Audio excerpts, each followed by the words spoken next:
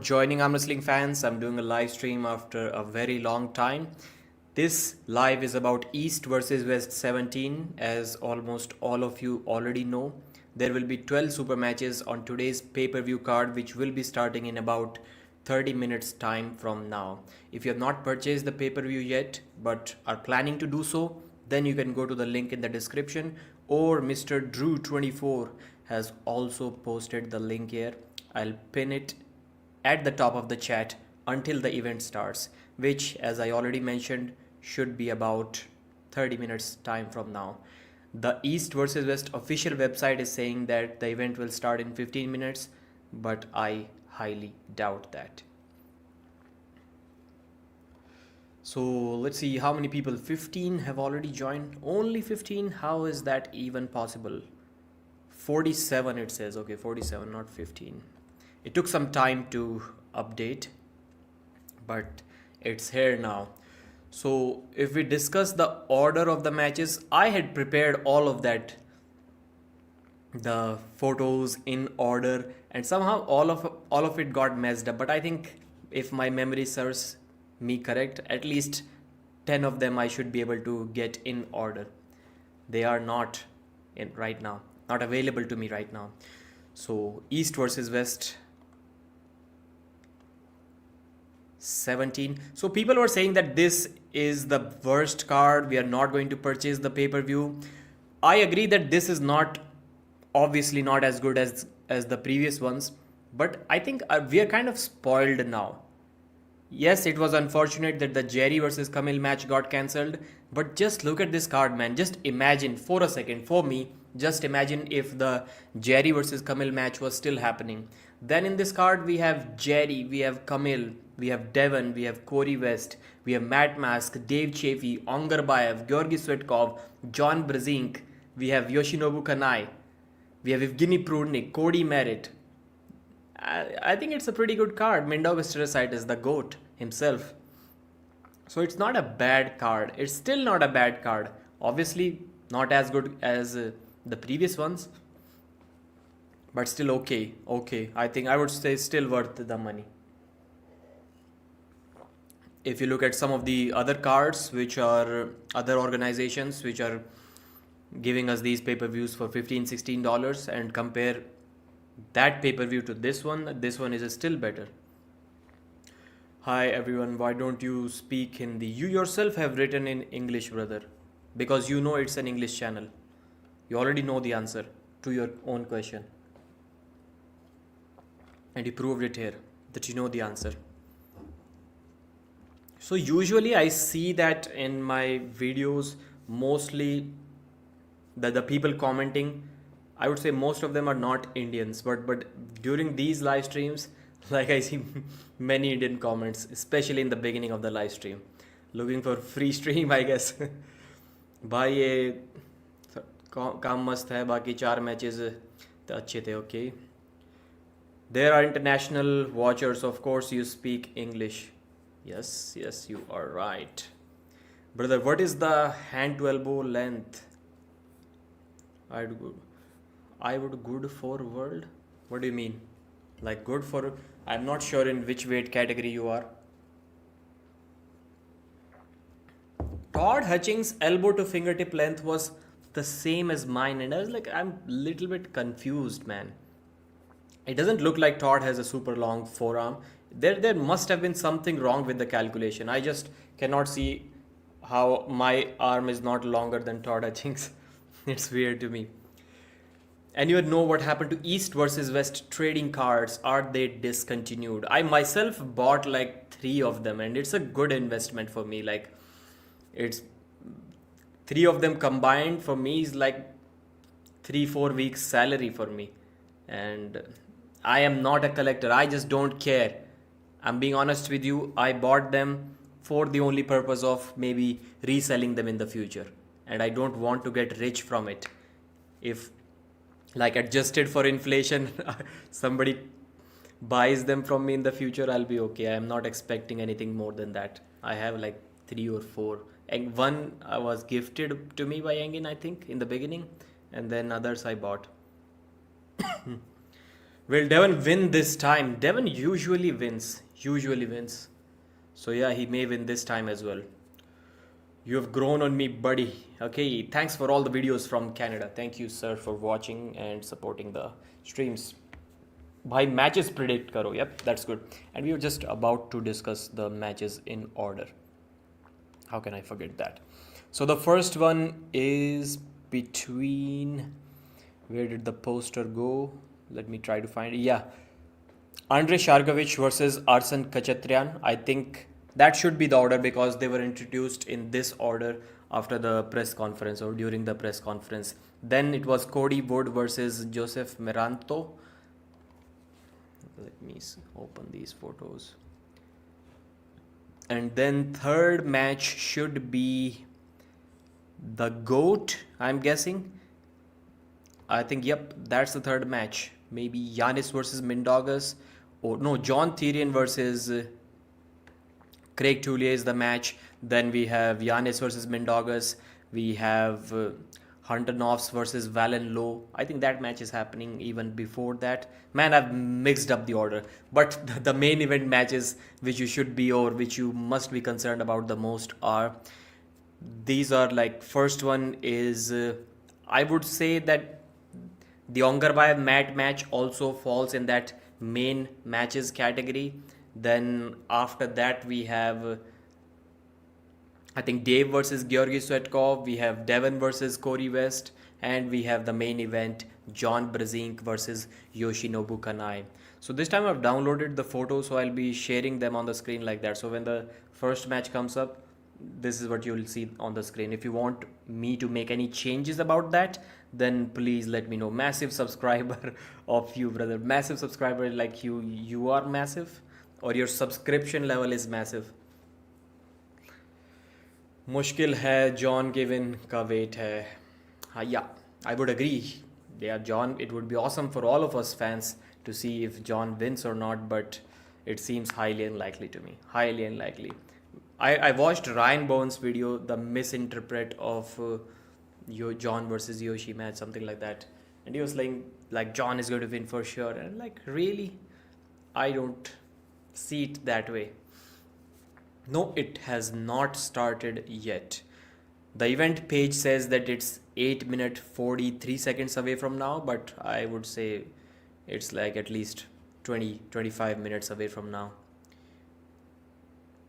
6 से 6-2 कैसे करें? श्वेताब गंगवार वाला आइडिया मैं बताऊंगा. How to increase height from 6 to 6'2". And he was like, tie a rope here in your neck and tie one rope in your legs and just attach the other ends to like 2 elephants or horses and tell them to pull you apart to stretch you. That's the only way you can increase a couple of inches of height. I liked that answer. Shout out to Shwetab Gangwar. When will the event start? In how much time? Just answered that. Maybe you just joined. Any suggestion to boost subscribers? No suggestion. Keep on uploading videos. Try to not focus so much on.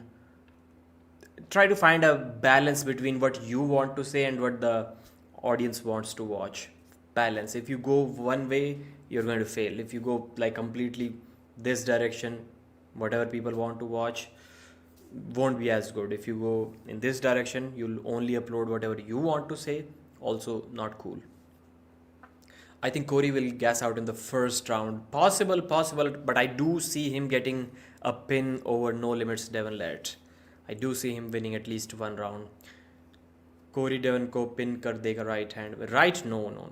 But the right, even if the match happens between them on the right arm, I think Devon will somewhat beat Cory like he beat Georgi Swetkov.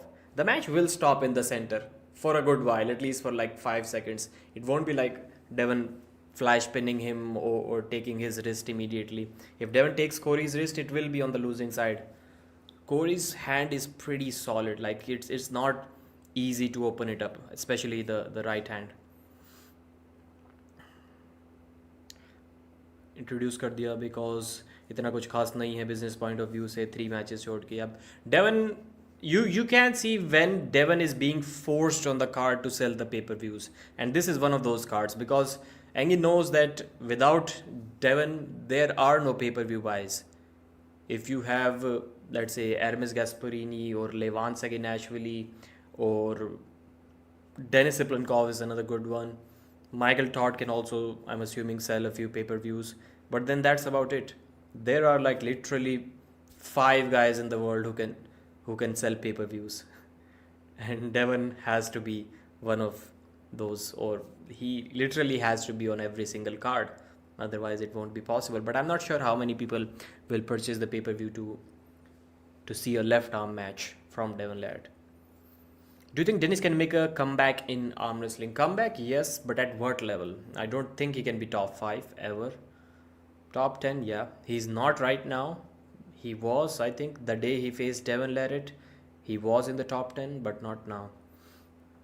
Jordan versus Rickard Bowman. I think Jordan may be too much for Rickard. I think so, because he's also pretty big, like at least 115 kilos, I guess. Rickard is 123, 4, but he's not as experienced, and Jordan has good inside power. If it was some top roller who Rickard can force inside, then maybe I would have said Rickard can beat him, but no, Jordan is like, it's way too early for him.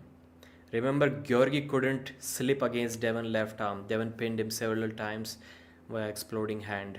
I bet he does that this match. Not in the first round though. Not in the first round. He did say, although, David, he did mention that if anyone is going to be losing rounds in this match in the first, without the straps, it is going to be Cory. It's not going to be me. He cannot pin me without the straps, but I can pin him without the straps. Georgi couldn't slip against Devon, yep. So Denis Siplenkov come back. Does anyone have any predictions about this match? Andrei Shargovich versus Arsen Kachatrian. No clue at all. But I guess these kind of matches, mostly they tend to be close ones. So I guess this one can also be close. The last time they were saying that who won, I forgot during the press conference. Somebody remind me who won the last time. Yeah, Bacho versus Reno rematch needs to happen, but Reno is injured right now. Plus, he's much bigger than Bacho. He's like, now he's over 125 kilos, and Bacho is not even 100 kilos. Bacho has to like force feed himself to get to 100. Bacho is like perfectly suited for 95. And that guy in the future, man, he's going to dominate that class. I'm telling you now, like who?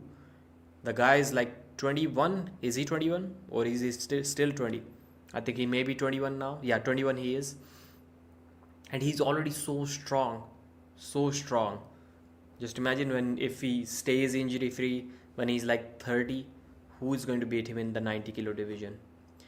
What do you think about Hermes 52 kg for 19 reps? I was reading everywhere 20 reps, 20 reps. So was it 19 or 20? Okay, it's a new lift. I think it was 50 for 20 and 52 for 19. Amazing, man, amazing. I'm not sure if anyone else can do that. Can Abbas Rana defeat Arden Larratt? Possible, but I'm not sure. Difficult.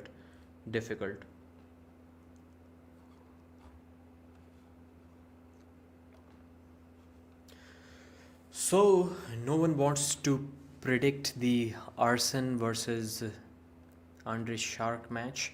I'm going to go with Arsen Kachatrian in this one. Let's say 3-1. 3-1. And another fact, I don't like guys who complain about cards being a complete clean sweep, like most of the matches being 3-0. I've also must have mentioned the fact that many matches were 3-0, but I won't complain about it unless like there is some obvious mismatch where everyone is saying, why did you put this match up? Like, what's the logic behind this?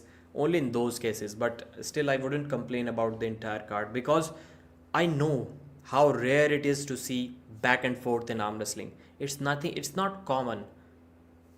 It's just because those matches are way more interesting, way many more people talk about those matches. That's why we tend to remember only those matches and we think like, yeah, that's how every match should be.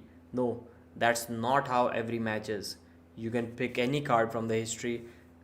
Don't quote me on this, but I would say maybe at least 70% of the matches would be clean sweeps. At least 70%. I think I'm quite sure about that. Maybe even 80% matches. Because that's how arm wrestling works. In the 80% we may have to exclude like elbow fouls and stuff, because people don't really count those elbow foul wins into back and forth. Like, if I pin you once and then I elbow foul, but you didn't show any resistance, let's say I moved in the referee's grip, then I pin you again, then I, let's say, move in the referee's grip once again, or right off the go my elbow lifted off the pad, and like that the score was 3-2, I won in the end. Nobody would say, wow, what an amazing back and forth match. So when I'm saying back and forth matches, I'm mostly talking about guys pinning each other. And if you have that criteria, then I would say 80% matches are clean sweeps. When will it start? Indian time.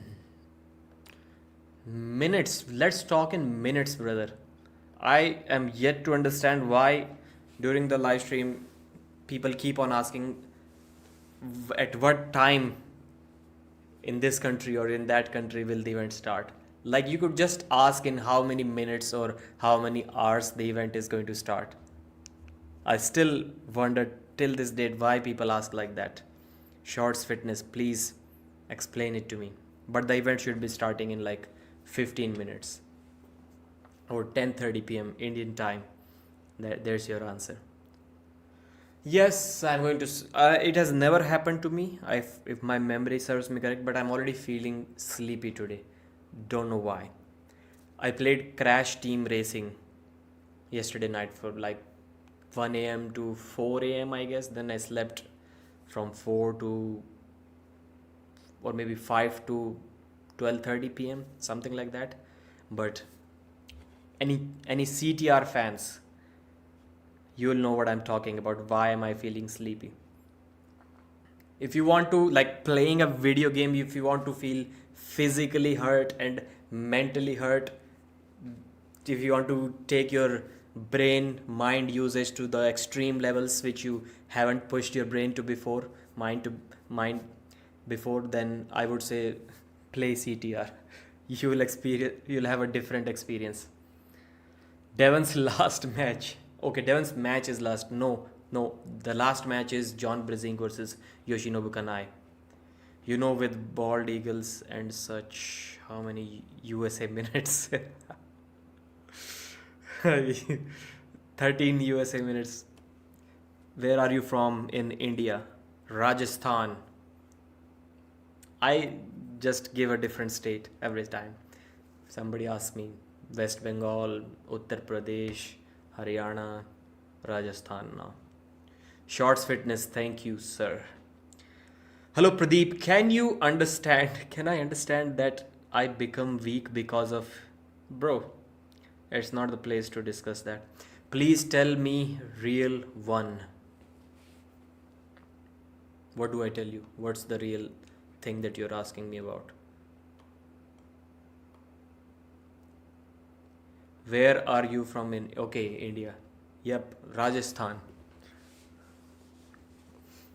I'm feeling sleepy, man. Hermes versus Levan rematch prediction. Man, difficult one. Should I say like 4-0? 4-1? Don't know.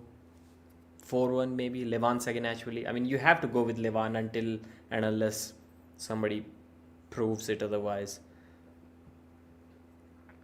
Pradeep versus Devon and Levan combined. We will win for sure. For sure we will win. If you can add my power to Devon's arm, I think we will beat Levan. But then, man, still how easily Levan flash pinned him in the second, third and fourth rounds. Like, am I going to be able to do anything to that? Not sure. But the first round for sure, yeah. Round 1, you add my strength to Devon's arm. We're taking Levan down in the first round for sure. But I'm not sure what happens afterwards. Worth, I would say yes, if you are someone who can purchase every single pay-per-view. If you are someone who wants to skip every now and then maybe not.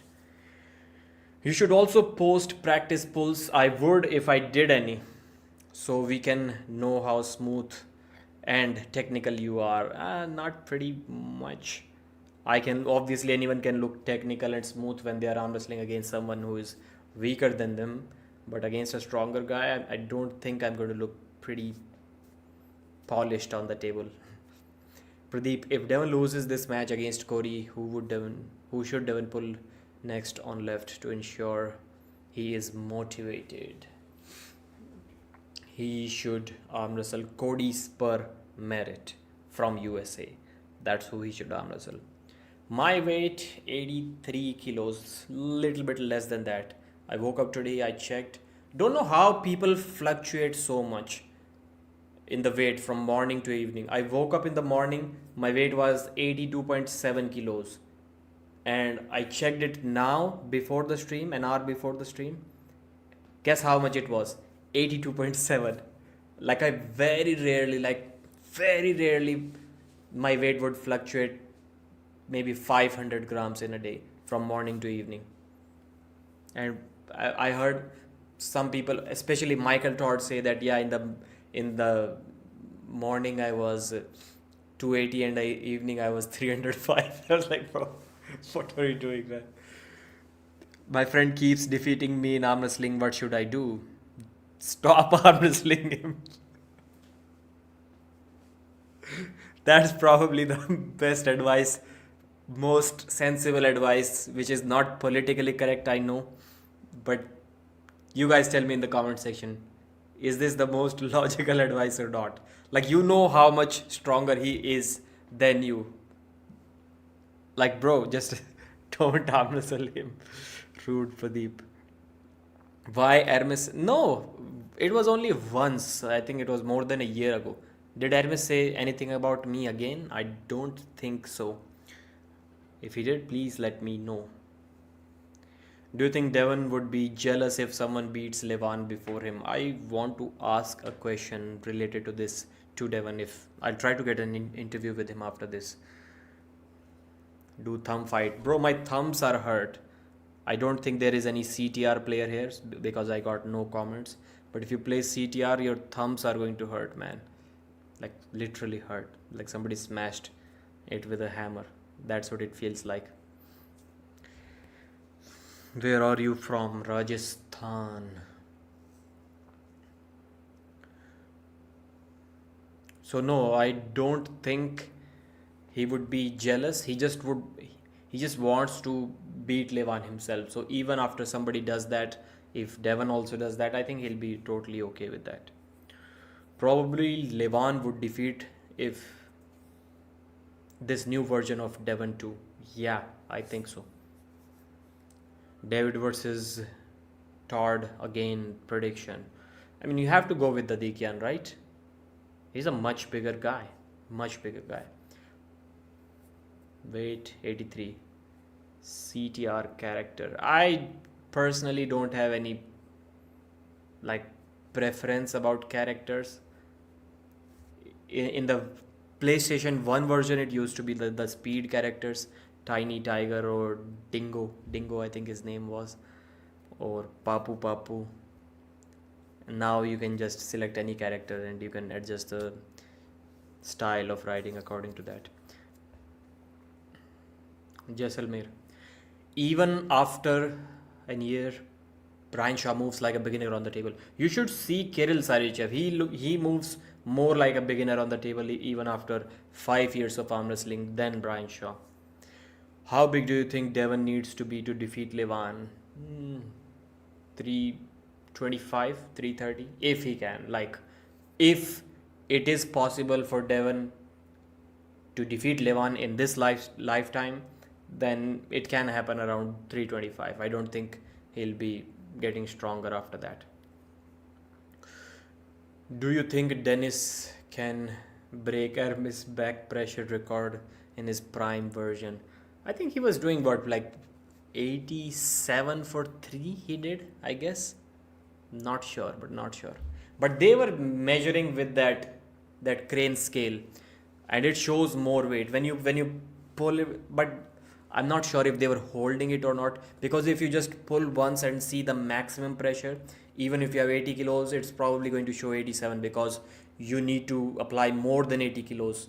Why? Because you're bringing the weight towards yourself, so it has to be more weight than that. So like when you're deadlifting 160 kilos, technically you are lifting more than 160 kilos, you're applying more pressure, because if it was the same pressure, it would just barely lift that much above the ground. Since it's moving up, you're clearly applying more than that weight, whatever you're lifting. So I'm not sure if they like held it in a place and then it was 87 for 3 or what. So I cannot comment about that, but I would say maybe not. Maybe not.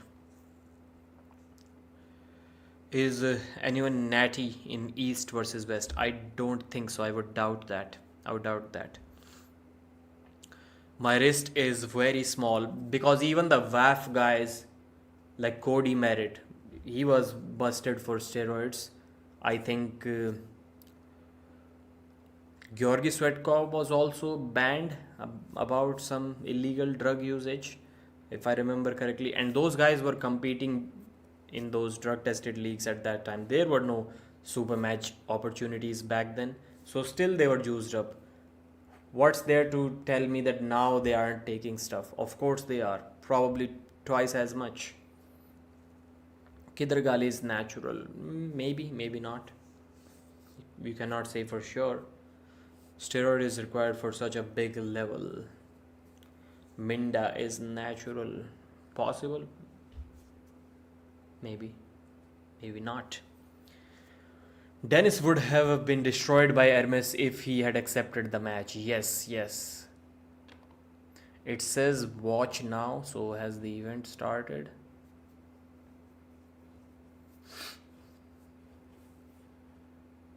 I don't like this ugly stuff, man. The bottom of the screen where people are sending their videos, like everyone is doing this and that.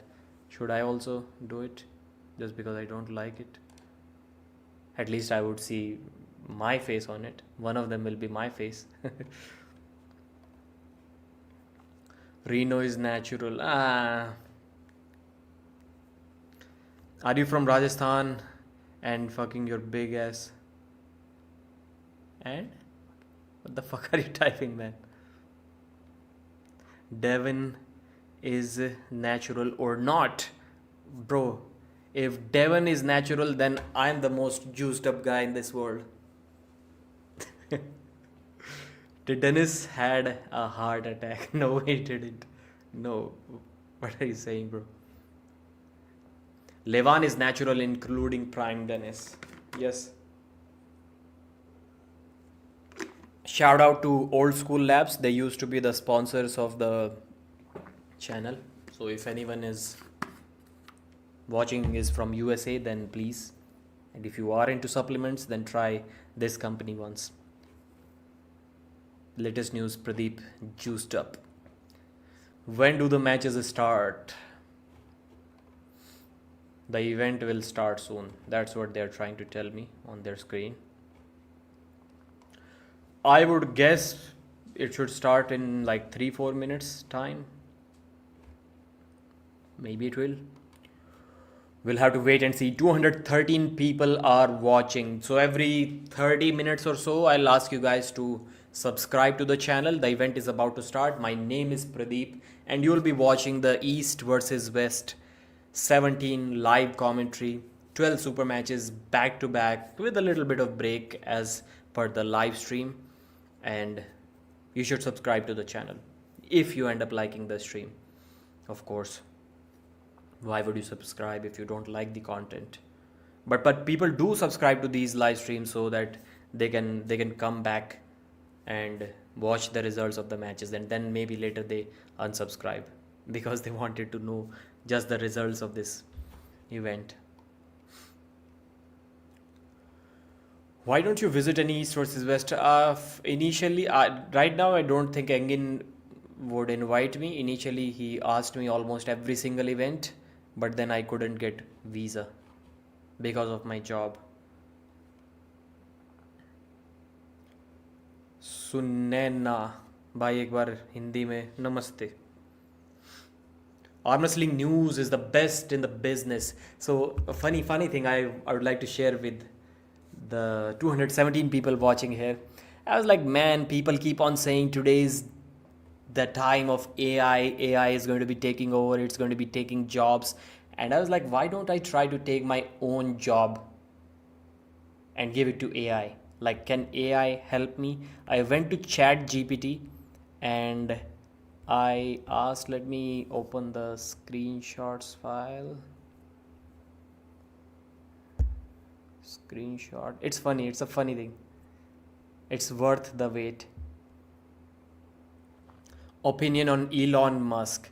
I kind of used to like him many years ago, but he looks like a weird person now.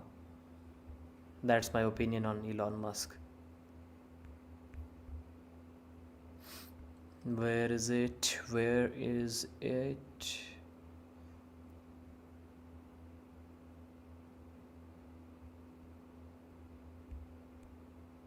Yeah. So my question was, can you give me an update about what happened in the arm wrestling sport today? Like, can you give me some stuff like to keep me updated about arm wrestling? So he's like, it's Chat GPT is like, I couldn't find any specific arm wrestling events or news updates from March 26, 2025. That's when I asked the question. However, here are some recent developments: World Arm Wrestling Championship announcement, East versus West 17 event. And then it says, for the most current updates, you might consider checking the Arm Wrestling News YouTube channel, which regularly posts the latest news in the arm wrestling community. Like he's redirecting it back to me. I was like, come on, man. It's arm wrestling news. Who's asking for your help? And I didn't even mention the word news. I was like, can you give me an update about what happened in arm wrestling today? That was my question. And then ChatGPT is like, go to arm wrestling news channel. I should have updated the memory that I am arm wrestling news. Pradeep bhai ka role aaya. What do you think? Can Matt top roll Ongarbayev? Yes, he can. Yes, he can. I won't be surprised 1% if Matt wins today, if he top rolls him. CSK or RCB, I have no clue, brother. I stopped watching cricket like almost 15 years ago. How about Devon starts training Cory? It would be interesting. Can potential threat to Levan. Ah. You look good with the buzz cut version. Yeah, that has been my hairstyle for like many years now. Most of the year, I keep it like that. Can you list out who can beat Dennis Prime version? Dennis Prime, Levan, Devon, Gasparini. Gasparini versus Prime Dennis would be a good match. Great match, I would say. Prime Dennis. I know it sounds crazy because he got many opportunities, but I would still say Michael Todd. Like, Michael had the skill, the power to do it, but he just made too many mistakes against Dennis in those matches. If you go back and watch, like, he would get that stop and he'll start shouting instead of like focusing on the match, then he'll get pinned. It was kind of weird. Vitaly could have done something against Prime Dennis. Why is Alex Kurdecha hand to elbow? What is? I got mixed. Weak for his size. I wouldn't say he's weak for his size, but yeah, he's not in the top 5. If that's what you're trying to say, I don't know why. If you go back and watch the Dadikian versus Kurdecha match, the hand size, the forearms, the biceps, they were basically the same. Dadikian was as big as Kurdecha. The match started. Let me check. Yes, the event has started. Not the match, I would say. The event has started. So they have an option to pause this time to move forward 15 seconds or rewind 15 seconds. What's this option? You are live, okay. So East versus West 17, Arlington, Texas. It's on. So they have a clap emoji. If you click on it, it claps and one count increases. If you click on it, again it increases. And still so many people were confused last time. They were saying that, well, it's a viewers count. And they were like 100,000 viewers in the last East versus West event. Nope, they weren't. They were not. So first match is about to start. Arson Kachatrian is making his way to the table. What's that music? Roy Jones Jr. Is that the name of the song? The singer? Can't be touched. Can Janis be in top 5 in the next 2 years? I don't think so. I don't think he'll ever be in the top 5. It's amazing that how easily Petrenko defeated Vitaly.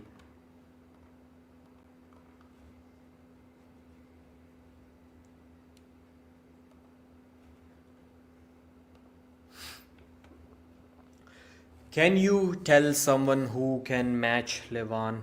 Now guys, it's time to start talking about the East versus West event. If the matches are not like very good, good announcer. Andrei Shargovich is making his way to the table. Once again, East versus West rules. All of the super matches except the title matches are going to be best of 5. The title matches are best of 7. I think there may only be one title match on this card, if I remember correctly. Let's go back and check it out. Sarah versus Joselyn is not for any title. Then Devon's match is now Janis versus Mindaugas is also not for the title. Then what else? Is there even any title match on this card? I think there was one. How can I forget? How can I forget which one? No, there are no title matches. Isn't it weird?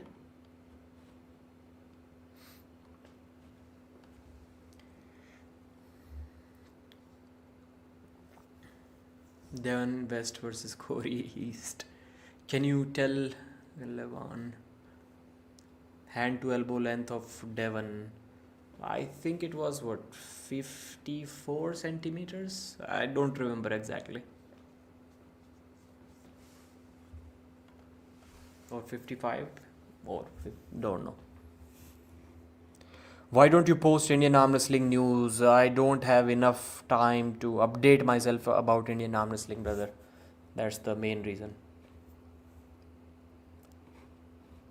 And I don't want to just upload the Hindi. People have told me about this, that whatever videos you are uploading in English, you can just upload them in Hindi too. I think I can do that. It won't take much time because I've already prepared the video.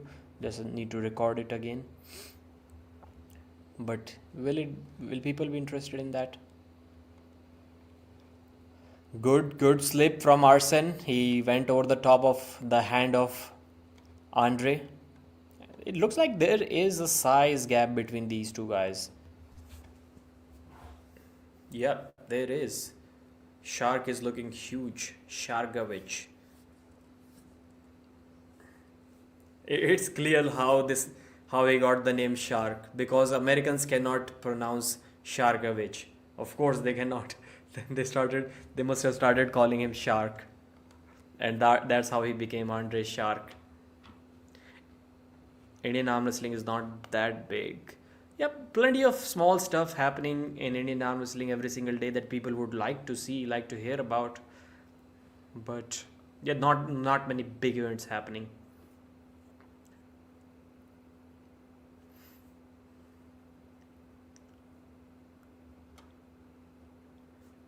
in the straps, round 1 of the first match of East versus West 17.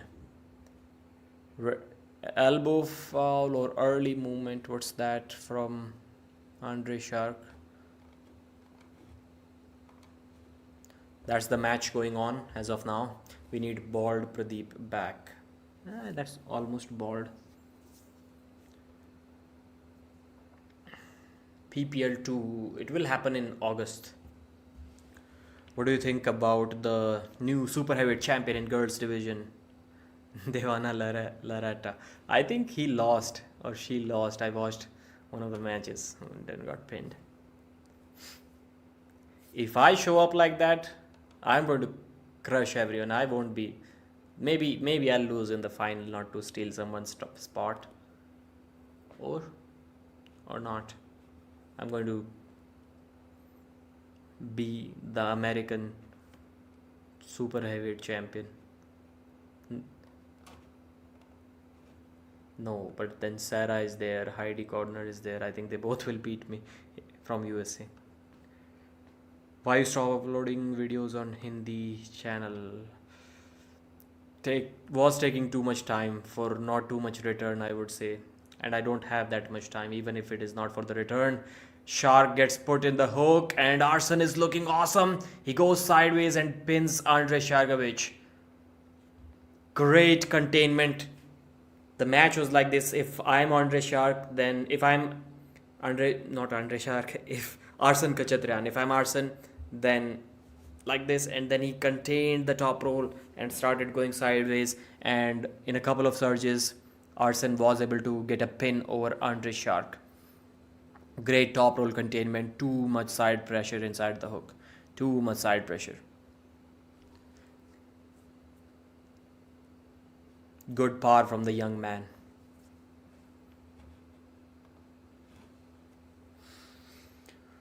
Some tips for arm wrestling. Not the right person to be asking that.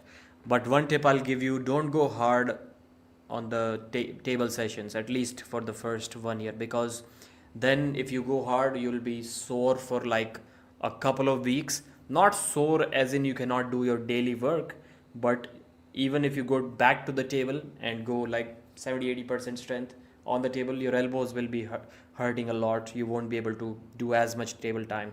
So try to increase the volume, and you can increase the volume only by going like at most 60 to 70% strength on the table. Then you won't be hurt. That way you can practice on the table even as a beginner a couple of times a week without getting too much sore. Your target should be to achieve that slight soreness, slight pain in the elbow or maybe in this part of your arm, and then that should be it. Like the minimum possible pain. If somebody asks you, are you feeling something in your arms today? You should be like, let me check. Yeah, a little bit. If you are in that spot, that's the sweet spot and you can increase the volume. But if you go all out, yes, you may have gained more from that one practice, but then you'll be sore for a couple of weeks, 3 weeks, and overall volume will be down. So that's my tip.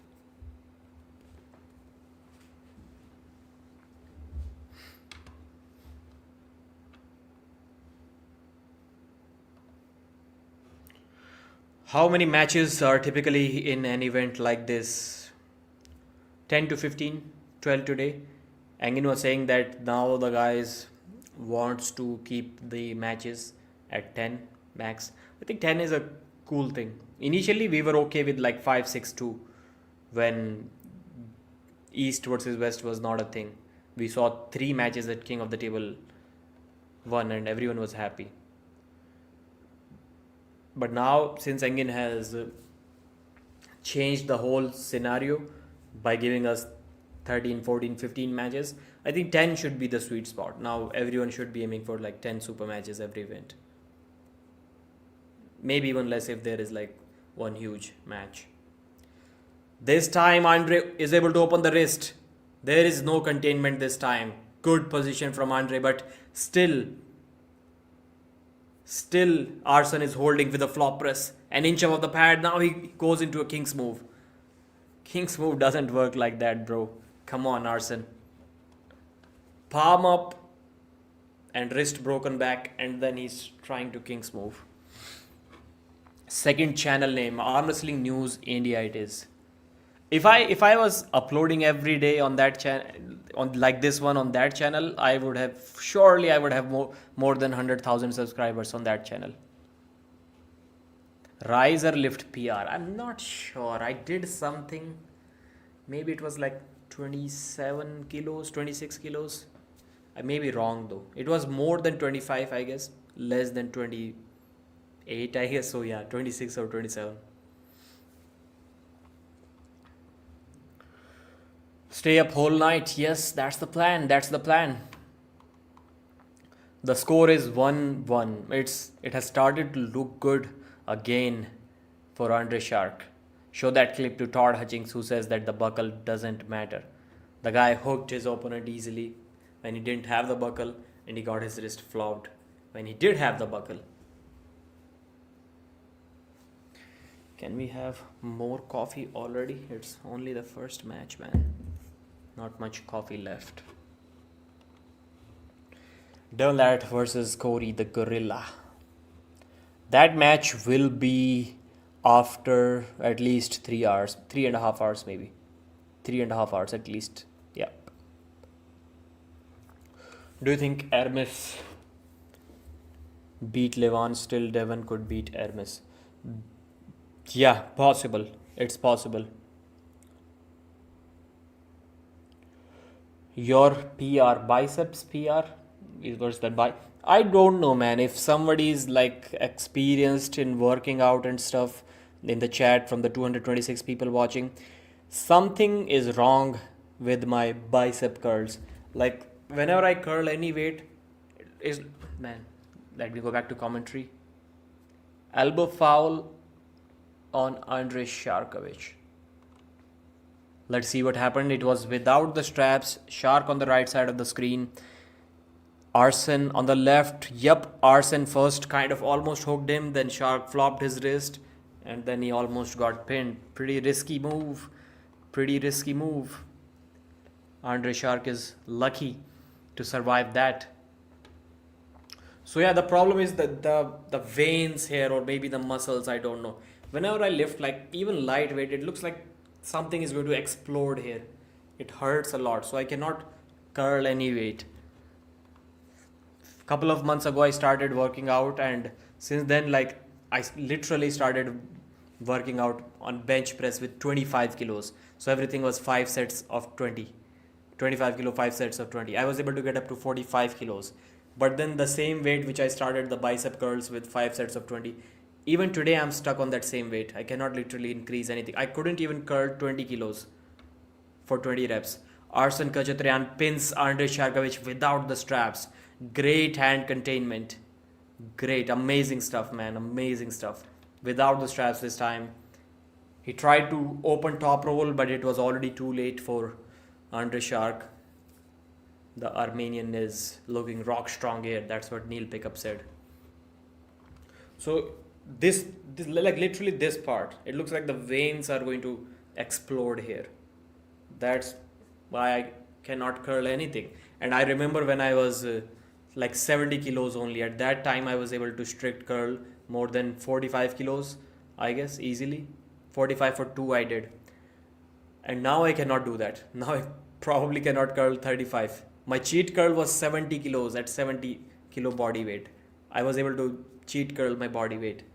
And now when I'm like 83 kilos, now I cannot cheat curl probably 60 kilos. So something is wrong with my arms.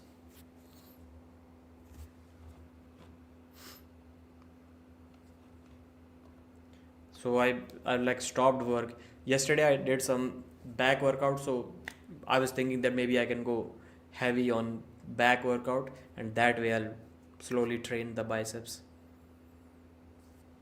Pronation PR, Devon's lift you're talking about, I think 38 kilos. Yeah. I can do 40 with a couple of weeks of training. Devon is on that bison diet with Canadian grizzly as a snack. Okay, 4th round. Arson can win the whole thing here if he prevents. Is that a pin?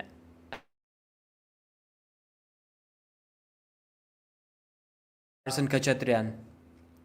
Great containment. Again, it could almost have been given a pin, man. Like, yes, it was an elbow foul, but then his arm went parallel to the pin pad. His hand went parallel to the pin pad. And in my mind, if you did an elbow foul and you still couldn't prevent the pin, then you deserve to lose. Like, it shouldn't be a restart. It should be left to the referees to decide whether it's a foul or a pin.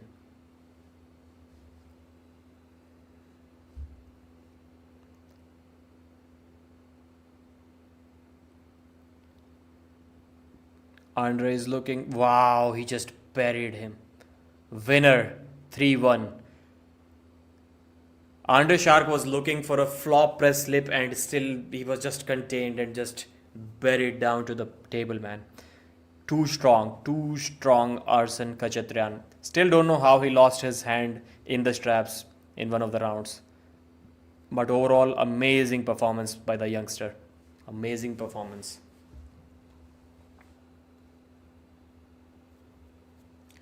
Ryan Turner is the interviewer.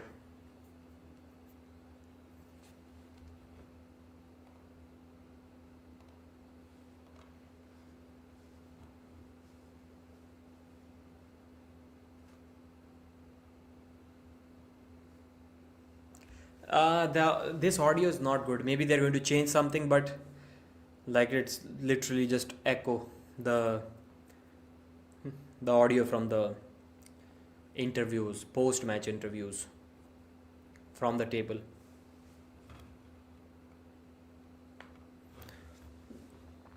65 kg back pressure is insane, man.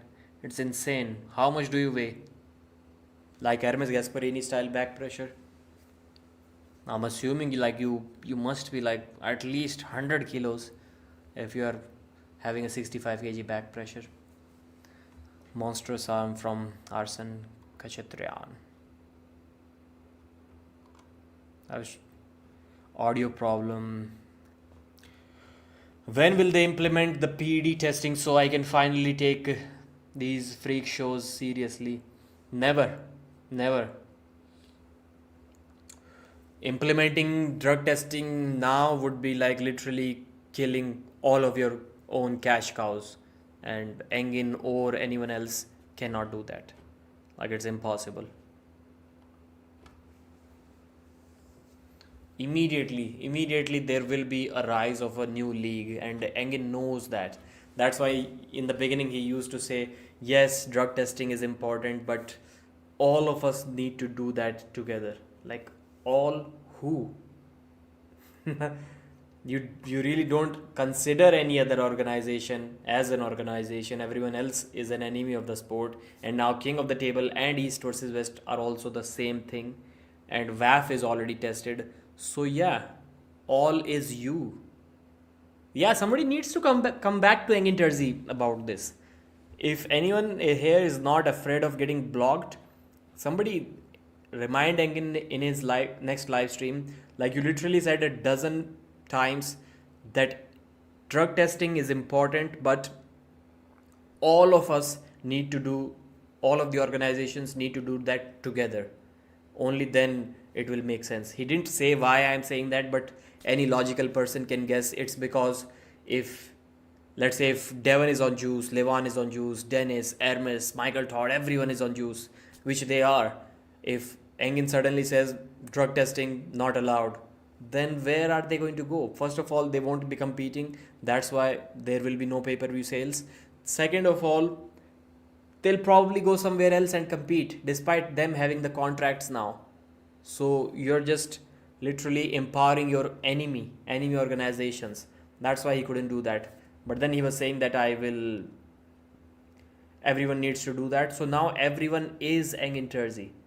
East versus West is Engin, King of the Table is Engin, and WAF is already drug tested, and I don't think they consider any other organization as a serious organization at all. So yeah, why no? Why not drug testing now? Now is the right time.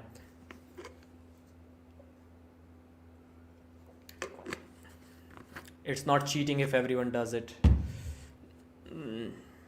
Not sure if I completely agree with you. Core sports, because it's like literally steroids or drugs. These are fall in the drug prohibited drug category. In many countries, like if you have not been prescribed by the doctors to use these drugs, then it's like a criminal offense. So I'm not sure if everyone is using them, then it becomes a legal thing. Don't drug test. We want to see them as big as possible. No one wants to watch small people compete.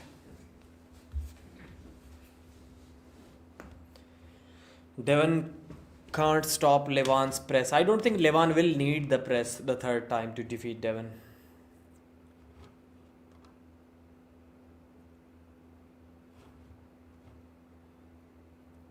Thoughtsilla is like, you're asking for way too much, man.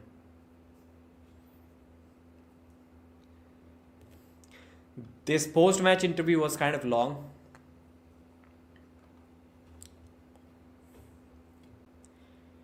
It's not cheating if it is allowed.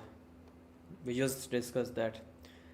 Without randomized testing, it's literally not doing anything. Randomized testing isn't possible for such small sport. Stop overplaying its effectiveness. I don't know why everyone, to me, this is a very stupid argument. Whenever drug testing is brought up, everyone says, not everyone, but many people say that it's easy to find a way around drug tests. It's easy to cheat them. It's nothing. It makes no sense. And I'm like, if 5 people are getting caught out of 10, and 10 are, and the remaining 5 are not getting caught, but even those remaining 5 have probably stopped using them at least a month or 2-3 weeks before the event, and it since they compete like 4 times a year, for 4 months they are not on juice, but before that they were on juice throughout the year, and 5 of them got caught. Isn't it better than nothing? I fail to understand this argument from people who say that there should be no drug testing because it's a joke. People will find a way around that. I was like, really? I don't think it's like, well, we tested 20 people at WAF and none of them tested positive. I don't think they've ever gone like that. If you test people, there will be positive results. It's not, if it was that easy, then nobody would get caught. And I don't think it's like that. I challenge you, find the smartest of the people out there and take, and arm wrestlers, sometimes people don't like it when I say that. They're not really that smart. I don't think 50% arm wrestlers know how to trick a drug test. I think 80%, 70% of them will be caught. When you give an opportunity, people will do anything, no matter how dumb. Just helps the good cheaters. Yeah. It's not like they are using more than before.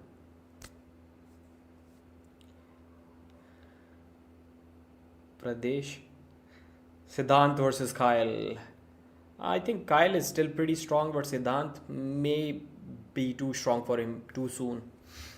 Very soon.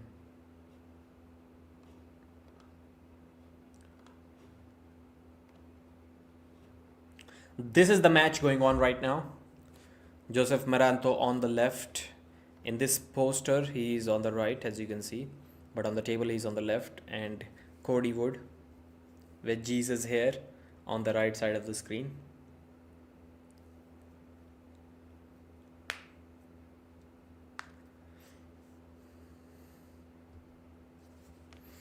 Round 1. Hristo Delidjakov is the referee. Wow, very fast hit from Cody Wood, straight to the pad. This is what you call a flash pin. It did kind of get stopped, like right at the pad, but it never really did. That's a great hit. You cannot judge the match too much from this kind of flash pin. Good pronation, good power, good cupping, perfect execution of top roll. But still his hand went like down. Side pressure was still good. because it didn't go near the pad. It was a kind of a parallel pin.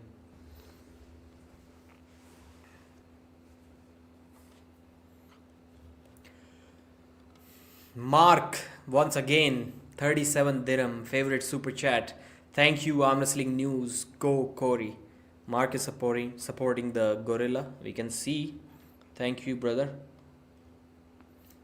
I hope your child is asleep already so that you can enjoy the matches. Pradeep versus Rahul Panekar. Maybe left hand. I can do something against Rahul if I train seriously. Right? Never.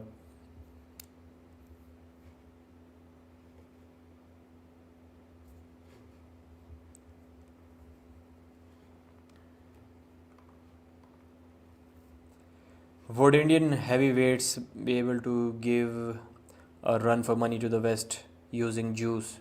What tells you that Indian heavyweights are not using juice right now? No, the answer is no. Not for next few years, I guess. Arson match score was 3-1 Arson. They've slipped now and they are going to the straps. Devon was like for whatever for no reason during the press conference calling out Bartwood and Risto. It was funny. Or not so funny maybe.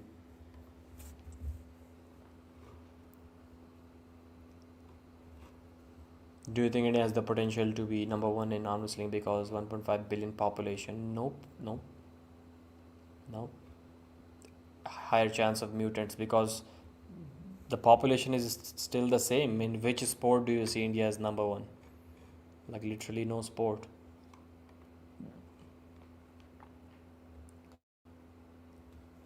There are some sports where like Indians are known at the top level. Again, man, too much pronation, too much cupping, just too much top roll. Amazing stuff, man. Way too much.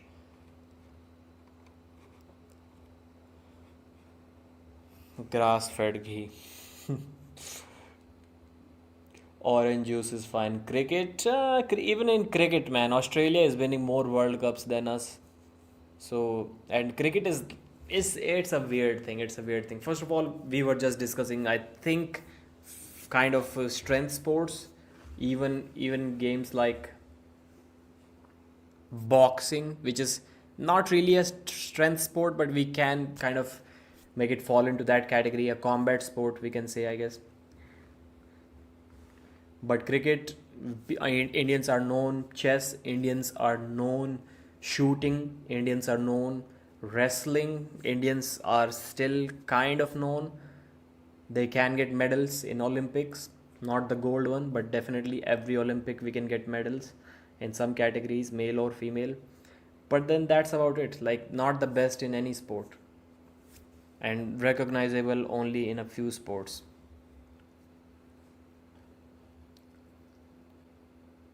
This is good. The shot on the commentators, Travis and Neil. I wish they had given them at least a table with East versus West branding on it. It looks weird. They're just sitting on their chairs, and there's nothing in front of them.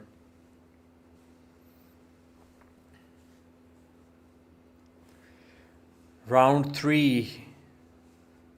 Joseph flops his wrist to get to the straps. We'll try to do something there. He'll try to do something there. I hope he doesn't go for a flop press straight away because he will get destroyed if he does. Stop flexing your left tricep, Joseph. You're spending energy. Gold medal in talking. I don't think so. I still don't think so.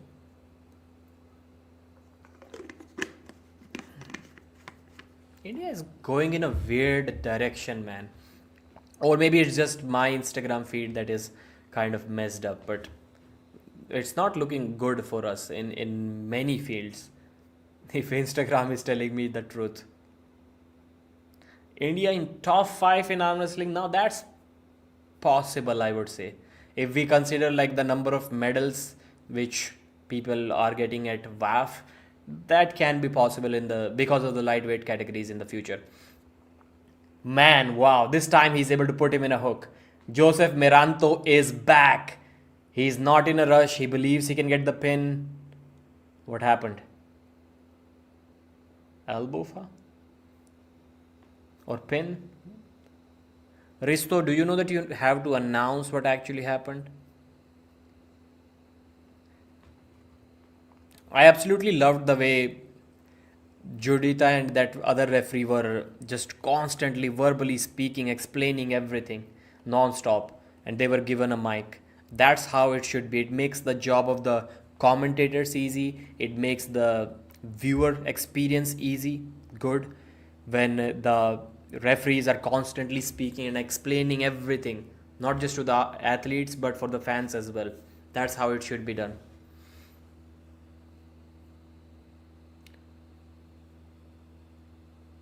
Instagram is not real, bro. Even worse than YouTube comments. Cory broke a master lock with his hands, not surprised. Again, there will be a restart in the straps.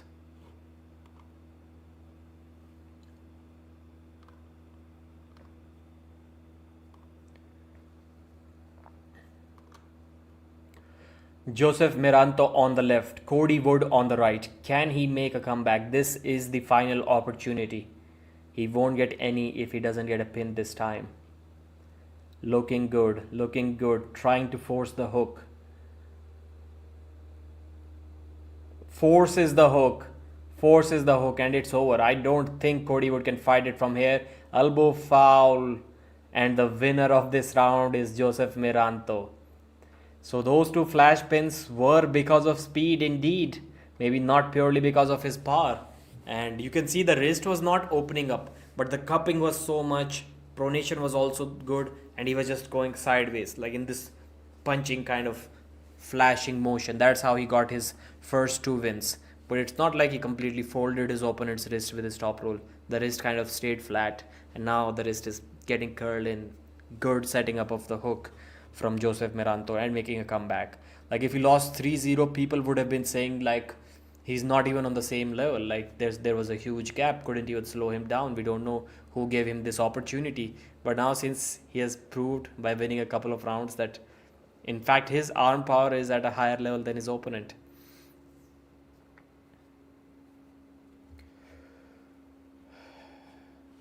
Ali Khan, not even Devon's wife like Devon. How do you know? Bro, what is your job? Good question. Data scientist. Good answer. Ali Khan versus Mazahir. Mazahir. Ali Khan is small.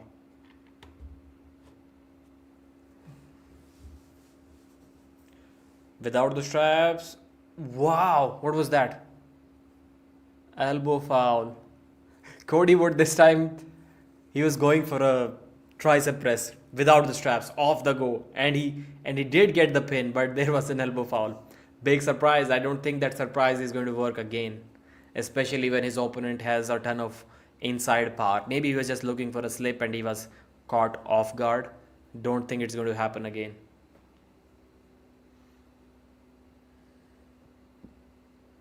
Is not go yeah. Hook. This time he went into a hook instead of being forced there. And too much power. Too much power it looks like. From Joseph, the score can be 2-2. Yes, yes, it is going to be 2-2. And the match is over, man. The pronation is gassed. I don't think Cody Wood is going to be able to make a comeback from here. The score is 2-2 now. Where do you live, Rajasthan? For how long did the event have been going? The event is going on. Does they show that? Let me check.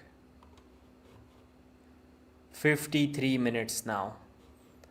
So the matches may have started like 30 minutes ago. Yeah, a little over 30 minutes ago. Mazahir in world ranking, it's impossible, man. It's impossible to rank Mazahir in the world. Like he can be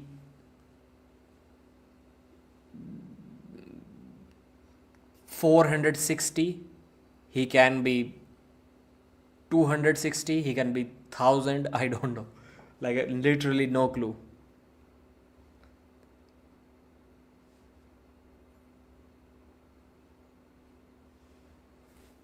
Janis versus Mindaugas. He can be 200, 2000, yeah. Good answer. It can be anything. Anything out of those. We don't know. It's impossible to rank Mazahir.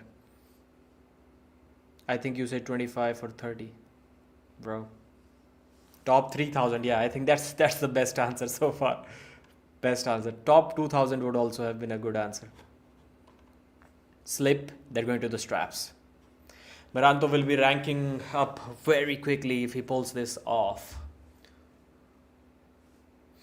Levan could flash pin two Mazahirs at the same time.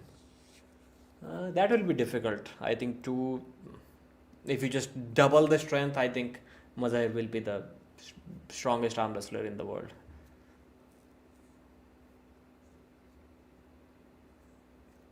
Transformed with Wolverine digging in.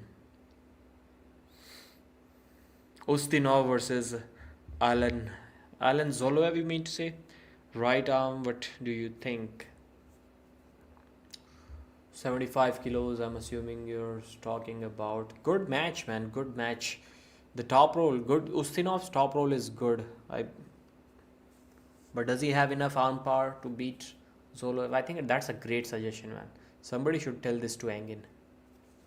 Zoloev versus Ustinov. Zoloev, can he cut to 70 kilos because Ustinov is holding the 70 kg world title?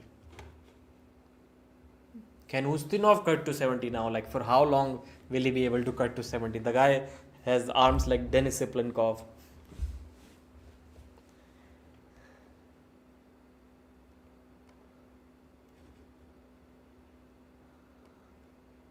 They are in the straps for this final round of the second East versus West 17 match. Christo is the main referee, setting them up.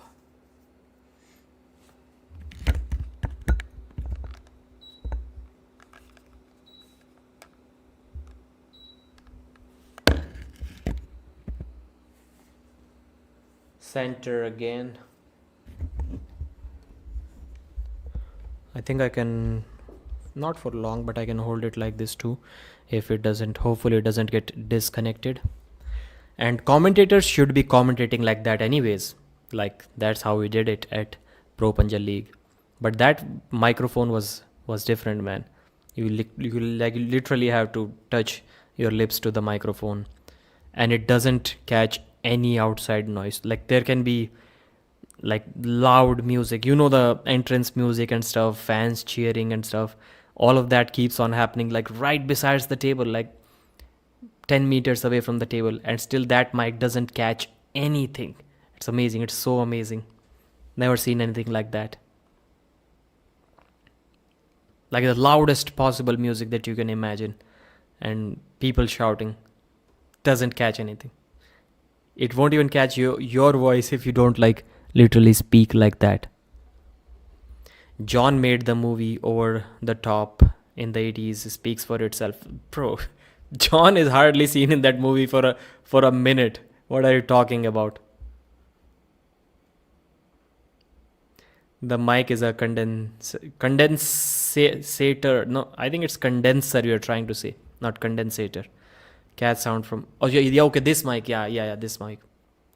No, this also catches mostly the audio from the front part. There's an option to enable the entire part. But that's a different thing, I guess. Pradeep looking fire today. Alright, the final round of this super match. Joseph on the left, Cody Wood on the right. Go happens and he gets put in a hook, and there is only one way from here, and that way goes straight down to the pad for Cody Wood. I don't think he has an option now. He's trying to open top roll, open hook, I would call it, and Joseph is staying strong. He's staying tight. He goes for the pin but gets stopped.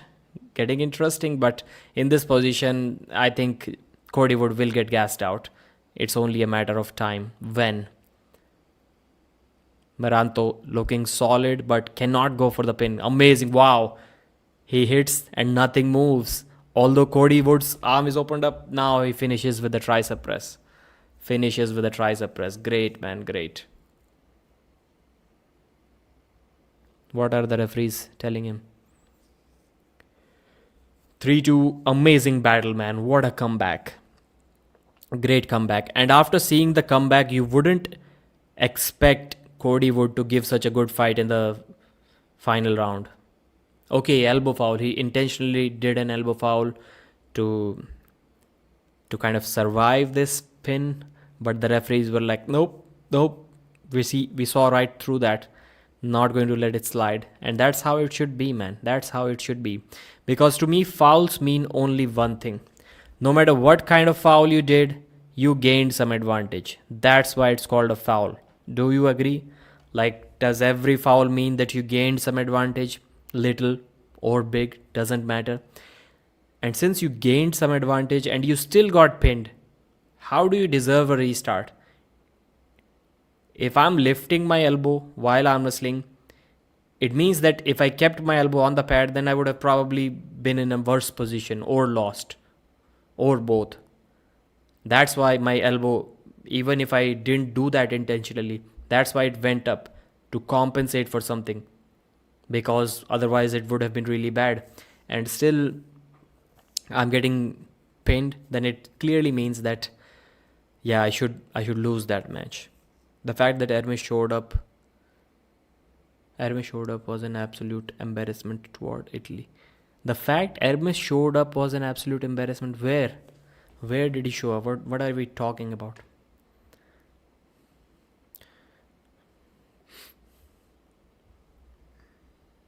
I didn't predict anyone to win this match. I should have done a prediction. Can anyone beat Devon pronation and Hermes back pressure combined? Okay, you're talking about the single guy beating those both records. I think Levan probably can do that. Hermes can do that. Hermes can break Devon's pronation lift record. Devon already embarrassed Hermes. Pradeep, you are rich, you have AC. Everyone has AC these days, man. You're rich if you can, like, let it run for the entire day. Then you're rich, I would say. But buying is nothing. Ryan Bowen is also doing live commentary today. Is he? India has an Olympic javelin champion from Paris 2024. Yeah, and a silver medalist too. He won the silver this time. Not 2024. He won the Olympic in the gold in the 2020 Olympics, and 24 he won silver. Taking your hand off the hand peg doesn't give advantage, and that's a foul. Yes, it's not a short foul. It's up to the referees. If they see that you gained some advantage, only then it's a foul. It's a weird rule. It's not always a foul. You may have seen many times the referees not giving you a foul. Pradeep, why are you gay? You are gay. Go try and Bowen flash pins Levan.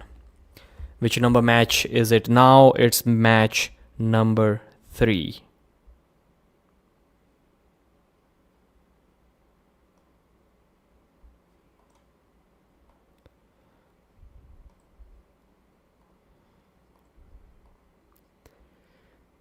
Okay, really? They're saying he is a motocross and MMA guy. His coach is 7 times world champion, 7 times champion, Chad Silver. Bro, since when have we started announcing the credentials of a coach of an athlete when the athlete is walking out to the table? Weird stuff.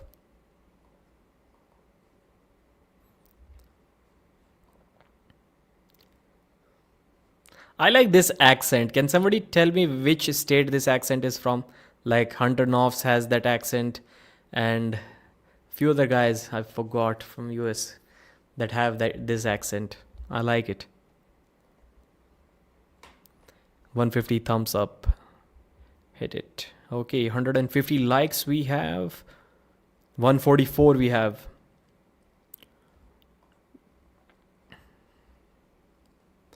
So Valen Low, is he from Singapore? How am I forgetting? Valen Low versus Hunter Knopf's 31 age, and the graphics for Hunter is not available. Okay, 169 centimeters, 78 kilos. I think this match then must be in the 77 kg category.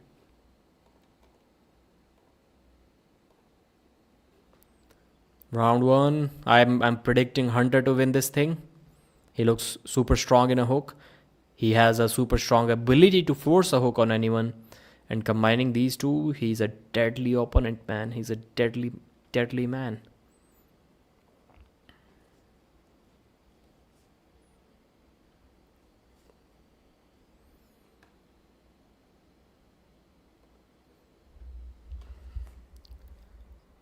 Prudnick Neil, no. Hillbilly South. Elbow foul on Valen Low.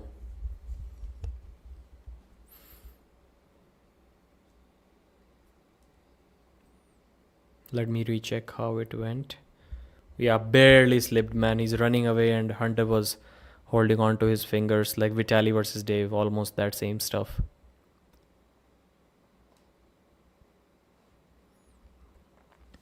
Again, inside the referee's grip. This rule has been changed now. Wow. Wow. Great matchup. Almost a hook, almost a top roll. Valen Low is feeling confident. Hunter was not really able to force the hook. So it looked like, yeah, he got what he wanted. He had pronation. And Hunter also like almost got what he wanted. He had a slide cup. He was not letting him run away. So the match was stuck somewhere in between a top roll and a hook. Like this, in this position, you don't really know who is getting gassed out. Is the cupping getting gassed out or is the pronation getting gassed out?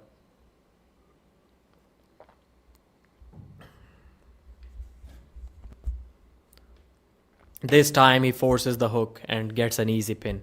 Wow. Too strong.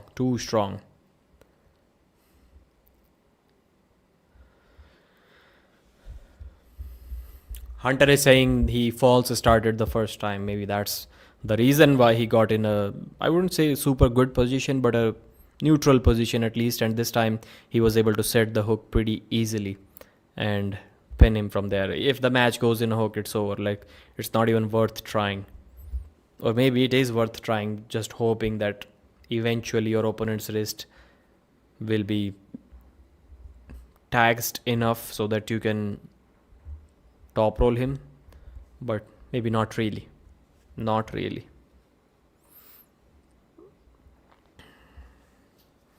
Who are these people? Pradeep inside. Pradeep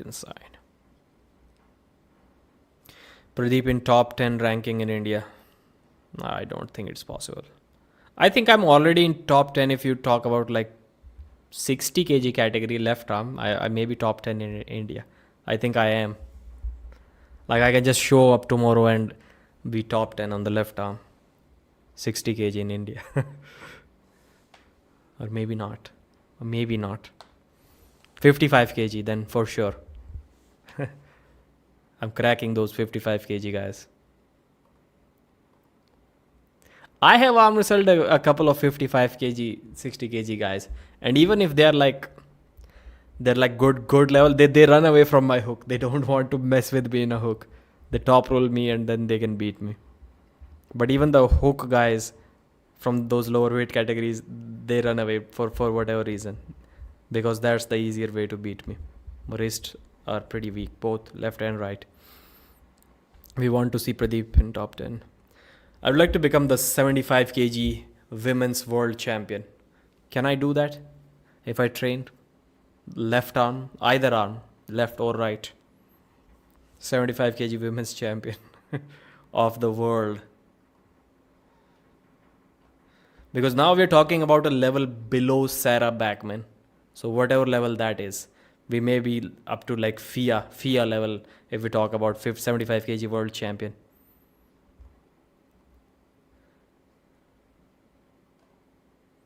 Second time also, Hunter was able to force the hook even without the straps.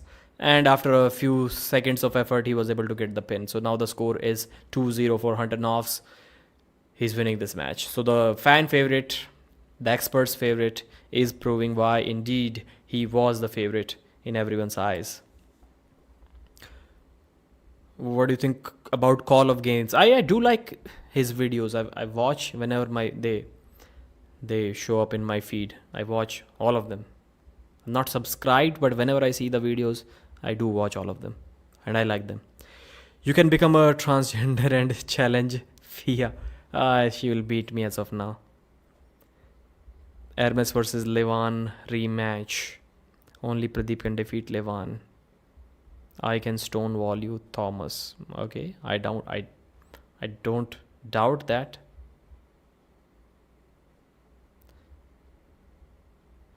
Random labor from Bihar would smack you for sure. Come on, man. What are you talking about? It's arm wrestling, man.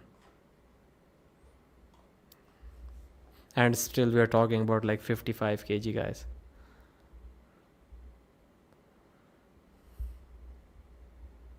No one in Bihar below 60 kilos can beat me. No one.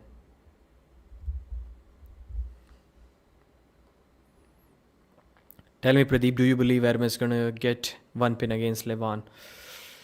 Man, the thing is, like, if he gets one pin, why wouldn't he get more? That's the question. That's why I don't want to say the score can be like 4-2 again. Because Pradeep versus Milo. Maybe 4 years ago, that match made sense.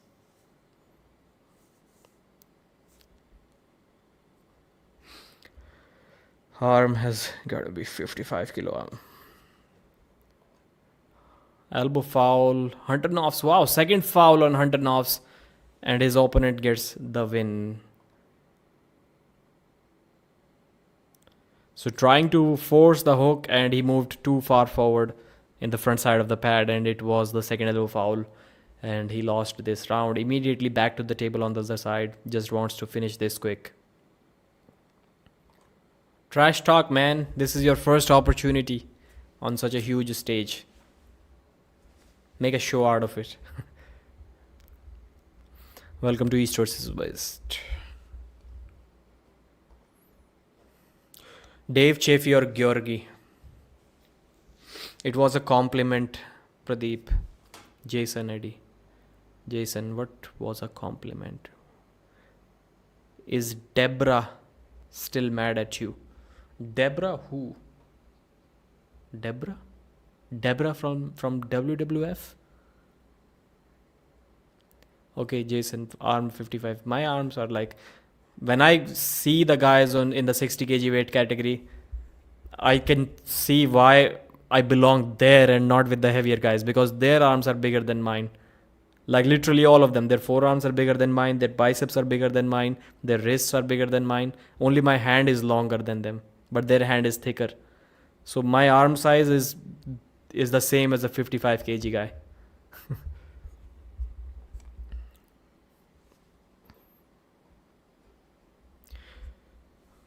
Vampire Kirill. Deborah from Dexter. Deborah from Dexter TV show. I don't know what that is. There was a cartoon I sometimes used to watch as a kid. Dexter, like boy, he was in a lab or something like that. He had a maybe sister or a girlfriend. I'm forgetting stuff.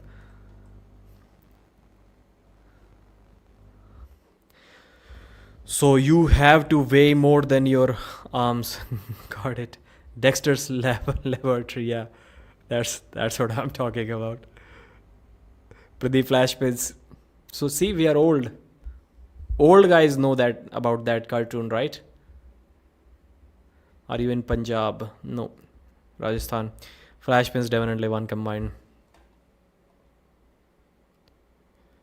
Again, a couple of fouls by Hunter Novs, and he loses the match just trying to set the hook. Cannot be within the rules. This again, this time it was a huge elbow foul. Huge elbow foul, just trying to set the hook. Bro, just go to the straps, man. Try something there. The score is 2-2, and now it's in the risky territory, man. Now it's in the risky territory. It's just like doing too much movement, shooting for the hook. He's shooting for the hook. There are two types of hooks. One is shooting for it, and one is just guys like who don't care. Guy who'll just curl you in like Sasha Andreev or Rustam Babayev. You'll not see them like going forward and then putting his opponents in a hook. Rustam does that somewhat like that, but he also like has that massive wrist curl, insane wrist curl.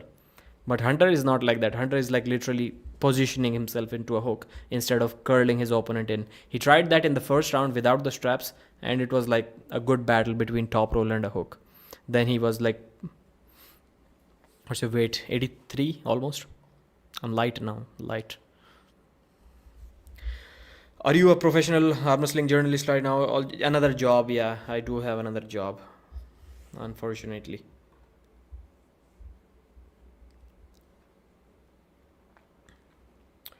Dexter's laboratory. You're behind, man. We discussed that topic a couple of minutes ago. Train me, Pradeep Anirudh. You train me, Anirudh. Tell me, Pradeep, if Hermes pin Levan in round 3, do you believe he has what it takes to win that match after that? Yes. Yes, I do agree. No, I don't agree. Because Levan is unstoppable, man. A couple of 3-4 times he has been stopped now. One by Devon and other 3 times by Hermes Gasparini. And all of the times it was when he had the buckle on his hand. So what happens in the next round when he doesn't have the buckle in his hand? He flash pins. Still, despite being tired, he still flash pins his opponent. So, yeah, I don't think so. Still, Levan will win.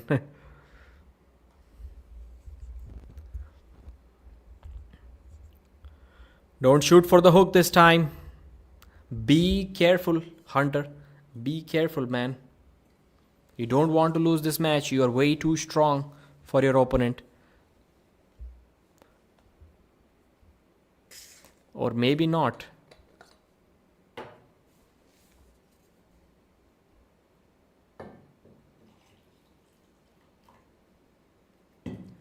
Little coffee, I think. This time he forces a clean hook without any fouls. But Valen is fighting good. Valen is fighting good. And gets the win. Hunter gets the win. 3-2. Didn't crumble under the pressure. There was a lot of pressure on him this time because he already lost a couple of rounds on fouls. Good match. 3-2, your winner, Hunter Novs. So now we've gone through 3 matches. Let me recap the results for you. The first one was between Arson Kachaturian versus Andrei Sharkovich. In one round in the straps, Andrei Shark was able to get the top roll. He flopped Arson's wrist and pinned him easily. Arson tried to king's move without pronation, without wrist. Never really works out. But other 3 rounds, Arson was able to win. A couple of rounds he won without the straps, too much hand containment.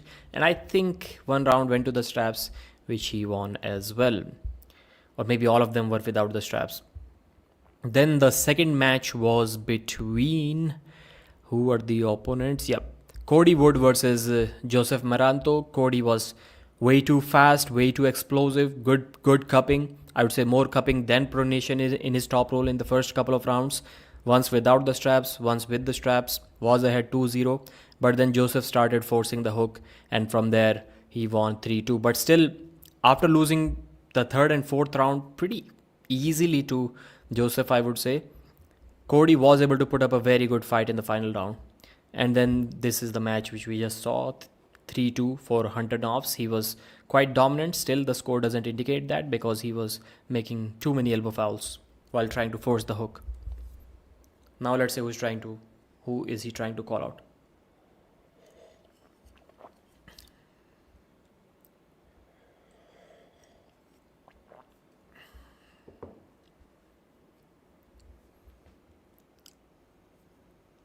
I love this guy's accent, man. I love this accent.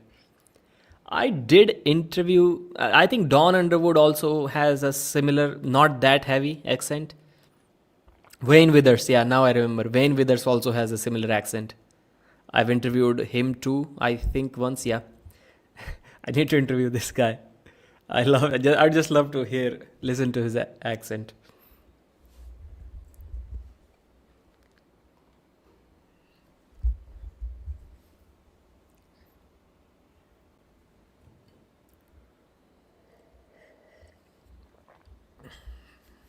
Someone was asking me, can you understand Wayne's accent? It's like too heavy. And I was like, of course. I can probably understand all of the accents in all of the English accents from all over the world much better than the guys from USA. I can even understand Kyle Hutchinson's accent, and if you can understand that, you can understand any English accent in this world. But for him, I have to literally like switch the interview to normal speed. Otherwise, it doesn't work. Even 1.25x doesn't work when Kyle Hutchinson is speaking. And Devon, Engin, these are the guys, since we listen to them almost every single day, we're so used to of the accent, the way they speaks, the words that they choose to speak, and also they speak pretty slow. So YouTube, for premium members, YouTube is now giving the option to increase the speed up to 4x. So if I want to watch a Devon and Engin interview, I can literally watch it at 4x speed, and I won't miss anything. Like I'll catch at least 90 to 95% of that. I can watch that on 4x, and most of the interviews, I would say 90% of them, I can watch in 3x speed. Bro, you speak multiple languages. Relax. I'm pretty good at drinking beer. I'm not even great at it. Yeah. We should have a beer drinking competition with the subscribers someday. In a members only live stream, beer drinking competition.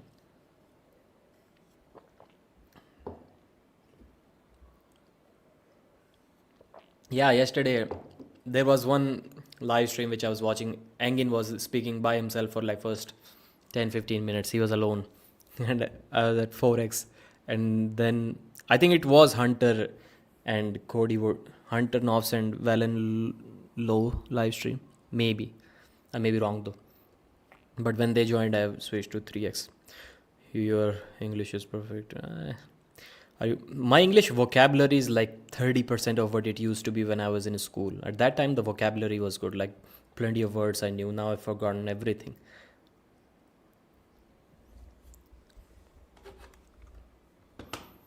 But now I can speak in English. At that time, I couldn't. So I guess this skill is more important than having a good vocabulary. Vocabulary is it's okay, but not that necessary. You should be able to convey your message in simplest possible words. Kyle Hutchins is from Northern Ireland, right? Scottish accent would be harder.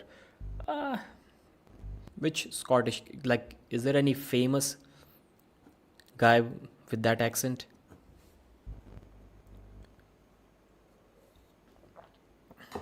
Like Connor's accent is not that difficult to understand. Kyle Hutchinson is pretty bad, man. Just try to watch Kyle Hutchinson interview with Neil Pickup. Devon was saying, man, I watched that whole interview and I couldn't understand a single word that guy said. Like Devon was not even joking. He literally, like, when he was on Neil Pickup show the next time, he was like, man, I watched that guy's interview and I literally couldn't understand a thing he said. That's why I was thinking maybe I'm better at understanding certain accents than at least Devon Larratt. Pradeep, you are a voice of arm wrestling. I think I would like to see more of your interviews with arm wrestling superstars. Will you do East versus West events? Engin should invite. Engin used to invite me a lot. Now I don't think we are on such good terms, but maybe we can be. Like, it's not like I've punched Engin Terzi from the back, or like stabbed him in the back, or he did the same to me. It's nothing serious, at least from my side. Trying to top roll. Feeling confident. John Tyrion is feeling confident, man. I should remove this since this match is over. And let's add the next one. John Tyrion versus Craig Tullier. My prediction, who should I predict to win this match? Craig is pretty good at forcing the hook, man. Let's go with Craig Tullier again. The old man. He can get the job done. Or can he? This is the fourth match of East versus West 17. All of the matches have been okay. Like none of those amazing wars which we would like to see, but yeah, kind of back and forth. Even the matches which were kind of one-sided like the previous one, still the score was 3-2. Good matches so far. Good matches. Engin better be hoping, sitting in his home, that these matches are good, because the fans are not so happy about the quality of this card, the quality of the matches, but if they turn out to be really close matches, then it would be an amazing deal. Now they're in the straps. Of course, John Tyrion will try to top roll. Of course, Craig will try to force the hook, and I think Craig will force the hook. But John Tyrion is like solid, man. Lately he's been destroying everyone.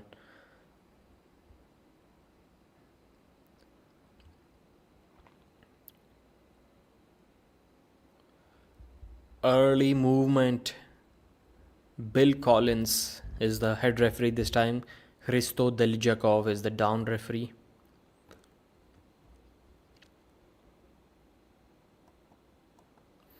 The referees don't like me when I call them out, man. Sometimes they even message me. A couple of times it has happened when I call out the referees and they message me the same day when I upload the video explaining what happened.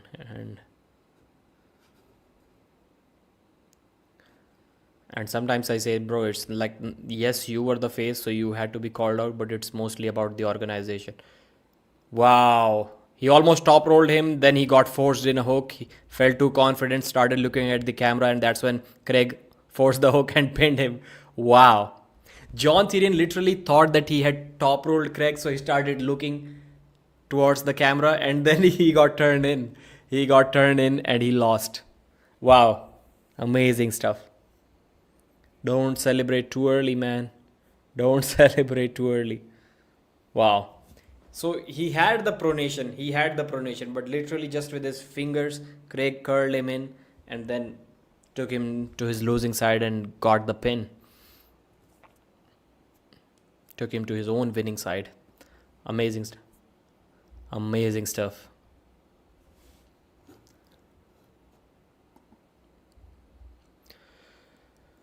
Old man strength and wisdom. Nice. Message equals guilt, if you ask me, yeah. Yeah, I start to feel bad. But then I was right when I messaged. I won't tell you which referee I was, and I told that referee, bro, yes, you were taking the heat because of that match. And I know once the organizer tells you to be not so strict and to not call small fouls, it's impossible. I know your job is impossible. You literally cannot decide what's a small foul or what's a large foul. If I'm a Devon Larratt fan, then even this much is a small foul for me. But if I'm a Devon hater, then if he lifts his elbow that much, then that's a large foul. It should be called. So that's the way it is. It's impossible. It's an impossible job for the referee. Whenever somebody tells the referees to not be so strict or not call the small fouls, I'm literally like, bro, he's just literally asking you to get hated in that match. That's the only way. There is no other outcome for the referees in that match. They will be hated, especially in these main event kind of matches. So I was like, it's not on you. It's about the organizers who say stupid stuff like don't call small fouls. Like, what's a small foul, man? And how can I measure that small foul live, real time?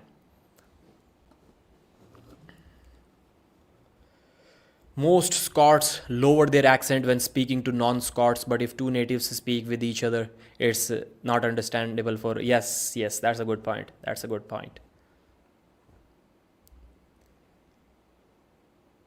Yes, I can flashman Livan. Those seek the grandiloquence and flourish syllabic excesses. Torrential deluge of hyperbolic verbosity cascading forth like a celestial conflagration. What's that? I don't understand. Is that how?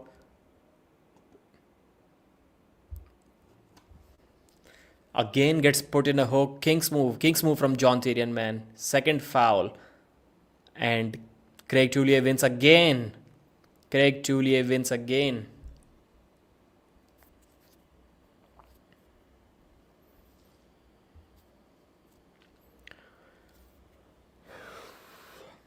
We'll see exactly how it went. Again, pronation was there from John Tyrion. He was on the offensive side, but Craig's wrist never went back. In fact, it was slightly curled in. Then Craig hit sideways. John Tyrion went into an open king's hook kind of move. He would like for it to be a king's move, a king's top roll, but he was curled in, and that's how he lost. Man, there was one time when I made a video about I forgot what those things were, but about 3 or 4 things that East versus West or King of the Table should be doing. I think I said before King of the Table. One of them was that clock where it's like countdown time is showing on the screen, and 3 other things there were. Yeah, referee is asking before every match if you want to go to the straps or referee's grip, that thing, and a couple of other things. And like the very next event, all of those 4 things were implemented. I did a separate live stream. It was like clear, just with the title and thumbnail, you know that some suggestions are going to be given to King of the Table especially, and East versus West both. And like I suggested 4 things, and all 4 of them were implemented the next time. So I would like to believe that they were watching that and they implemented it because of me, and not like magically after 20 plus events they were just thinking to implement all of those things the very next event when I was thinking about it. So it was cool to see. Language can be pretty intense. So funny how drastically different they can be. Are you Muslim? No, brother. When was the last time you saw a Muslim named Pradeep? Answer my question, pal. Evolving with tech. Did Devon versus Cory? No, second last match it is. I saw a desperate Cory West grabbing like a maniac without expecting a spec op. Devon, special ops. Devon, who has killed? I don't think Devon has killed anyone. First of all, I don't get the. I think I was maybe in school, or maybe it was after that. I saw a Kaun Banega KBC episode, Kaun Banega Karodpati, who wants to become a millionaire. I think that was the original name. So Indian version of that, and there were a couple of guys who were in some kind of terror Taj attacks. 26/11 it was Taj Hotel attack, terrorist attacks. And their whole story was like people were crying and they were the heroes and they were like awarded. And their whole story was we went there were so many terrorists, we were not scared, and then we got shot. And I was like, how is this a brave story? Yes, you were not scared. Again, almost a hook. Is it a top roll? Somewhere in between, but definitely looking better for John Tyrion this time. Wow, this time he's in a good position. Craig is not able to set the hook, and now the match goes in a hook.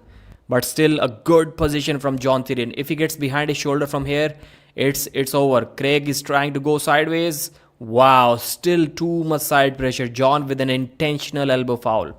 Craig was like a little bit opened up in a hook like this, and he just started dragging sideways. And John Tyrion was tight. Still he started opening up and had to elbow foul to escape. Amazing battle. It started with good pronation, but even like this time Craig's wrist was slightly back and he was almost palm up. Still his finger containment is so good, man. It's so good that his wrist still survives despite being in such a horrible position. And his opponent decides that that's not the way, so better go inside. Let's go inside. Amazing, man. Good technical. I wouldn't say super technical, but good display of Amazing power from Craig Tullier. I think this match will go in a hook this time. Yeah, looks like no, no. Yeah, goes in a hook. Wow, wow. 3-0 for Craig Tullier. This time he was doing this posting top roll. And when you are posted high like this, you do not have enough side pressure. You just cannot have enough side pressure. And that's what Craig utilized. He just hit him sideways. And there was the pin. There was the pin. Your pronation is going to be amazing from this high angle, but the side pressure won't be there. Second elbow foul it was. And the match goes to Craig Tullier. The score is 3-0.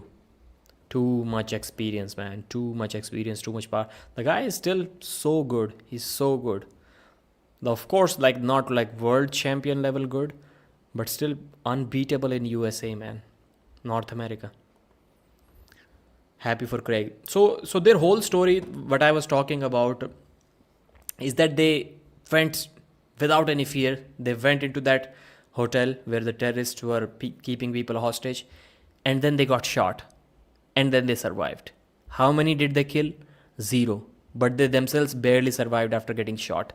So I still, yes, you were kind of selfless when you went in there, but I'm not sure if we can call you selfless, because it's your job. You're literally getting paid for that, to go there and fight these guys.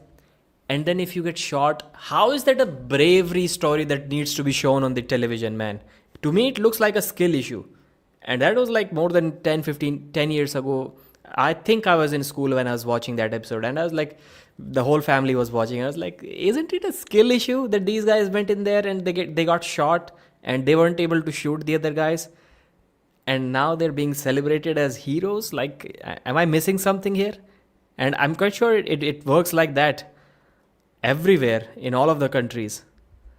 So it looks a little weird to me, or maybe it's just my thinking that's messed up. Like if I'm defending something and I'm not able to shoot anyone, and I got shot a couple of times but I survived, I'd be like, bro, turn these cameras off. I don't want this news on the TV. Don't want people to see that this guy has skill issues. He got shot and couldn't kill nothing.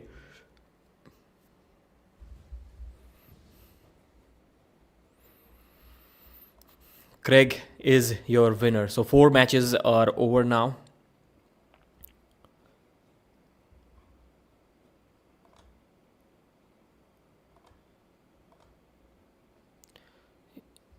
I think this match may be Mindaugas. Perceptions, stay observing, stay analyzing. The public must have a hero. Yeah, that's correct too. But still, man, show me the guys who killed, who were like chill, man, like nothing happened to them, not even a scratch. Looks like they're getting 10 hours of sleep every day. Show me, and they still kill people. Show me the guys in the military who were like, who killed someone. Not the guys who shot and barely survived, who got shot and barely survived. Your forehead is so big. Maybe it's because the hair is so small, that's why it look. I don't think my forehead is too big. Pancakes. Amrinder, no. Devon is the Emperor's champion. Man, Emperor, don't remind me of that name. Emperor Velo. I don't think anyone in this chat knows who Emperor Velo is. But that's the reason why my thumbs are hurting today. My fingers, I have a headache because of Emperor Velo. Velo. I could project my lectures slides on Pradeep's forehead. That's good. I'm 1st Reconnaissance Battalion, 1st Reconnaissance Division. Okay. What do you recce? Mindaugas Terrasitis. At the table. First, before Janis.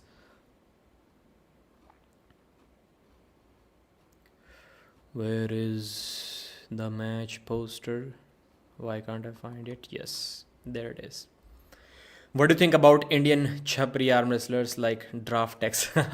I was almost able to make about to make a video on a Chapri arm wrestler, like celebrating before, like literally when the match started, and like shouting at his opponent like an idiot, and then he lost the match.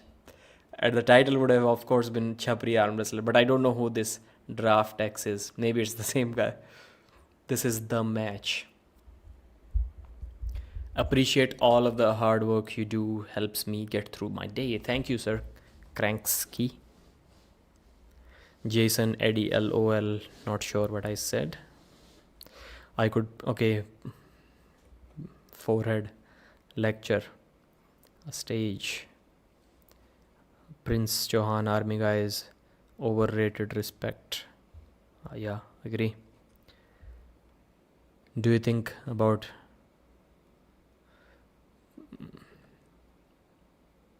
you can't buy that, pharmacy doesn't provide that? What? Denis Plenkov, Craig is still a beast. Yes, he is. Have you seen Arm Wrestling at Adobe? Another channel by Indian guy. He's pretty good to know. First time I'm hearing about that. We'll check it out if I remember the name after this live stream.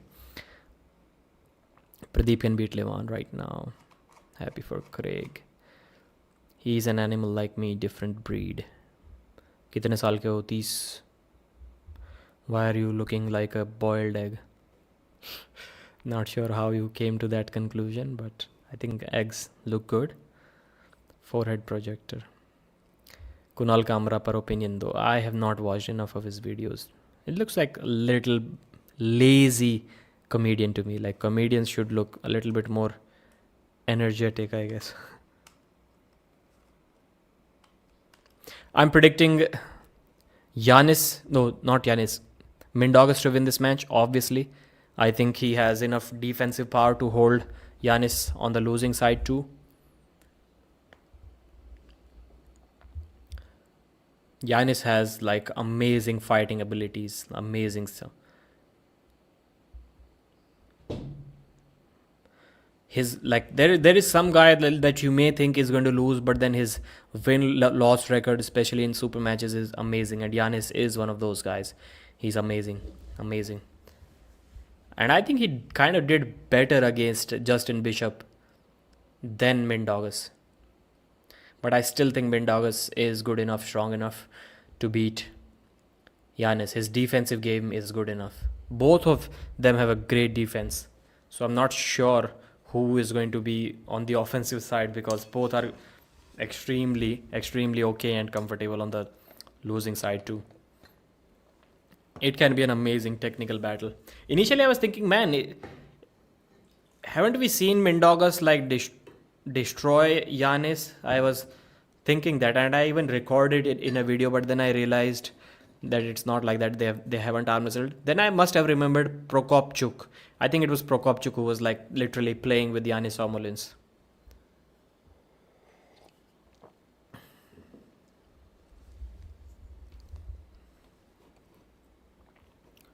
Round 1, Mindaugas is complaining about Janis Omolin's setup. He's not happy. He thinks he's being cheated.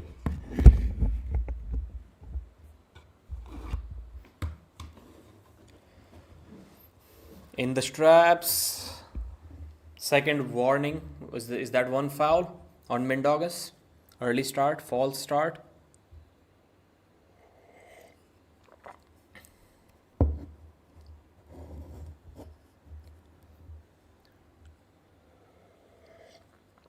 But this has to be 3-0 Mindaugas, right? Like, he's the GOAT. Of course he cannot lose to Janis. When Janis is in his 40s. Elbow foul, wow.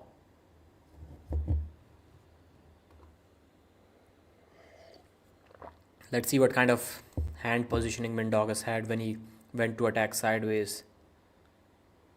I don't think Janis was in that bad of a position as Neil Pickup is making it sound like. I think it looked okay.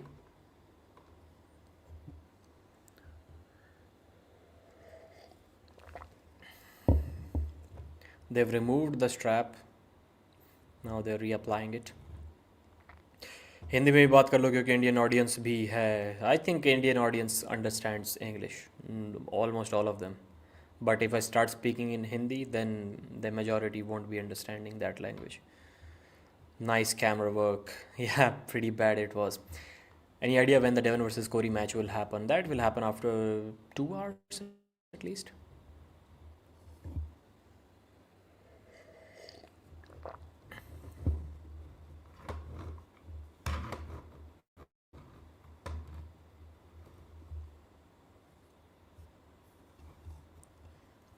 Come on, man, start the match. Just show us something. It's been too ridiculous already.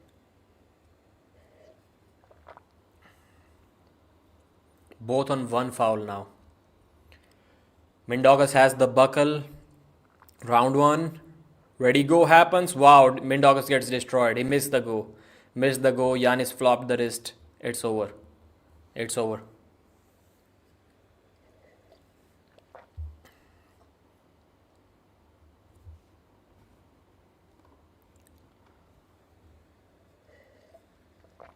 And big elbow foul too, man.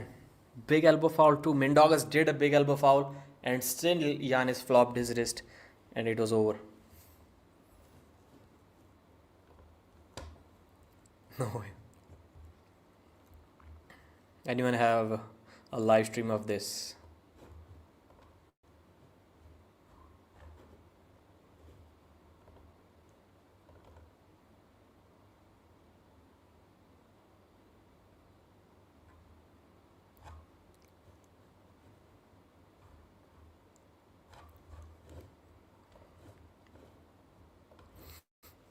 So let's see if anything can be done.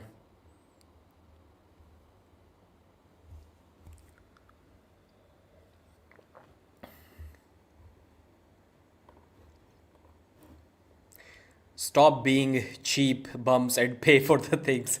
Speaking of paying for things, if you're watching the stream along with this live stream, on the bottom right corner in the reactions page, it's my brother. Bottom right corner. Do you have a promo code? No. I would have used it myself if I had one. Yeah, I was saying that I don't really like it when if you don't get what you want in the setup or if you get slightly robbed in the setup, then your arm goes down like this in a second. Bro, show us something, man, at least. If you intentionally lose that round to preserve energy, that's a different thing. But if you literally couldn't do anything because you didn't get a good setup, it's kind of weird.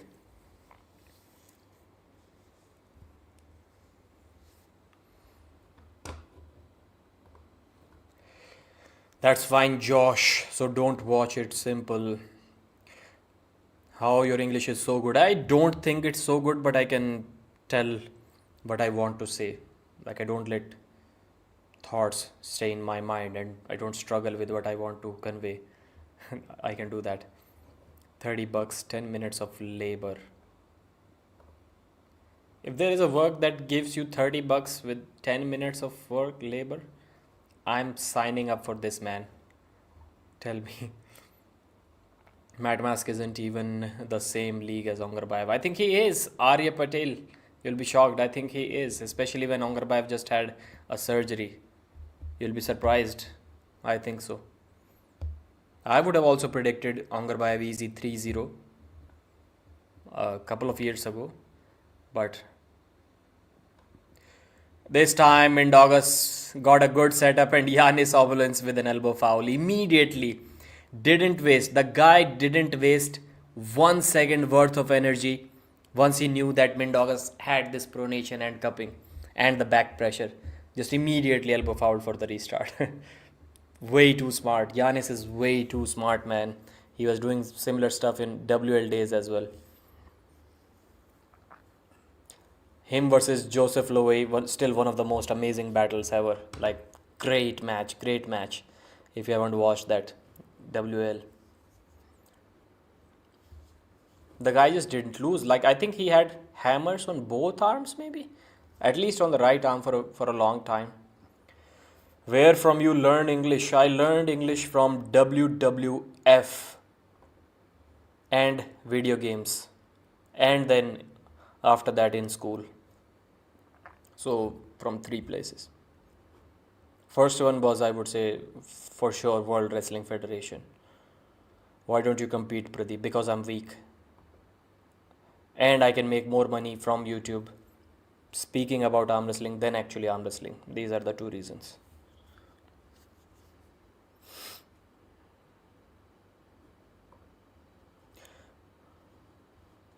Is Matt versus Kedargali? Nope, that will happen soon.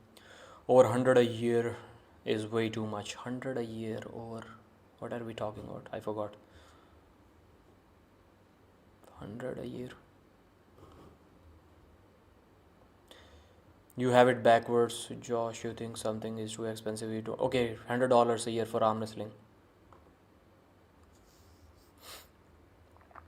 Again, match is about to start. Both are moving in the setup. Referees are not happy. Wow. Another foul on Janis for moving in the referee's grip, and the winner is Mindaugas Teresitis. The score is 1-1. Good. Be strict, referees. I like that. I like that stuff. Foul everyone out in this match. In this whole card. I don't care. Set an example. Set an example. Pradeep looks like the kid that used to be bullied in school. I think you have it wrong. You have it wrong. Bro, I just got my dopamine level high only because of my hand. Devon versus Cory, I'm just waiting for it. That is like a couple of hours away from now. Worth noting, it's 28 US dollars, so anyone not in America is paying even more. 28 US dollars, is it? For me, it was like 1780 rupees, something like that. A little over $20. 21, I think it was. How is it $28 for you? He's the last Jedi. I want Chafee to be back near his best. Now I'm feeling awake. My energy levels are up now. Like when I started the live, I was like, I wanted to sleep at that time. Don't know why. I never sleep before 2 a.m. and it's still 12 here. $20 for me. Yeah, that's it. That's what it is for everyone. I don't know why he's saying 21.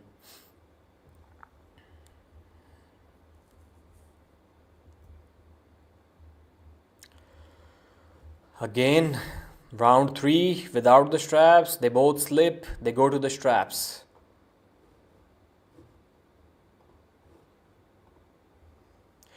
Pradeep, do you have a filter on? I don't think, no, this must have an option for filter, but no, I don't have any filter on. Is this the third match? It's like the 5th or 6th match. 5th match, I think it is. Dennis is retired, I think. Not retired, but yeah. So I just said in that video, I have not gotten the time to check the comments, what people are saying. But my prediction was, if you were expecting that after this treatment, Dennis is going to return in his prime form, it's not going to happen, because now the doctors, before that he was taking HGH, growth hormone injections before the match, and his natural growth hormone production was already like 5-6 times a natural human being. So now, not only that he won't be taking that anymore from outside sources, but instead he will have, every month he'll have some injections to suppress the production of his natural growth hormone. So yeah, either he has to up his steroid dosage from like other steroids, or he's going to be even weaker than before, who knows.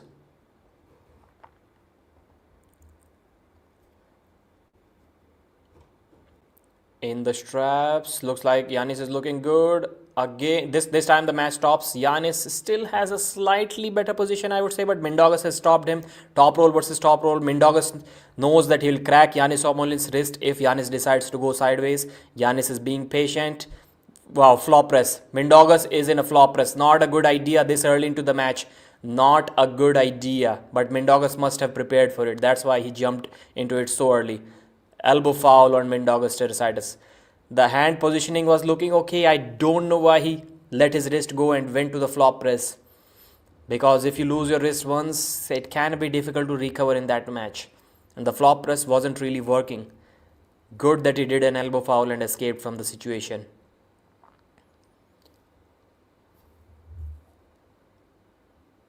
Wow. Technical battle. This match looks like it just depends on that extra 1%. Whoever gets it that in the setup, he's going to take the hand and he's going to win the match. This is round 3 still. Boring match, yes, it's kind of a boring match.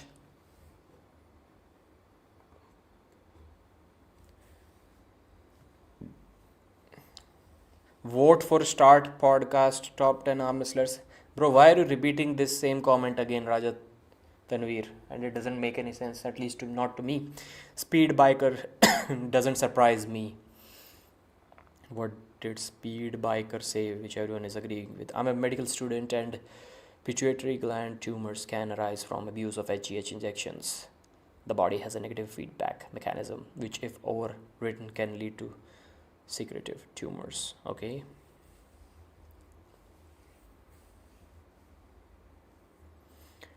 Again, they are getting strapped up. Yes, people can say that, well, for the guys who have technical eyes, who are pure arm wrestling fans, it's a very entertaining match because it's so detailed, everything is so technical. I kind of agree with that, but it's like kind of, man, not arm wrestling. Not arm wrestling. If the whole match depends on like who can get a slight advantage in the setup, and then again they're fouling and fouling again, moving in the referee's grip. Still, I consider myself like almost a hardcore pure arm wrestling fan, and I'm finding this match boring.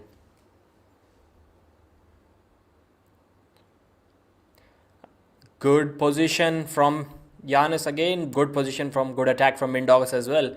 Both are like dead center. Good hand positioning or bad hand positioning for both.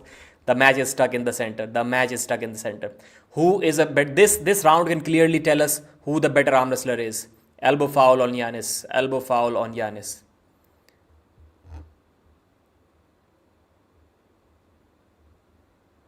Wow. Like this was like as even as it could possibly be in the center. You can look at the match and you cannot really tell who has hand control, who has lost the wrist, who has pronation, who has cupping. We both were in kind of like weird this position, like stuck here. Posting top roll, both slight pronation, slight cupping, slightly lost their wrists. Dead center, amazing position. But then Janis with a clear elbow foul, and then he's acting surprised. What happened? Bro, come on, man. The guys living on the other planet saw that elbow foul. And they don't even have internet. Don't act surprised. Retarded refs. Nah. Completely, wholeheartedly disagree with your comment. Any foul that viewers can see live with their eyes when not even focusing on the elbows, all of those fouls should be called. All of those fouls should be called. Any foul that you saw as a viewer should be called, because it's not your job to look at the elbows. You're enjoying the match. Referee's job is to just look at the elbows. So there may be some fouls that we miss, but the referees can see because we are just focusing on the hands and not the elbows. I would say 50%, at least 50% of the referees are also like dumb enough that they also start looking at the hands and enjoying the matches. I've literally seen their eyes, but I don't understand how they can mess this basic stuff up. Why would a referee need to see the hands? Looked like a false start from Mindaugas. Good positioning. Good positioning for Mindaugas. Wow. But then again, the match goes in center. Janis is also applying good amount of back pressure. This time I'll say Mindaugas looks slightly better. Not like... I don't want to see this round end on fouls, man. I want to see who the better arm wrestler here is. Mindaugas has his own wrist cracked now. Janis is standing tall. Wow. Wow. Mindaugas pins himself. Janis Omolins, despite being in a bad position, slightly bad position compared to Mindaugas, makes Mindaugas pin himself. Amazing stuff. Amazing stuff, man. Hunter won 3-2. Gameplay of games. They need to catch all the hand fouls mid match. Yeah, man, there's nothing going on there unless there can be one like shoulder touching the hands. But these guys, when they have such big biceps, I don't know, like, how is it possible? I cannot touch my hand to my shoulder. How is it possible, man? And I don't even have biceps.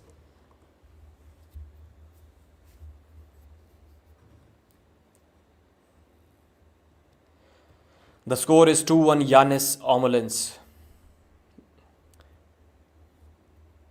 So Janis is the better arm wrestler here. From an even position, like it's really rare, man. I don't remember the last time I saw Janis losing in a stopped match. Like I don't remember that. Roman 325, whom God hath set forth to be a propitiation through faith in his blood to declare his righteousness for the remission of sins that are passed through the forbearance. What does that word mean? Of God. Camille versus Devon right hand. I think Devon will win, but he might have to do what he did to Gennady Quickvinia. Like he might want to start hooking Camille and not let him get into the flop press. I think that's what he'll have to do to win that match. Just block his press with his shoulder. But Camille may be really difficult to do that against, even more difficult than Gennady Quickvinia.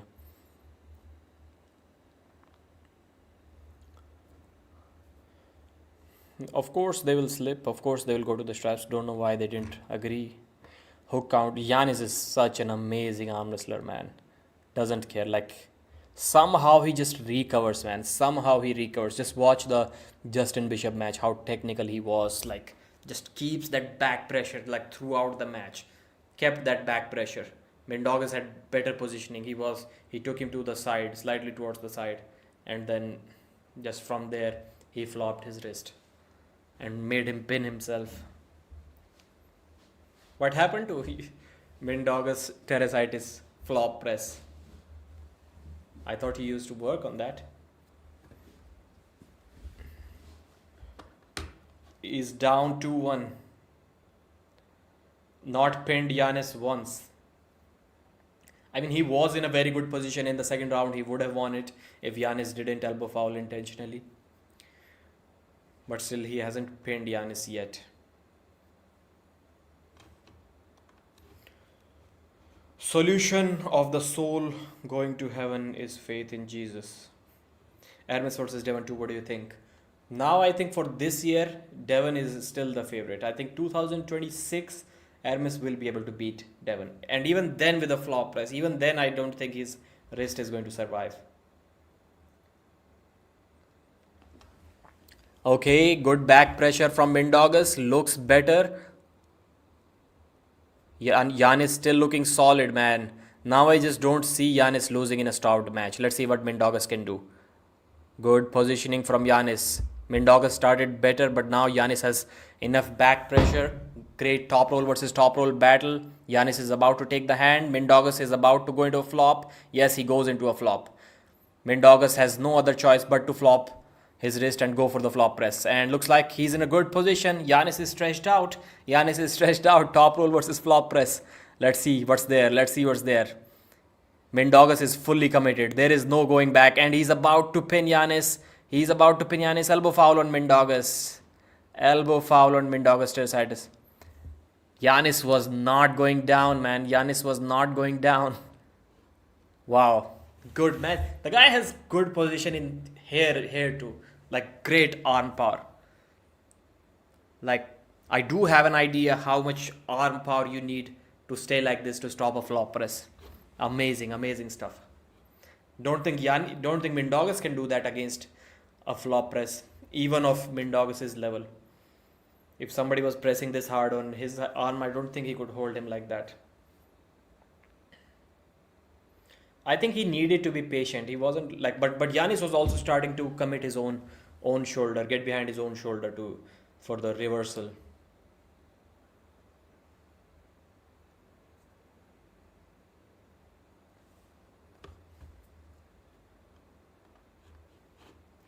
Is Jerry Cadder at real rank 4? What's your take on that? It's difficult to say that, man. I think in a rematch, Gennady can mix it up too. Gennady can probably beat Jerry now. Or maybe not. Who knows? Levan, Devon, Gasparini, Morozov. Can Morozov do something against him?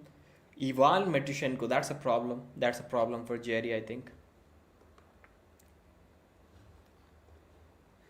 I don't think Jerry is number 4. Definitely top 10, maybe 6. Janis is properly rated. It was a close poll. Now it's a close match. Yep. I had Mindaugas as a big favorite, man.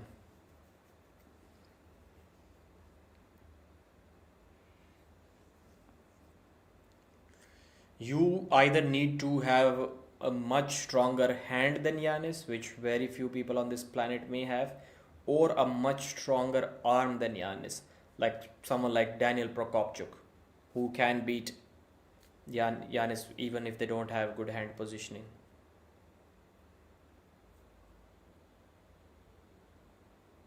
So Mindaugas will again, of course, go for the top roll and then transition into a press.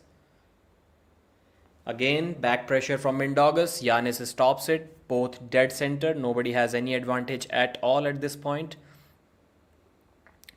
Good side pressure. Wow, great stuff from Mindaugas. Great stuff from Mindaugas. Almost takes Janis Samolin's hand. Is that a pin? Wow, that was a pin. Amazing. Mindaugas gets a pin. Like, whenever he was hitting sideways, Janis Samolin's wrist was like slightly going back. And that was like maybe a parallel pin or something. Great hits, good position. Like, he wasn't in a positioning to like win the match. It didn't really look like he can win it from there. But amazing hits towards the side. Maybe Janis was like a little bit too confident in that positioning, trying to maintain hand position instead of arm. He let go of it. Yeah, good top roll, man. Good top roll. Neil was saying that the hand and wrist is pretty much gone for Mindaugas, but it wasn't. It wasn't. He top rolled him. The first time he was able to top roll Janis after like fully committing to a flop press. 2-2 the score is. Now the match is looking like exciting. At least we saw some arm wrestling on the table instead of just fouls and losses on fouls.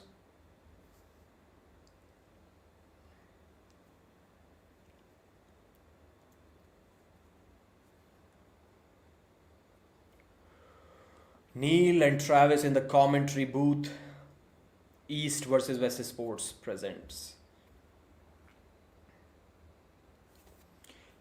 Isn't it weird, man, that Neil Pickup, who was at one point of time the best in the world at 80 kilos, or maybe even at 85, but 85 was the max, mostly at 80 kilos for maybe a year or two. He was the best in the world, a couple of years, 3 years maybe. And he is now retired, old, fat, out of shape, untrained, and he can still possibly beat Brian Shaw. He was saying that, yeah, right now I would beat Brian Shaw. Isn't that like weird? It shouldn't happen, right? If he was a retired former 110 kg world champion, then I would like say, of course, he's going to beat Brian Shaw, right? But then he's a retired arm wrestler who was 80 kg world champion back in the day. And now he doesn't train. Injured, I forgot. He's injured, retired, untrained, old. And he's still ahead of Brian Shaw. Like, how does that math work out? Can you imagine a former 80 kg powerlifting world champ now who has been retired for more than 10-15 years? He's in his 50s, he's injured, he's out of shape, he doesn't lift at all. And then he beats another sportsman in powerlifting who just transitioned from a world's strongest man. Like, wouldn't happen, right? But in arm wrestling it does. Or maybe Brian Shaw's level isn't that high, isn't as high as it should be. Wispy Karate world record. I think something is off there, man. The guy is like not a big guy. I'm not sure if he's even 100 kilos. Like he may be around that weight. And like how can he break the world record and that too with such a huge margin? That's beyond me. Janis looking good. Good setup from Janis. I think the match maybe Mindaugas hit sideways. Wow. Wow, really hard hits. It's becoming difficult for Janis to stop. Isn't it an elbow foul? No. Wow, Janis had good positioning, but Mindaugas is hitting. He is hitting harder than he has ever hit before on the arm wrestling table. He takes the hand of Janis. And now flop press. Wow. Mindaugas, the goat Terrasitis, wins this match out of nowhere. He just didn't let Janis settle at all. Janis had the positioning initially. If he was allowed to breathe there, he would have won the match. And I think Mindaugas realized that and relentless back-to-back hits, side pressure, pronation, 2, 3, 4, 5, 6, 7, 8 times. He just didn't let Janis have even a single second for settling there and finished with a flop press. Amazing stuff, man. Amazing, impressive stuff. Did not expect him to win from there. Down 2-1 and finally won 3-2. Neuromuscular efficiency. Arm wrestling is about micro movements. That's why you see 58-year-old guy do a full plank. He still has all the control over his muscles, even if the strength is a little bit lower.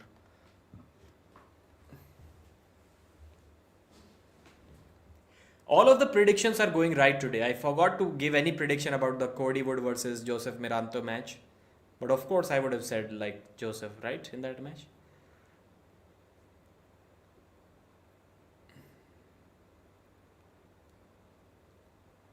But otherwise all of the predictions have gone right.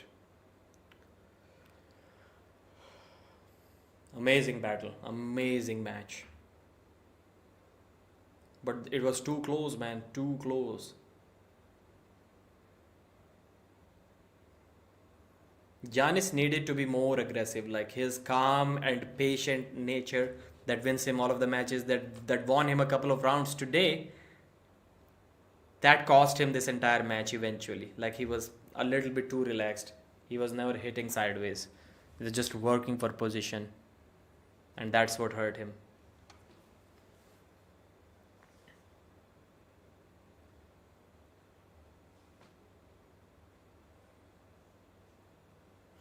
Janis put me in some weird positions. His setup is so great. Flop. Had to flop. He's saying hell yeah. I've heard hell yeah before many times, of course, but never seen someone say hell yeah.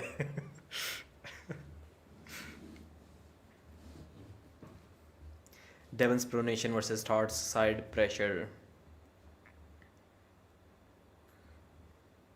Do you think Devon will beat Cory in his current form because air pulled disturbed my thought? Devon should win this, but it's not easy, of course. Not going to be easy.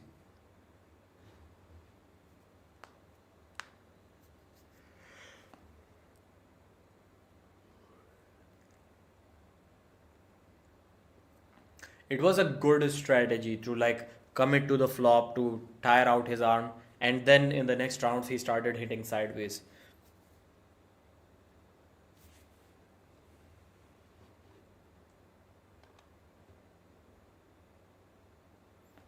Good strategy.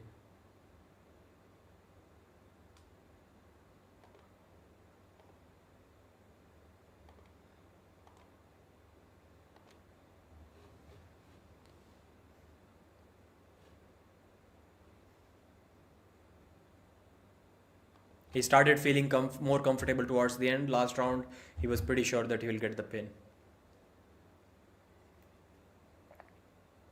King's move could have worked, right? But only after he practiced pulls with 100 guys.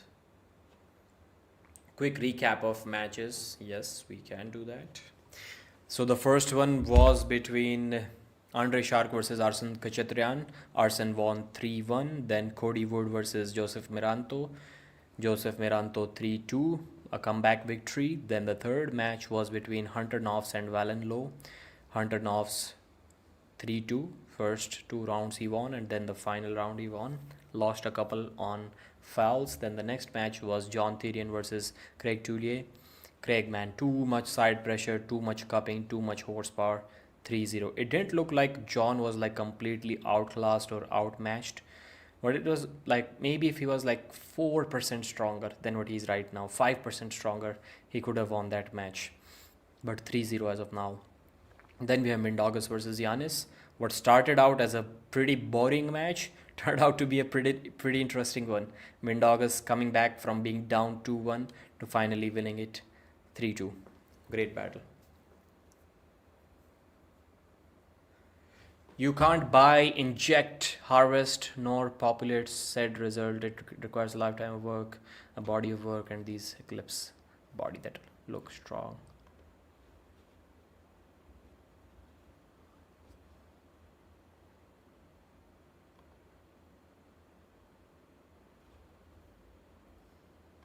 Am I not able to hear it, or is there no audio in the East versus West stream?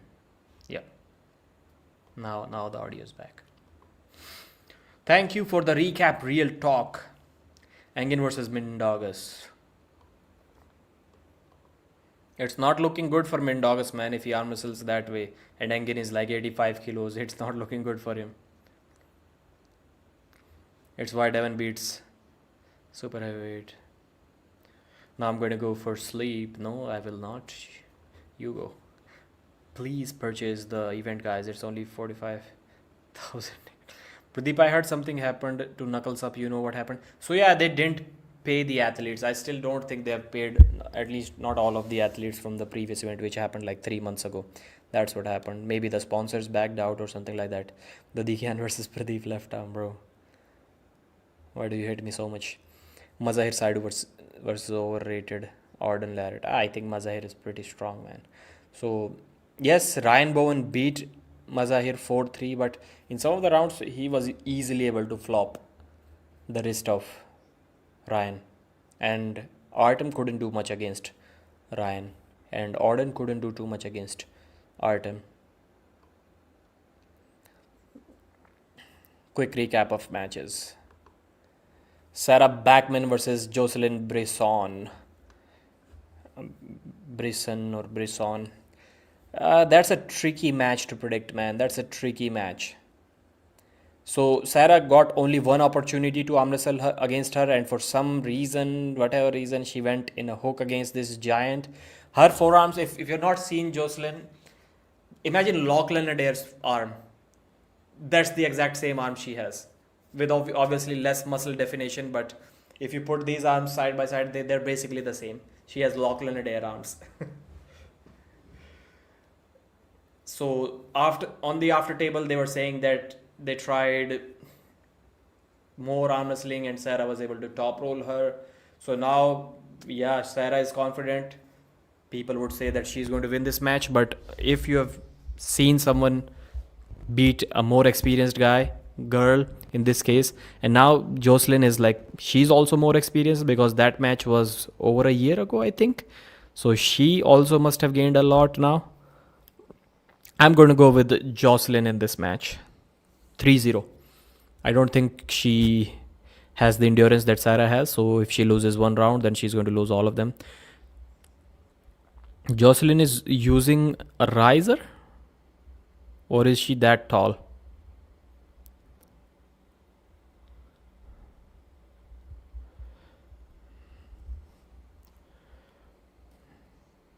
She was saying that she's like 5'9" or something. 5'9" doesn't look that tall on the table. She may be using a riser. Not sure.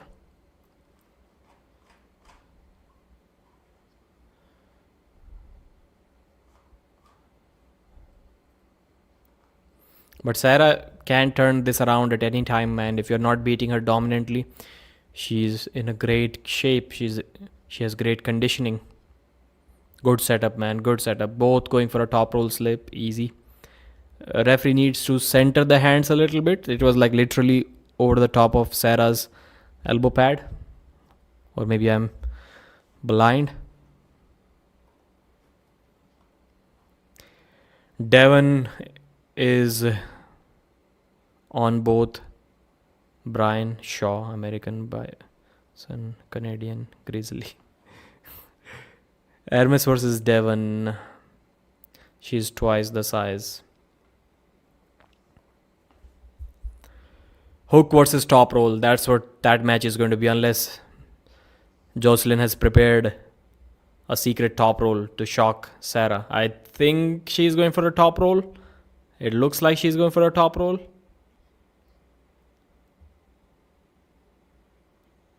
Wow, she top rolls Sarah and now she puts it in a hook. Destruction, man. Way too strong. Way too strong. Good setup, man. Good setup. Sarah did put up some resistance. It looked like if the timing was off, then Sarah could have done something. It looks like the arm power is there, but the speed, the execution, the timing, amazing from Joselyn. Amazing. Didn't give any chance. Literally like any chance. Good side pressure, pronated hit off the go, then slowly turned the almost turned it inside and finished it with a ton of side pressure. 1-0 Joselyn. Looks like this prediction is going well too today. Like all of the predictions are going right. I wonder how Devon is maintaining the weight of around 300 pounds.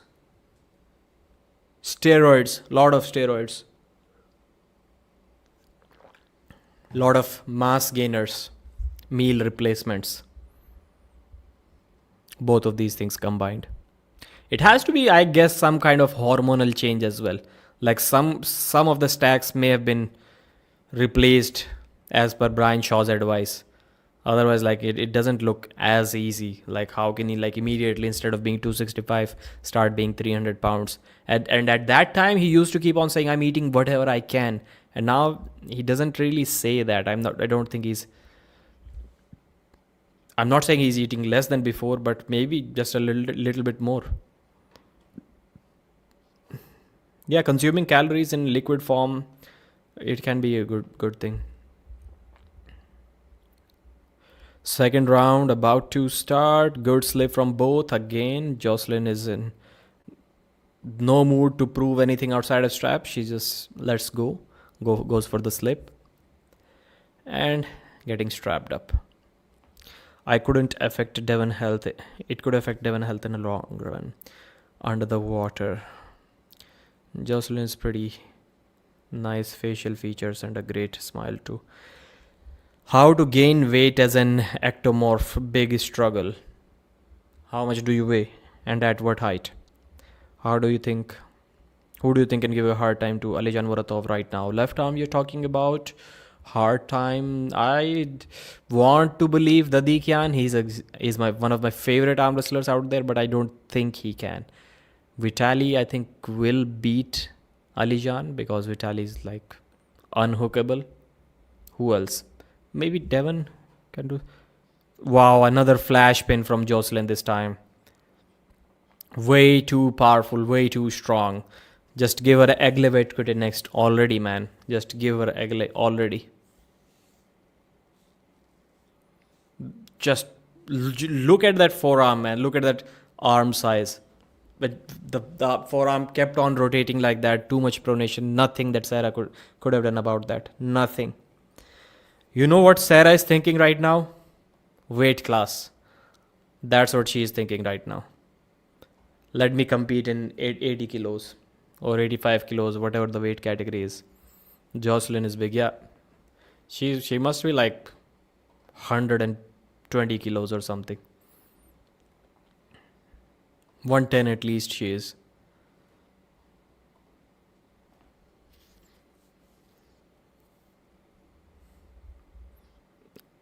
Look at the wrist, man. Why I was saying that her forearms are like Lachlan there. Lachlan also has that weird forearm where the forearm starts right at the wrist. And her forearm is also like that. It starts literally, if you see my forearm, it's starting like maybe here. Her starts at the wrist.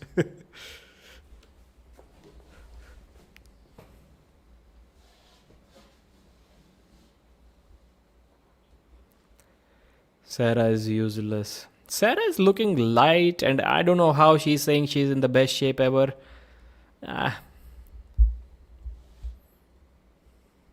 Looking more woman than before, so maybe not using as much stuff as she was in the past. Don't think she's in the best shape ever. Wow, good, good, good. Good. Holding on without the straps, but Joselyn was finally able to slip underneath.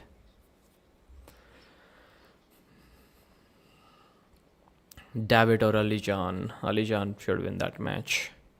So 67 kilos, you are at 5'10". Age also matters a lot. If you're like 20 years old, then there's enough time to get to 80. Pro Punjab franchisee is a waste. Last year PPL season 2 was about to start in October. Now it's going to be April and still no news. Who said it's going to be in April? It will be in August, I think. It's not in April. Unless I'm missing something. Round 3 and possibly the final round of this Sarah versus Joselyn match at East versus West. Joselyn will be noticed at the world level after this one, because there are not many women who have beaten Sarah. Sarah almost... Wow, elbow foul on Sarah. Joselyn started to trash talk, but there was then an elbow foul on Sarah.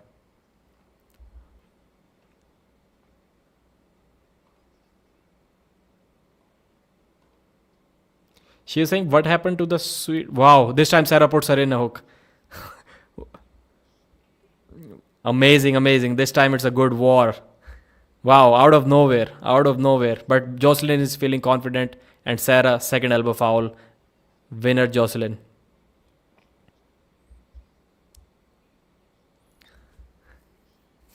Too much power from Joselyn. But this time Sarah did stop the match. She did feel something.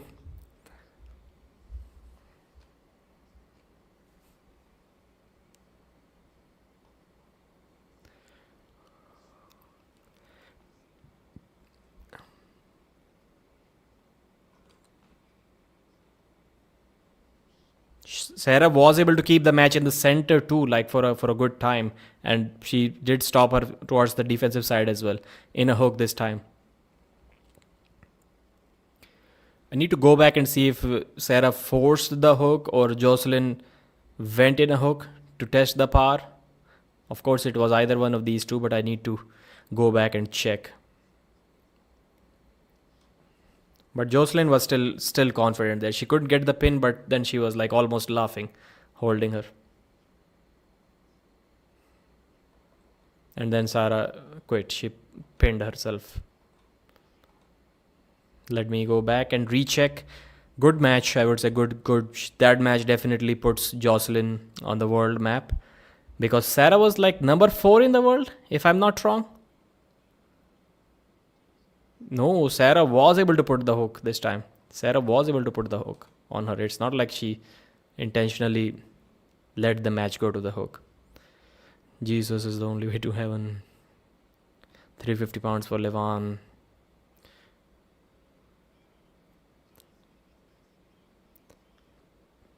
Devon training with Brian. Brzenk got beat up pretty bad. Brzenk has not arm wrestled yet. Like Devon, he eats 900-pound grizzly bears for snacks. So Barbora is obviously number 1, then Gabriela, then I think it was Egle Vetkute, and then it was Sarah Backman. She was 4th, I guess. So Joselyn is number 4 out of nowhere. A year ago, nobody knew about her, and now she's like number 4 in the world. So next match, I think Joselyn versus Egle makes total sense. Everybody who has bet against me, pay up. I think they've already paid. That's how bets are made.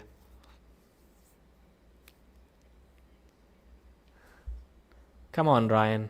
Come on, bro. 350. He's asking her bench press max.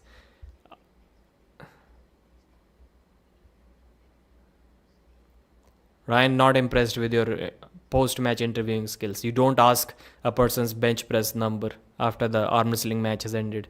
Come on, bro. Or maybe I'm embarrassed because I can bench only half as much as her. A whale versus a shark. What happened to Pradeep? Nothing, I guess.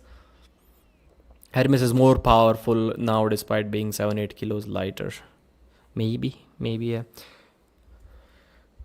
Pradeep, change the photo. Okay, yep. You guys didn't remind me why.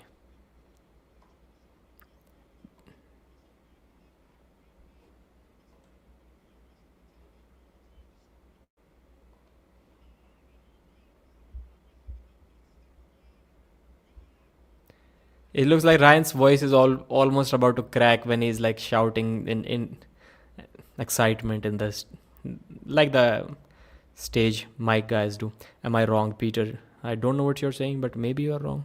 Is it just me or is it kind of weird being proud of a win versus an opponent half your weight? No, when the opponent half your weight is ranked number 4 in the world, why would you not be proud of that win?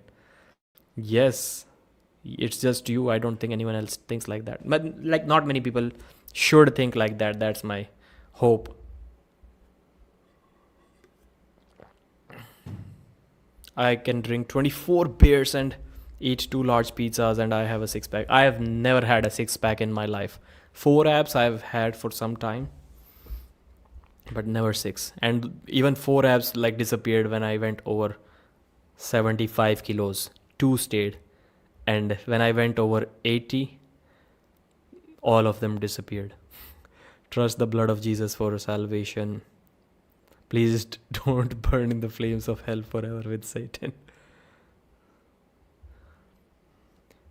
Most people eat half a sandwich and can't gain mass.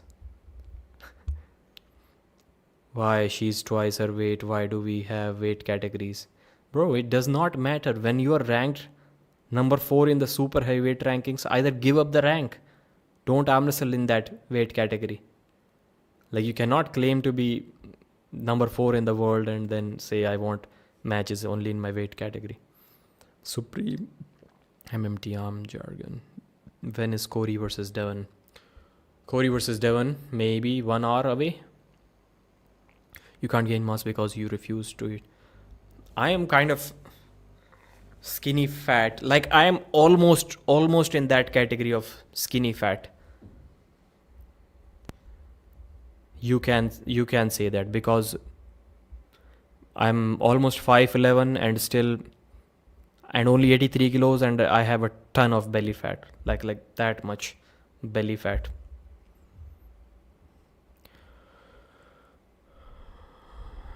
Heen versus Devon? What does Heen mean? This is the truth. You can't gain mass because you have to payload that consumption, bro. What consumption? Yeah, sure, gaining up in weight is great, but winning versus half your side, I don't know how you can feel good. It's just Cory beating Daniel Prokopchuk. No, it's not Cory beating Daniel Prokopchuk. Daniel Prokopchuk is not ranked number 4 in the world. Jerry is. Are you 179 centimeter? Yes, I am.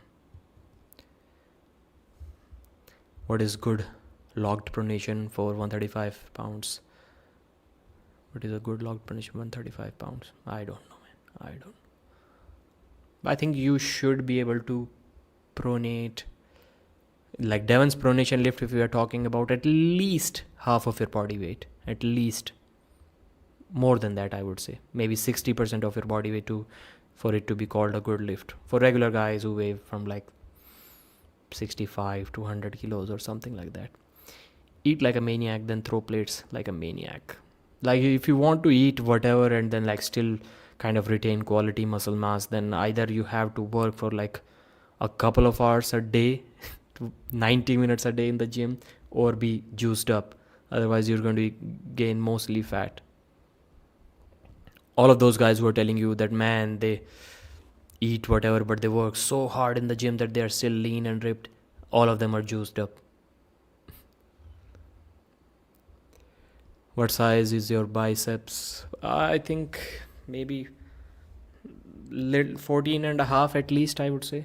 15 after doing a couple of sets. You sit there eating, you get fat. Recap of all of the matches, please. Okay, that's a good idea. So, East versus West 17 recap. And if you have not subscribed to the channel until now, please do so right now. I think it will be worth it. Arson Khachatryan versus Andrei Shargovich was the first match. 3-1 Arson. It was, I wouldn't say a super close match, but there was a round where Andrei Shark was able to easily fold Arson's wrist in the straps and get the pin, but still Arson was way too much outside of straps and in one round inside the straps as well. 3-1 victory. Good finger containment. Then we had Hunter Knopfs versus Valen Low. Hunter Knopfs won 3-2. I don't think it was the second match, but it's mostly about the recap. The second match was Cody Wood versus Joseph Miranto. Good comeback victory from Joseph. Good. Cody looked too strong, too fast in the initial 2 rounds, but then Joseph was able to turn the score around and get the 3-2 victory. We already discussed the third match. The fourth match was Craig Tullier versus John Therian. Craig too strong, 3-0, but it was still like not completely dominant or completely one-sided match.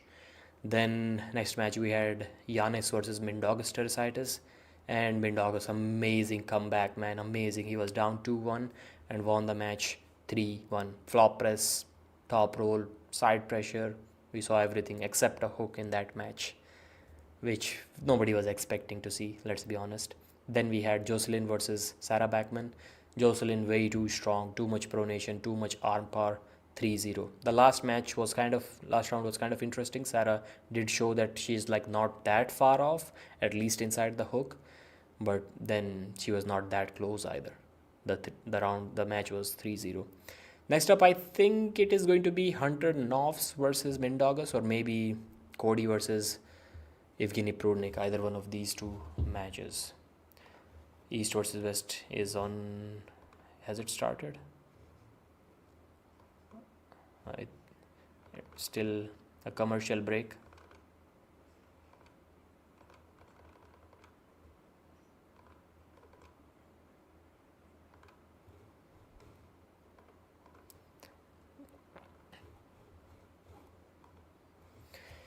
Supreme Arm quit the yapping. Trust in the mass gainer and Barks root beer. Sarah is ranked 4th in super heavyweights. That just means she is very good. It doesn't mean that you are good for beating her. Bro, what you're saying makes absolutely no sense. It makes absolutely no sense. Pradeep looks cool today. Why is the right wrist looking bigger than the left? Supreme Arm is Michael Todd. People who say they can't gain mass just don't understand what it takes to get massive. Everyone can gain weight, but the thing is like that most of that goes in the belly. I am 83 today. If I have a bet with someone, I can be 90 in less than 2 months. No problem. But all of that will go in the belly. Like all of that. And I don't want that. What happened to the sunglasses? It's in the car, man. I was thinking about getting them out, but I've is that what you call? I've covered it up, and I don't want to do that much work.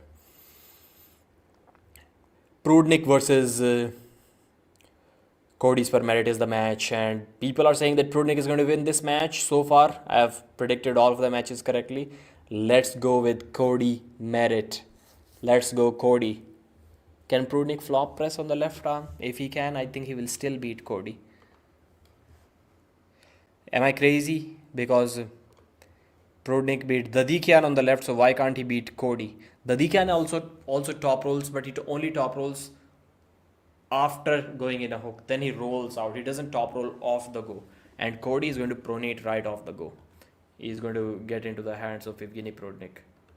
I think it's a good match. Show your biceps. Man, my biceps hurt a lot. And I didn't even work out. I didn't even do an arms workout yesterday. I just did some, what is that called? Exercise. Lat rows. And biceps are super sore today. Super sore. Like, they're not that sore after arms workout.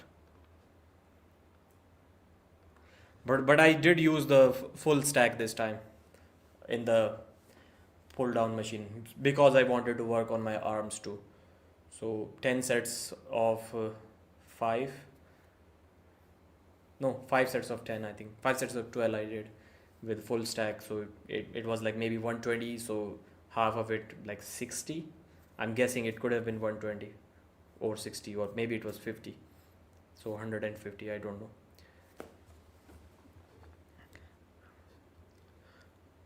It's sore because they are growing. Pull with elbows. Cody never fires up. He barely looks like he wants to be there most of the time. He's just indifferent. Cory versus Daniel Prokopchuk, not the same example. It's the same weight difference. Peter, you are like not even half as smart as you think you are. It's unfortunate that I have to tell you this basic stuff. Either you are very young, either you're like a teenager, or you are in your 60s. It's either one of these two. Tell me what's your age. Let's go Cody Merritt for the upset. I'm predicting, man, he gets put in a hook, man. Round one. He gets destroyed round one. Wow. That easy? Come on. Come on, Cody. That easy you're getting put in a hook? Without the straps? Super steroid Prudnik has returned, man. Look at that guy. Look at that guy. No more natural arm wrestling for Evgeny Prudnik. Prudnik is looking amazing, man. I think he got the answer. You remember Evgeny asked a question on his YouTube if I think the question was, is arm wrestling without steroids possible?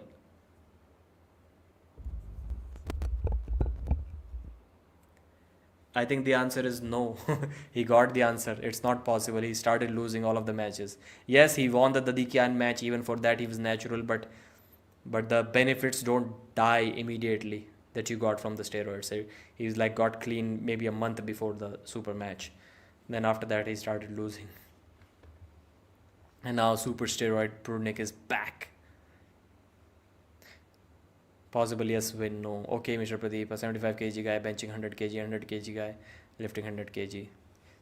If that 75 kg guy has the fourth heaviest lift in the world, then beating him makes equal sense as beating the super heavyweight fourth guy. And you didn't. It's the same to you. Yes, it's the same. Absolutely same. No difference. And you didn't tell me your age.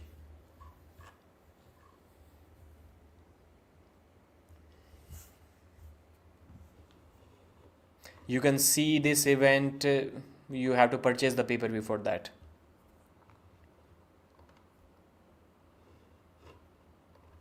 Second round, Evgeny Prudnik versus Cody Spur Merritt.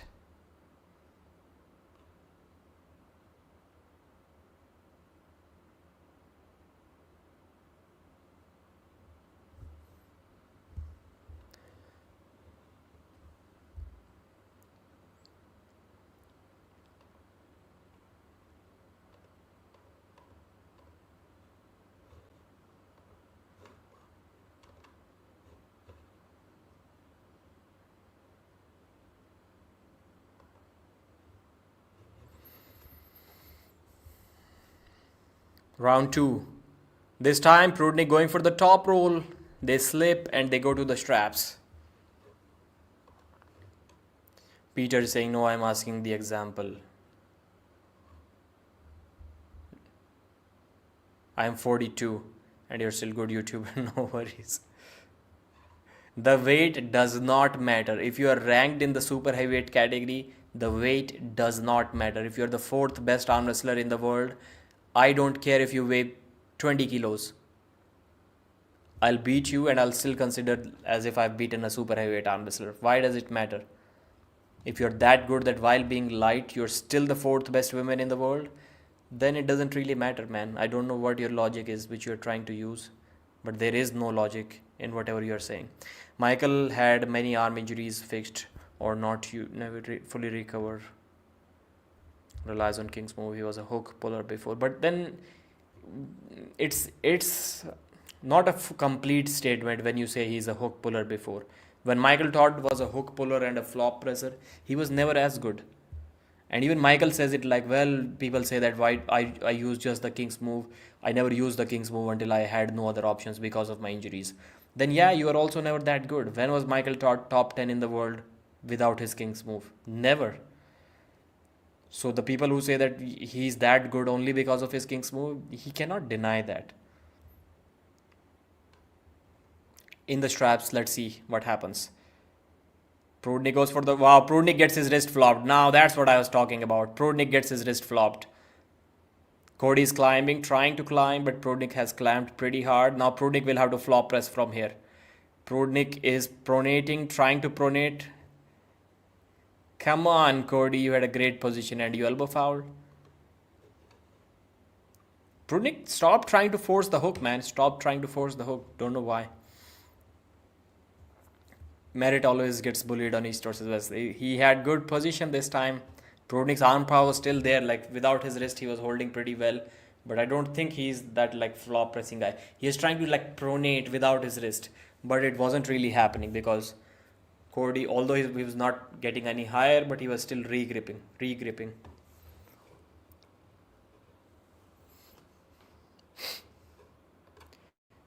Again, Cody top rolls the wrist. Prudnik is trying to pronate without his wrist.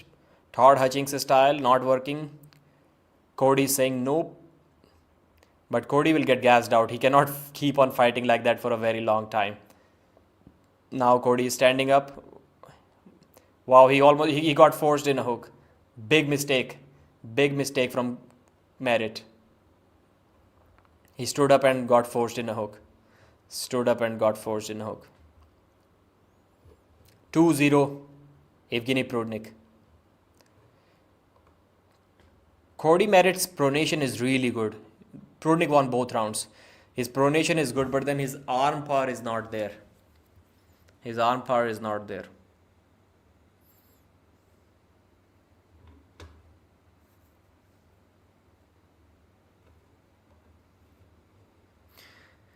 Is India a fun spot to vacation? Yeah, people do come here and visit, but I don't think. I don't know, man. I don't like to travel anyways. So yeah, for me, there is no fun spot for vacation, so I cannot answer that. Not asking the right person. If I was you, I would say no. Not a good spot for vacation. Don't come. Called this one right. My predictions are below 500.500. What's that? Cody's Walmart Georgi. William. I don't.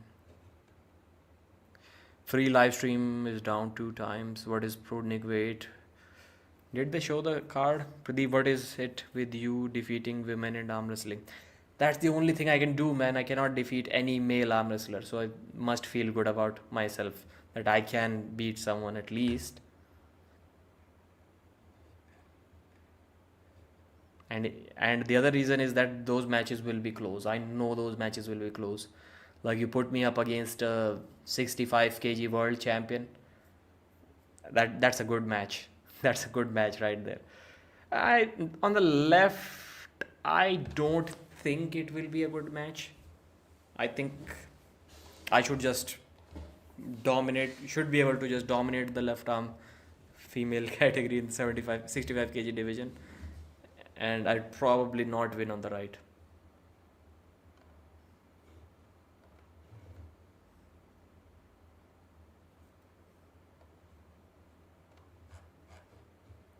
Cory won 3-0. East versus West 18. It's the May event. I think Turkey it is in. I don't know, man. I'm getting confused. Now they've started saying Arlington event and Vegas event, and I'm super confused, man. The guys who, like the USA guys may know, like it's happening in that state, and the promoters, the athletes will know, but for the fans it gets confusing, like which event is happening where when they start referring to the Vegas event or the Texas event, or it's getting confusing for me.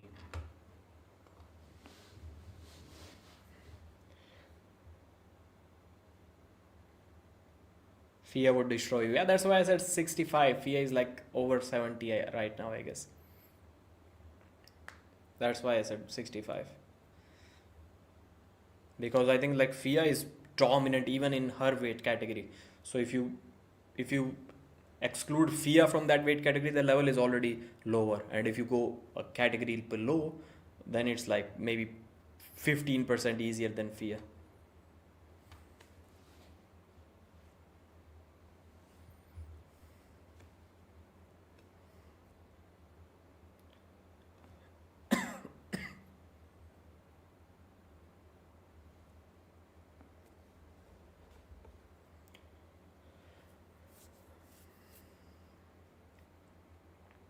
Third round, most likely the final round of this Evgeny Prudnik versus Cody Spur Merit left arm super match.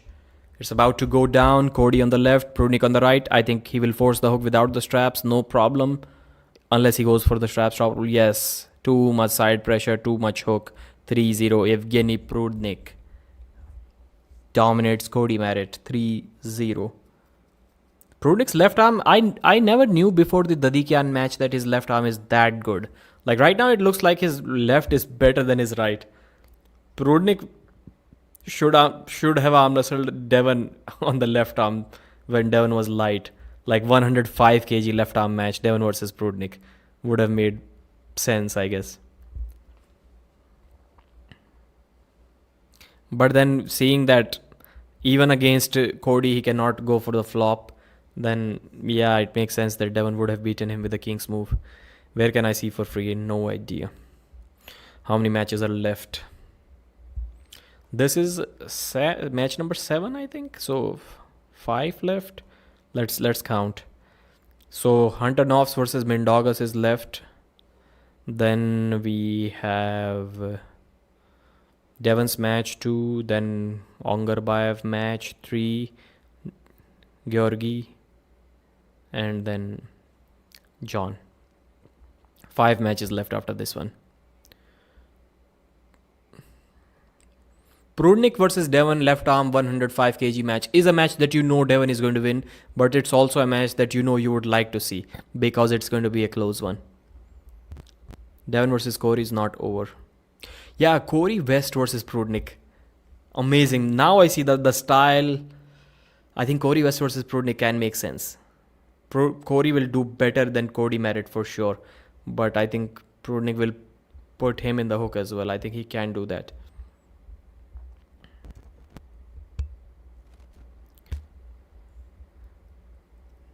Three losses. Today it was very important match for me.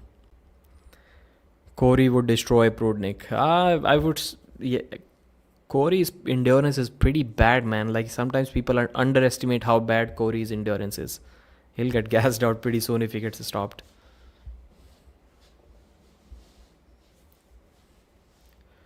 Hunter Novs did not have a tough match. Jason, I disagree. Yes, the score was 3-2, but it was not a difficult match.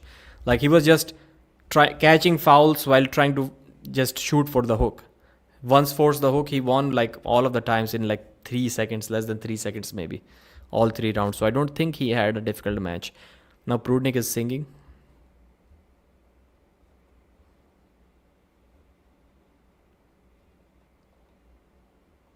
I like the confidence. He's singing in Ukrainian language and then he's like asking the crowd to cheer up as if they can understand what he's singing.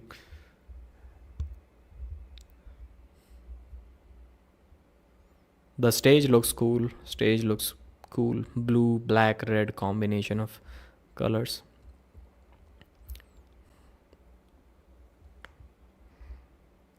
Prudnik is insane. What a showman. I think Prudnik versus Georgi left arm. Good match. Georgi has good stopping power, man. He has good stopping power even if somebody goes flop press against him. I think Georgi will beat Prudnik. Who won in the Tulia versus John Tyrion match? Craig won that match 3-0.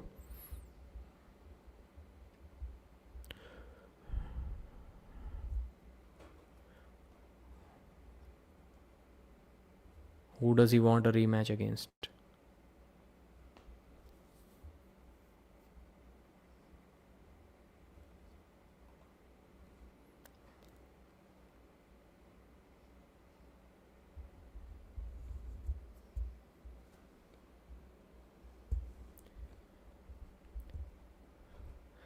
He wants to be back on the right arm.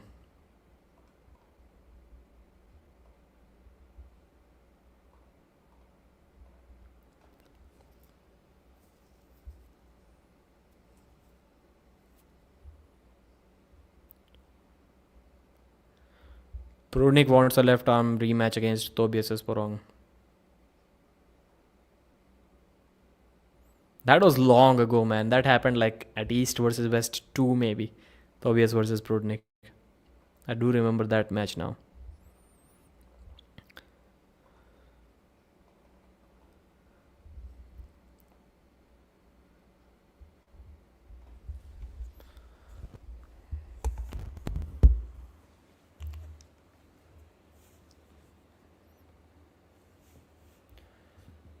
Mindaugas, Tersitis, and Hunter Novs are going to be back at the table again.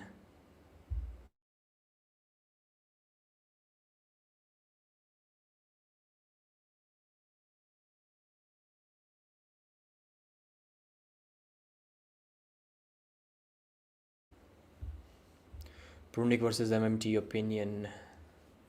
Prudnik versus Michael Todd.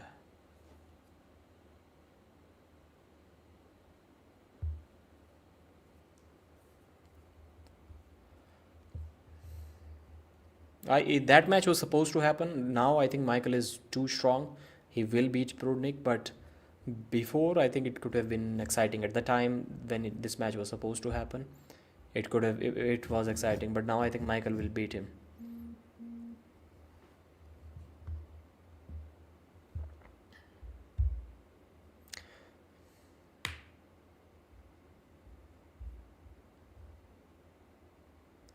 Who said Janis versus Mindaugas?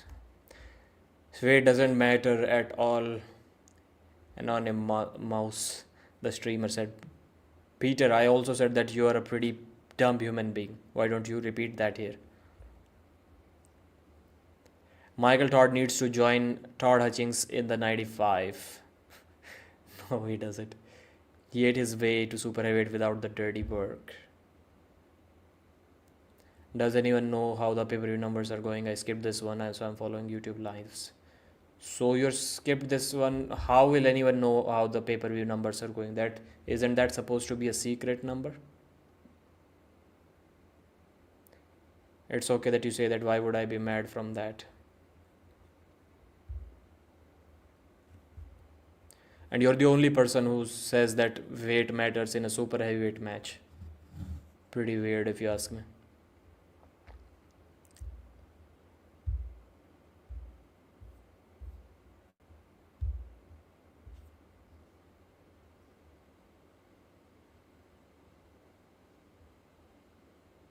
Is Auden Larratt commentating now?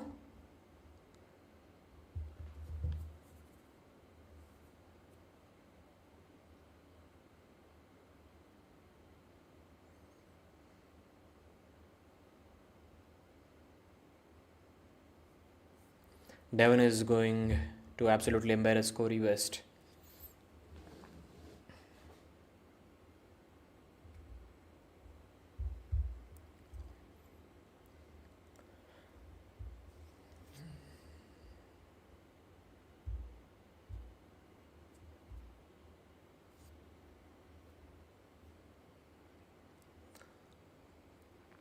I think Mindaugas should be able to win this one. A top roller of this caliber is not easy to force in a hook. In the lighter categories, it can happen. Definitely a lot more than the super heavyweights, but still, man, still, it's not that easy either.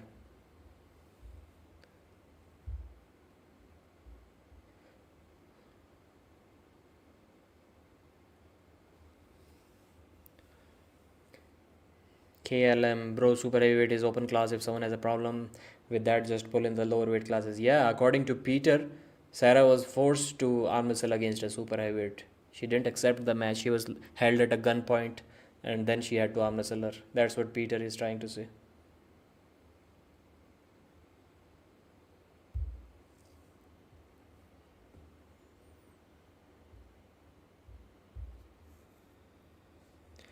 So left arm match, Hunter Novs on the left. Mindaugas Tersitis on the right side of the screen. Hook versus top roll. One foul on Hunter Novs for moving in the referee's grip.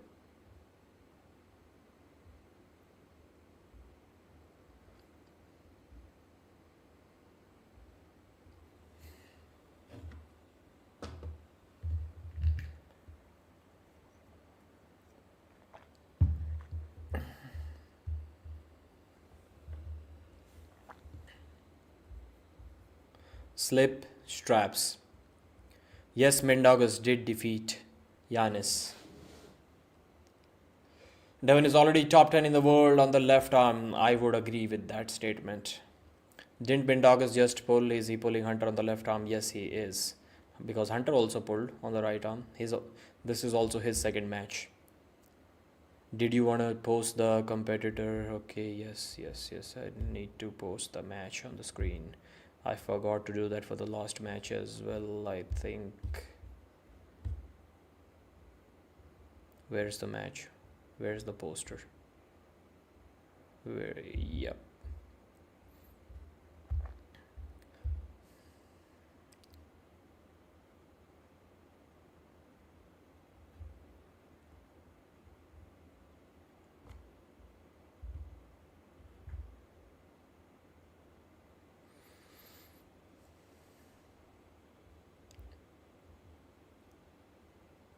I didn't move.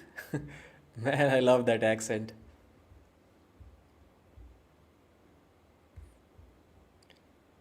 Mindaugas flash pins Hunter. Cannot set the hook. Devon is kind of fat and lazy. Not sure about that. Did Morozov just flash pin Cory West like he was air? Why do people think Cory stands a chance against Devon to even get one pin? Cory is powerful, man, and Devon is not Morozov. I'm not sure what Devon got from that practice pull, but Devon is not Morozov. Like, don't be confused with that. Devon is not as powerful as Morozov. I mean, he may be able to stop guys with a king's move that can give a good match to Morozov, but still he is not Morozov.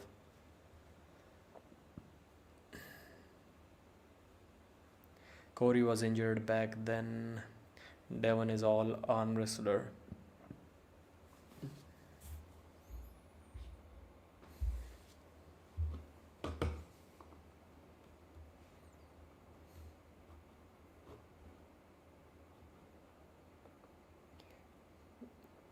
Neil is in his suit commentating, and Auden is sitting on the commentary chair in his shorts. Cory is the absolute example of do nothing but eat. Devon is getting complacent. Luke continues to say don't move over and over again when they start the cadences. Don't move, go. Confusing. Okay, I see what you're saying here, David. Makes sense. To me, like telling that athletes don't move, it's like ridiculous. Like, imagine a UFC referee, like the fight is going on and he keeps on saying every other second, like, don't poke in the eyes, don't poke him in the eyes. Like, bro, everyone knows that it's against the rules. When it happens, warn him or foul him or do something. Like, why do you need to remind the arm wrestlers constantly during the referee's grip, don't move, don't move? Like, did they forgot the rules? What? It's their job. They're professional arm wrestlers. They should know the rules. Again, another flash pin by Mindaugas.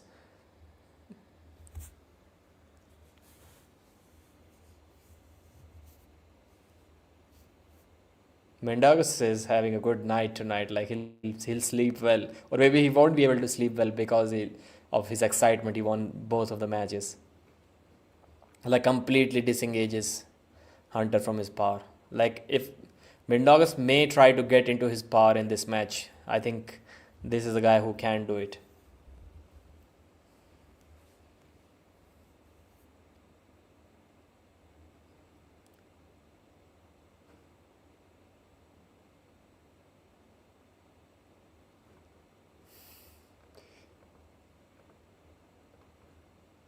Mindaugas went into the corner of Hunter, started giving him a shoulder rub, and Hunter is like, "Get the fuck out of it."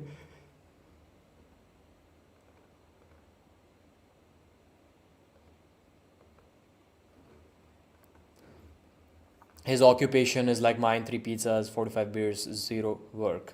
Nov's face turquoise speaker shape. But according to you, does Hermes stand a chance to win even one round against East versus West? In expecting Levan overall. Yeah, he does. He does. Why not? Slip straps. I'm expecting Levan to win overall. It's possible, definitely possible. If Hermes took 2 rounds from Levan back then, why can't he do that now?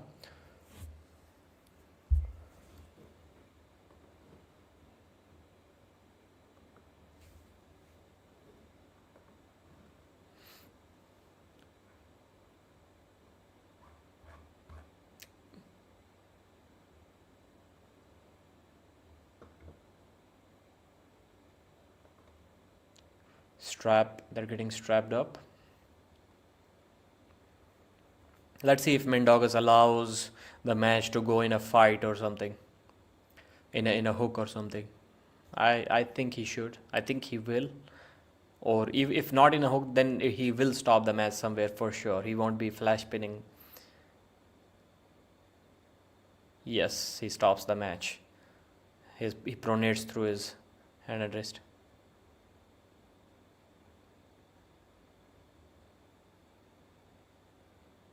He's slowly allowing him more slowly, letting the match stop, letting him get an even position, and finishes the match. Way too strong. Way too strong, Mindaugas terrasitis. भाई सुबह result के video डाल देना. अभी डाल देंगे यार, सुबह क्यों? Wait for that move by Mindaugas. Like he needed 2-3 surges when he let him get into an equal position. He needed like 2 surges to finish the match. So no, that move was not coming anytime soon.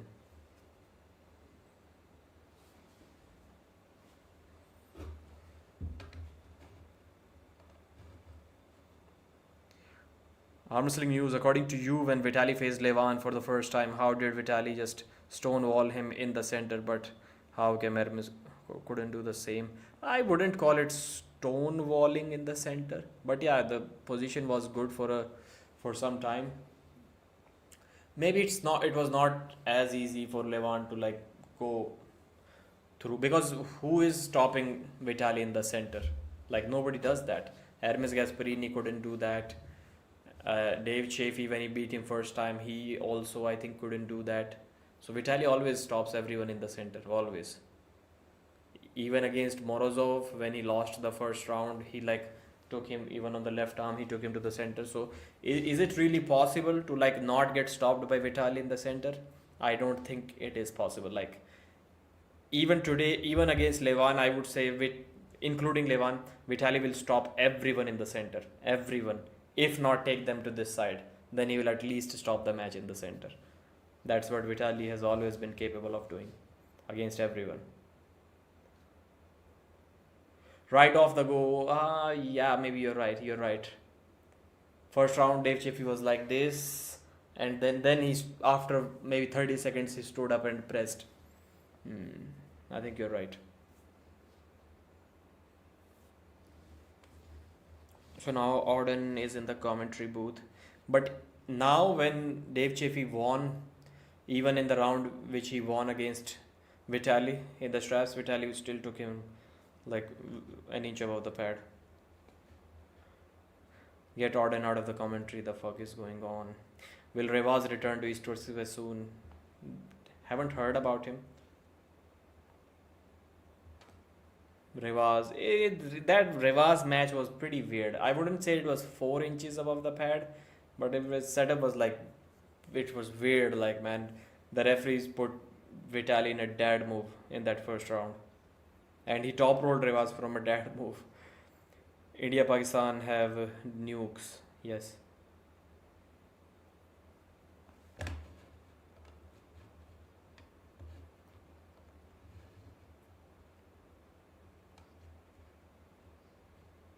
Vitaly needs to actually beat someone. That's the only problem with Vitaly. He beat Morozov pretty convincingly on the right arm.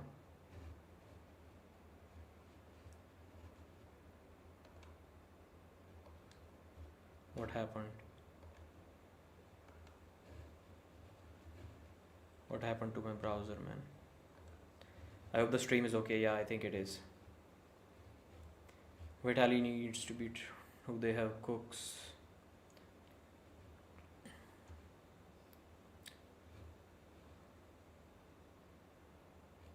Also Rivas in 2023 first round. So yeah, what I was saying was wrong. Dave Chaffee has done that. Even from whatever setup it was, Rivas has also done that. But now it will be like even more difficult for everyone since Vitaly is getting stronger. Because he's a tall man and you have to go over the top of his hand. So it's not that easy. At least it takes time, even if it is easy for someone. So Kidargali Ongarbayev is next against Mad Mask. I'm going to go with Ongarbayev in this match. I would say 3-1. 3-2, I would say. Matt is, I would have said 3-0 if he wasn't coming back from an injury. Now I'm going to say 3-2. Matt can take rounds from Ongarbayev. I think he's strong enough. And this 105 kg class suits Matt.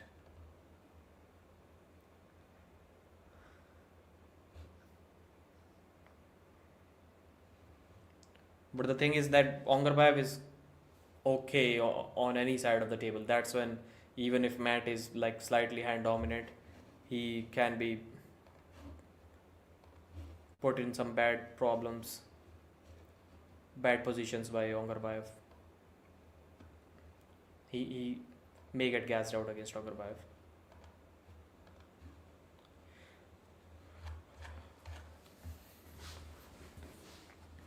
I predicted Mask. Lost damn near all else. Let me win this one, Pradeep. I got one wrong. I don't know why I predicted Prodnik to lose. Just wanted to be like have a very weird different prediction.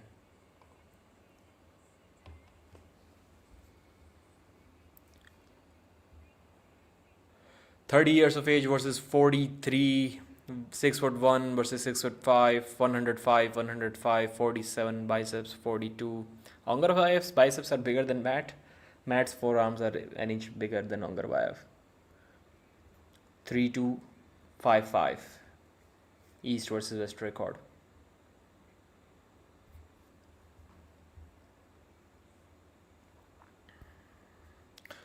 Let's go with Ongarbayev 3-2. If Matt dusts Ongarbayev, then it's good for the guy, man. Like don't want to say he's been working really hard, because like when I look at Matt, I just don't think he's the kind of guy who's training like 2 hours a day, 5 times a week, 6 times a week. I just don't think he's that guy. So don't want to say he's been working really hard. He deserves to be like getting those wins and moving towards the title shot. But then still, I would like to see him win, man.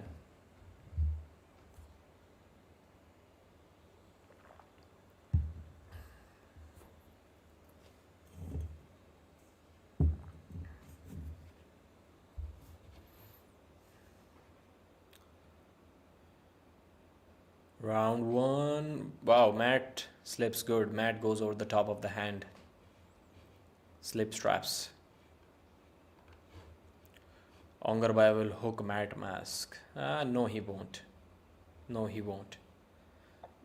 I know Mask like 75%, I hope, running at 100% now. Mad Mask is the guy who's a badass, but absolutely he won't win anything. His record says 5-5, so he won against Marcio, he won against Wagner, he won against... what was the last match that he won? I do remember that.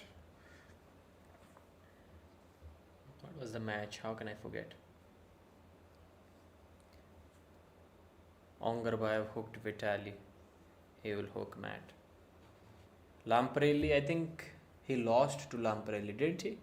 Yeah, he lost to Lamparelli. Lars, he won against Lars, right? And what are other two wins?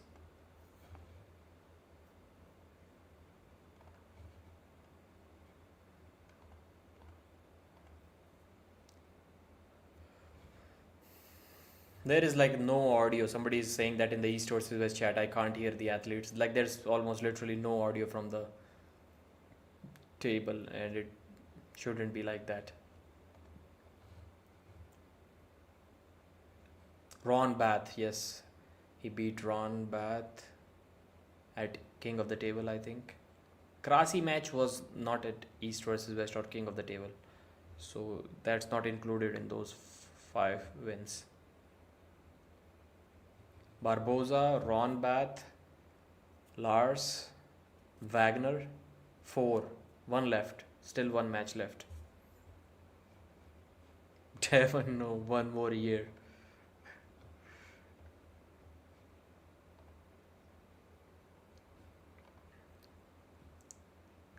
Worth $20.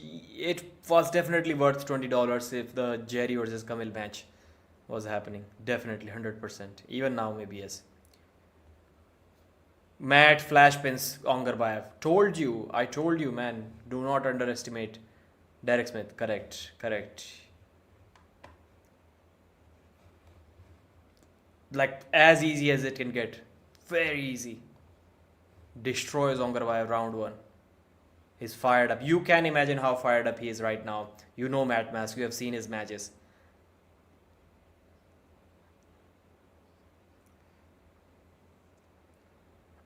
Until now, I was saying that Matt is going to win this match. Like just now, I changed my prediction to Ongarbayev 3-2. I expected Matt to win the first two rounds, but not that easy, man. Not that easy.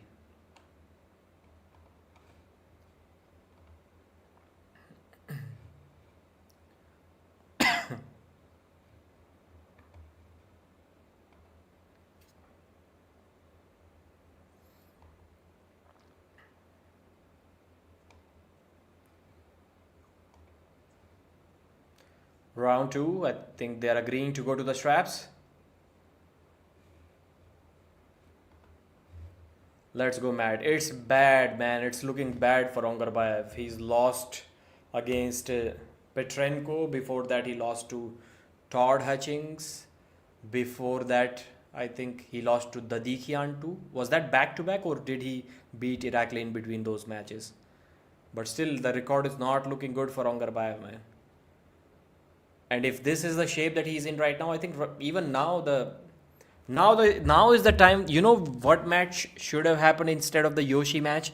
Ongarbayev versus John rematch, because maybe Ongarbayev is not in the best shape ever. He's coming back from an injury, but John is 61, so he should have been given this rematch at this point of time, and it can still happen. Like maybe John can be convinced to come back, but he's having surgery, so maybe that match is going to never happen. I think.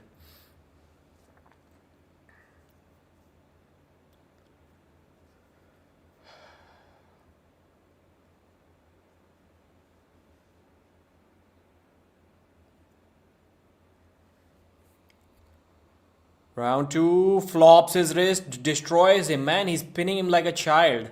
Like he isn't even there. Way too strong. Way too strong.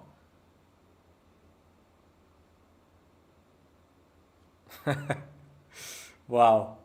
Amazing. Amazing energy from the guy.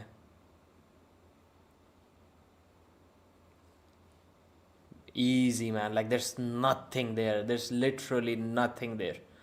Matt may very well be in the best shape of his life. And he's like cutting a little bit weight for this to get to this category. He's walking around, I guess, 108 kilos, 9 kilos, cutting to 105, not doing any water cut or anything like that. He says he can skip a couple of meals and be in that category right away.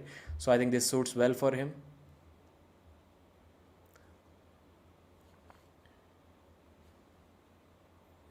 Looking at Ongarbayev, man, he does not belong in this 105 kg category. It doesn't look like he belongs to this category.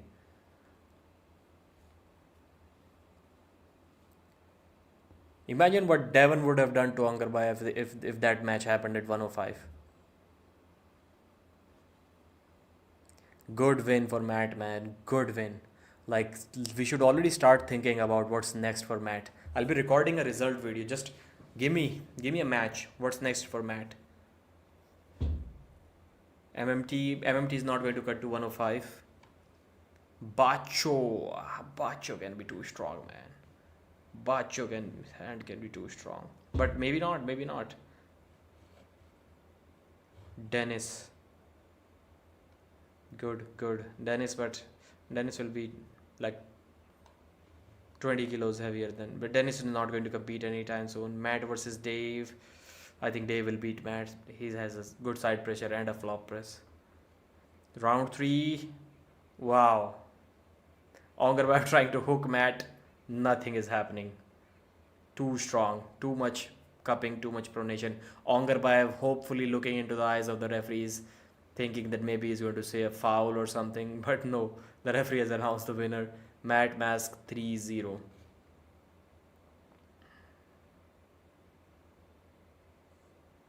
Destroys Ongarbayev, man. Destroys Ongarbayev. Matt versus Cocaine. Sandrish rematch. Matt was talking about, like, before that, about a Prudnik rematch, that maybe he could do something, but that didn't look close, man. But Prudnik is not the same now. Todzilla. Matt versus Todzilla will be exciting like before. I think Todd will still have too much side pressure, but like he will be above the pad maybe. He has a mic on. They didn't put a mic on Matt. Yeah. There's no audio. Matt versus Irakli. Yeah. Makes sense. Because Irakli loses to top rollers only. Unless you're Todd Hutchings. And Matt has a good top roll. Can somebody give me the 105 kg East versus West rankings? What are the top 5 guys? Does somebody have that in their phone?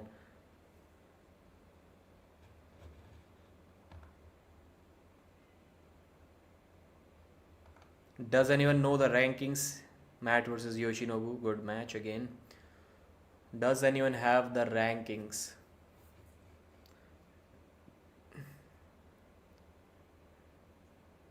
Kidirgali looks like there is no muscle there. More skinnier than, and he's like 6'2 max, maybe 6'1. They say 6'1, but I think he's taller than that. John is 6'1, like, but Ongarbayev looks at least an inch taller than.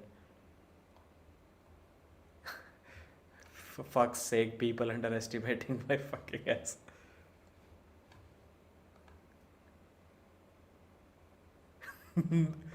Nugo is a fucking lunatic son of a bitch. I want to see him on the table.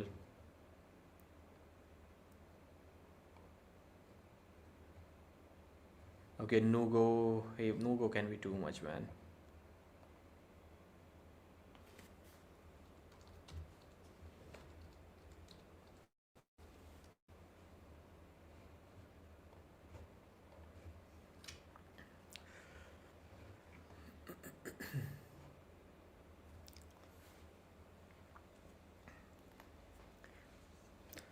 So rankings, did anyone mention who are the top 5 guys in 105? Devon, okay, thank you, Rafsan. Devon, Petrenko, Dadikian, Todzilla, Ongarbayev. Ongarbayev, sure, Ongarbayev was number 5, so Matt is already in top 5. That's cool. That's cool. Matt said like one curse word here. Matt said one word that was not a curse word here. I think. Devon, now there's a different list. Devon, Oleg, Todd, Ongarbayev, Irakli, Evgeny.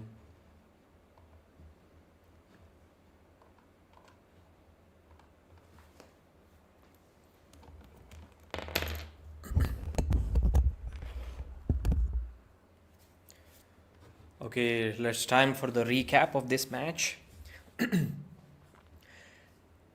At East versus West 17, Matt Mask made a solid statement.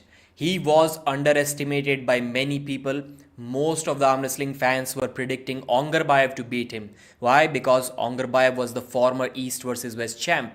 But to everyone's surprise, Matt absolutely destroyed Ongarbayev.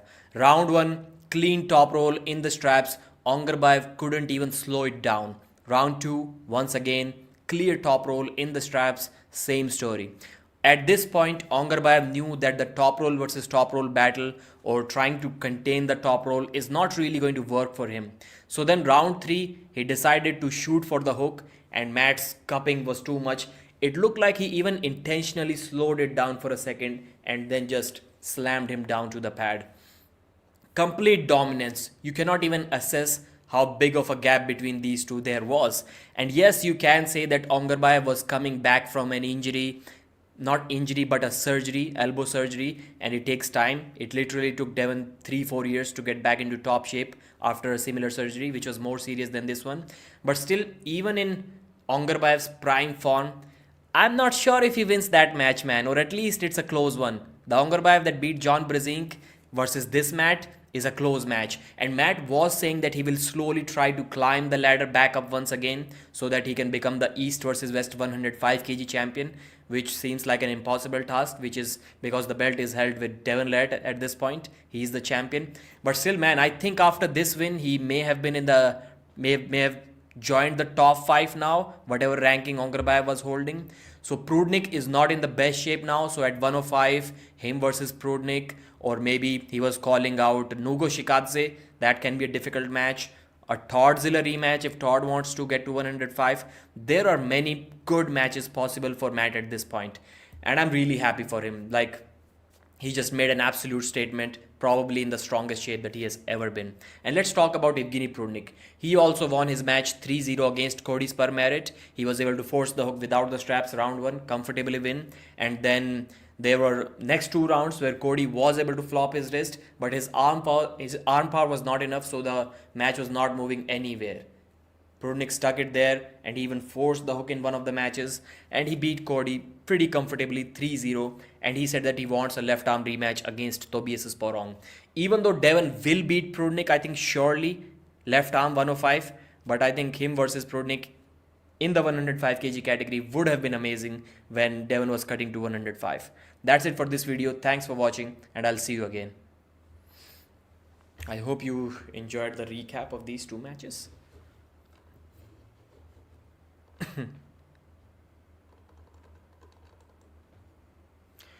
Big Dave Chafee, should I predict the upset?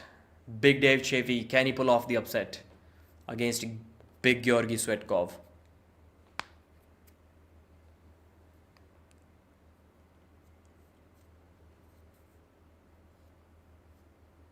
I think he can, man.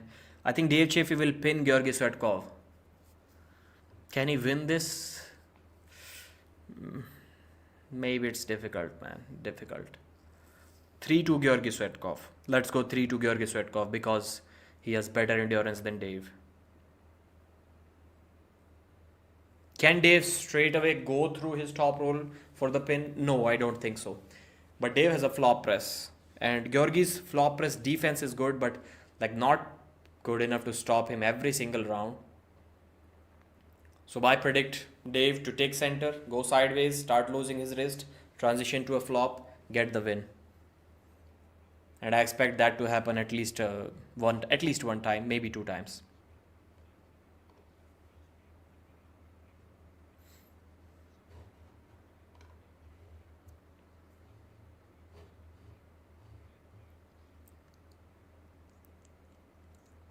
They should just go to the straps, man. Why are they even trying anything without the straps? Nobody's strong enough to like do anything without the straps.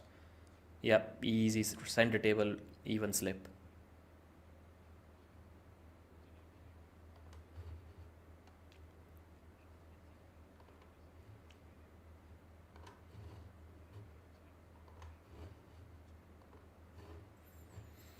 Change pick, yes, thank you for reminding.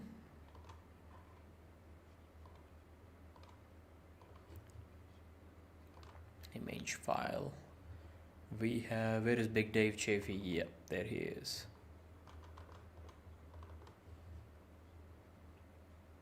Pradeep is Diddy. Change. Dave the ass whooper. Change poster. Change pic. My favorite is Georgi Fatkov. Jason Eddy, you are a trolling casual. Dave is saying that he's healthier than he has been in so many years. His neck is still bothering him as it used to, but his elbow issues are kind of gone now. And because of that, he can't train with heavy weights, which require a lot of elbow integrity. So his elbows don't hurt. He can actually get strong. He goes sideways and almost gets Georgi close to the pad. Elbow foul. Georgi cracked Dave's wrist, man. I was surprised. I was surprised. Like even in center, he cracked Dave's wrist, but Dave was still going sideways, like Todzilla style. Todzilla style, but the match dropped that much above the pad. That's exactly how I saw this match going. I predicted Dave to like immediately stand up and go for the press. That would be good for him. But elbow foul.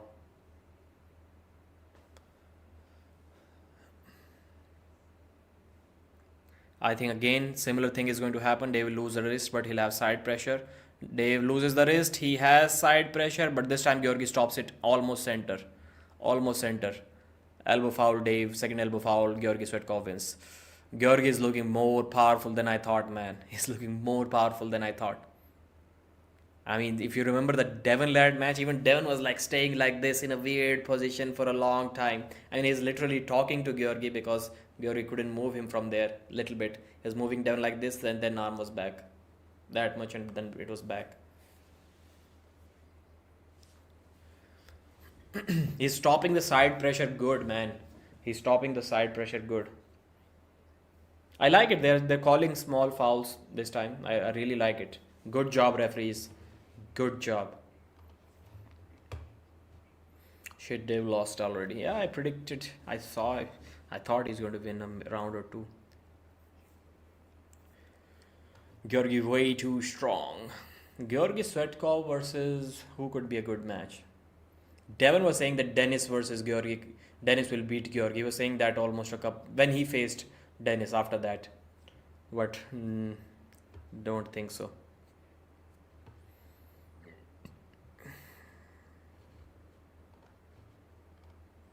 Georgi versus Jerry rematch can also happen for the rankings. I think they need to kind of settle it down. Gennady versus Georgi, I think that match is cool too. Yeah, just do it, man. Gennady versus Georgi or Jerry versus Georgi. I would like to see one of those two matches next.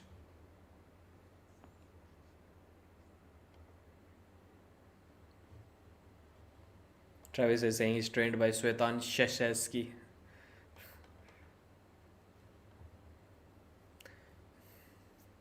Matt versus Nugo would be awesome. Somebody saying the East versus West chat.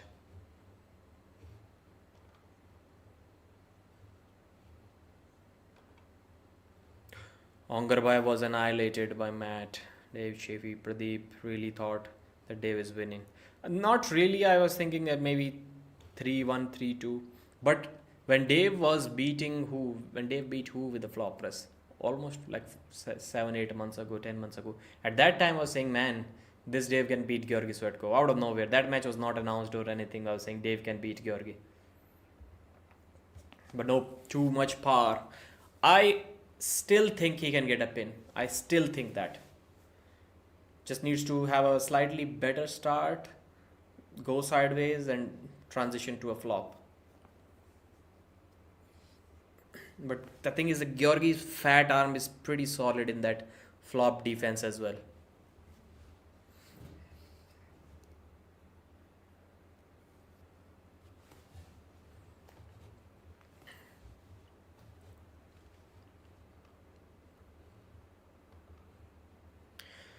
Georgi will beat Vitaly.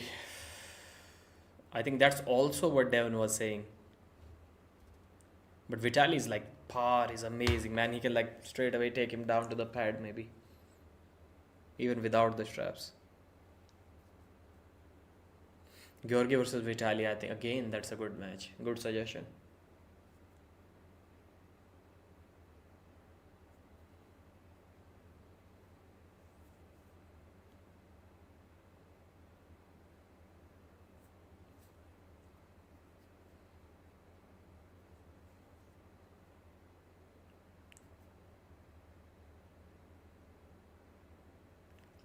Good side pressure from Dave. Georgi stops it. Dave is trying to stand up. Again, Georgi is in this open top roll move.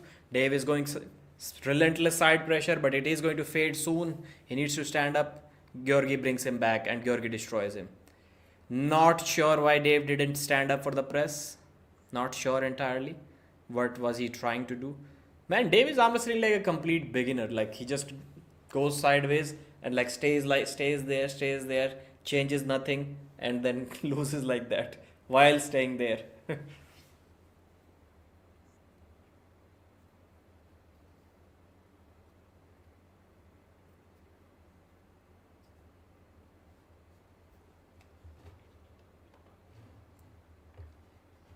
Caderet versus Michael Todd. Michael Todd versus Georgi. Another good match. Another good match. I'm wrestling news. In your opinion, who would win between Hermes and Vitaly in a rematch? I think Hermes will still win. Hermes should win that match. But again, a close one. Georgi versus Hermes also will be a good match. Yeah, there are many matches for Georgi now. Vitaly, Gasparini, then Jerry, and what else we were just talking about.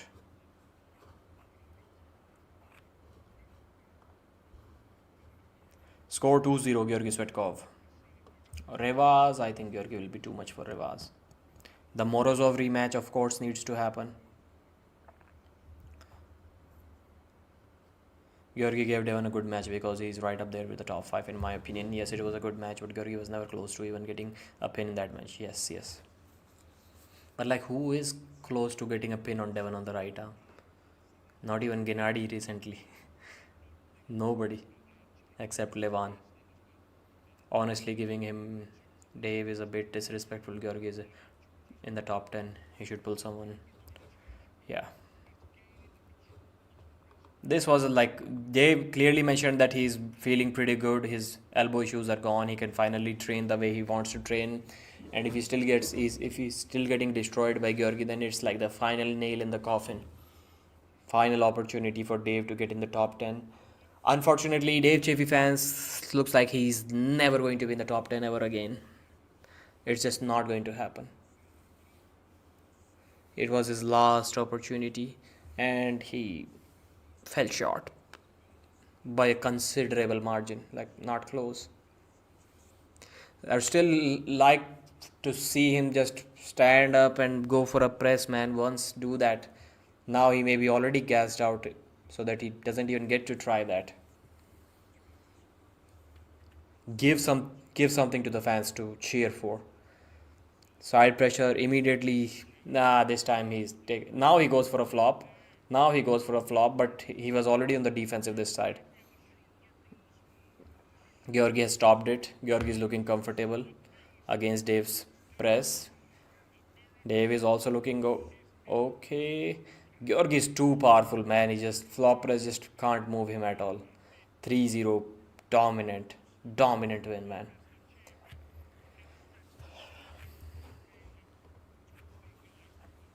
Dave needs to go 115. I agree. So 3-0 Georgi Svetkov.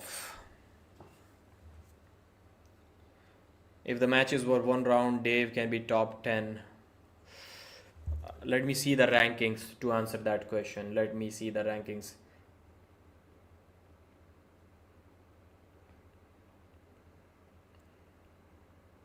Man, I have so many screenshots in my phone.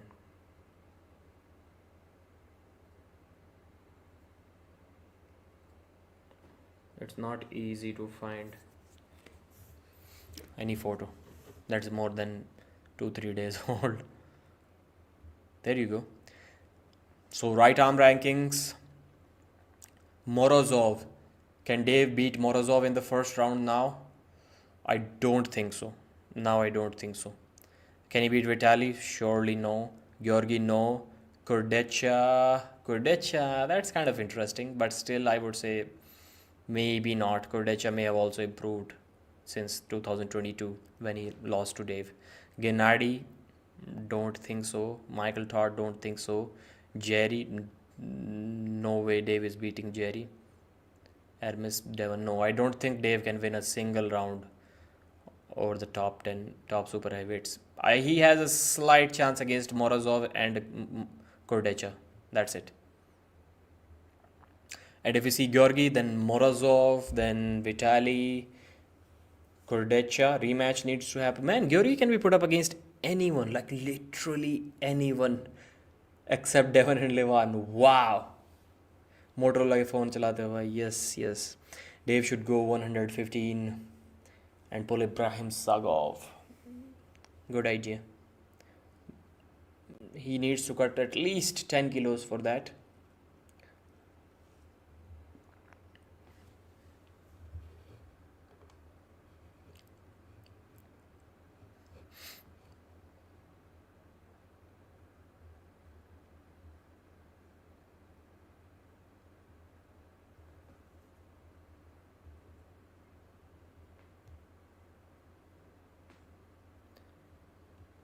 I prepared myself for his strongest weapon, the side pressure.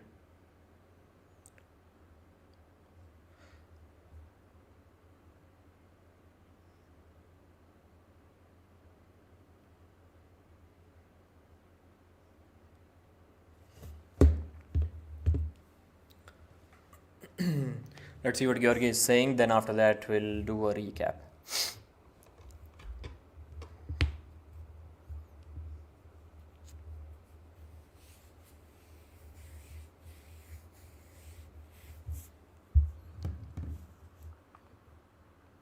I want this time Gennady.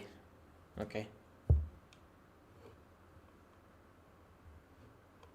I think it will be a crazy war on the table. Orden versus Dave.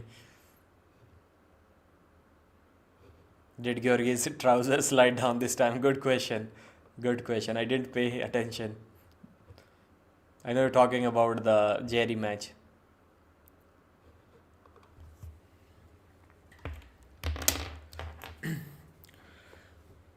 I think it was the final nail in the coffin. All of the doubts are cleared now. Dave Chaffee is never going to be in the top 10 super heavyweights ever again. At this point, I don't think he can even get a single pin against any super heavyweight. It's unfortunate, it's sad, but it's the truth. The only guys that he has a shot against, and that too of just getting a single pin, are maybe Alex Kordecha and Artyom Morozov. But even that is going to be nearly impossible now because those guys are also getting stronger now, unlike Dave Chaffee. And why I'm saying that it's not going to change in the future, because Dave himself said that he's feeling much better in the elbow. His neck issues are still there. They're probably going to stay there, but his elbow was fine after a very long time. He was able to do the exercises which he wasn't able to do even a few years ago. So he was in a pretty good shape, and still he got destroyed by Georgi Svetkov. Dave tried to stand up and press in the final round, but in that round he was always in the losing side. He should have done that in the first round when he was close to the pin pad, maybe that much away from the pin pad, but he got beat up 3-0 pretty bad. So if we talk about what Dave should be doing, as someone suggested in the chat, maybe he should cut to 115 kilos. There he still has a chance. Clearly he can be top 10 there, but for that he has to cut at least 10 kilos. And Dave is someone who I don't think has ever cut weight in his life. I think I do remember him saying that. But still, cutting weight is the only option. Cutting weight is the only option left for Kidargali Ongarbayev too now. He should have already done that before. He should be a 95 kg guy, and Dave should be a 115 kg guy, or maybe 120, and then he should cut 5 kilos in water weight. And if we talk about Georgi Svetkov, I just realized that you can literally put him up against any of the guys except Levan and Devon in the top 10. So he can go against Morozov. That rematch needs to happen because Morozov wasn't healthy last time. I think Georgi will still be the favorite. Versus Vitaly, I think amazing match. Versus Alex Kordecha, that rematch also needs to happen because this time Georgi wasn't healthy. His leg was giving him a lot of trouble. Then Gennady Quikvinia, Georgi called out Gennady. He wants that match. He thinks it's going to be a war, and I also think the same. Monster Michael Todd, Georgi versus Michael, another amazing battle. Then we have Jerry versus Georgi. Who wouldn't want to see that rematch? That was like 3-2, pretty close. Georgi was a millimeter away from winning that match and becoming the East versus West champion at that time. Then Hermes Gasparini match can also be cool. Devon believes that Georgi will beat Hermes. We'll finally get to see that. Then we have Devon and Levan.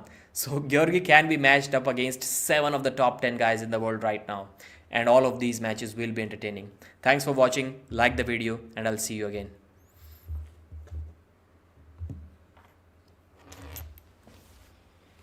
No limits, Devon Larratt.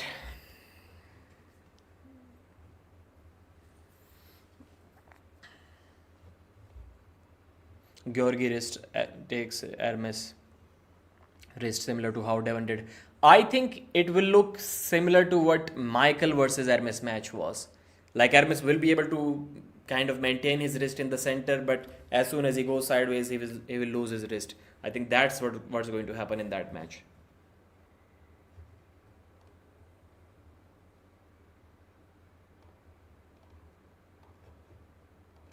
Image file, where's Devon Larratt?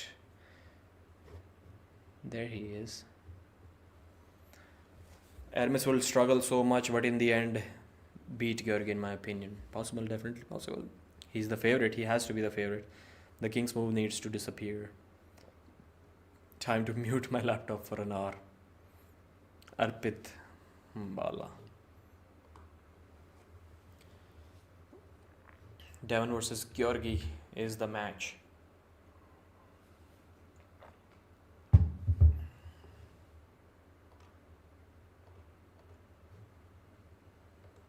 The stream rebooted itself for whatever reason. Should I go 3-2 or 3-1 with my prediction? I recently said in my video 3-2 Georgi. I think that's maybe too much, asking too much from Georgi. Let's again change it to 3-1. I would be seriously saying, I would be surprised if Devon is dominant round 1. I would be really surprised if Devon is not like hanging for his dear life in a king's move in this match. At least for 2 rounds.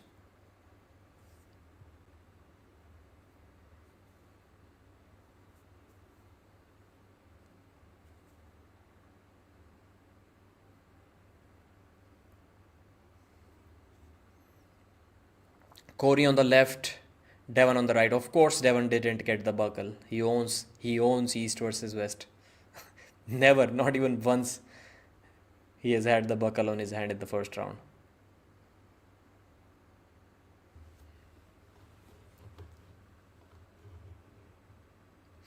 Hook from Devon and a king's move by Cory. Who was the last match for Devon when the guy won the toss and he still said that Devon can choose whatever side he wants? What was Devon's last match? Levan? Was it against Levan? He had it against Gennady. Yeah, against Gennady. Gennady won the toss. Maybe they already told Gennady that even if you win, you have to say this. But otherwise, why would he say that?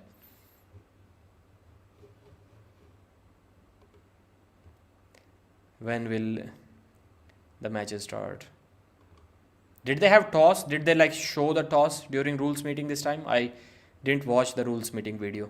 Was there any public display of what's happening?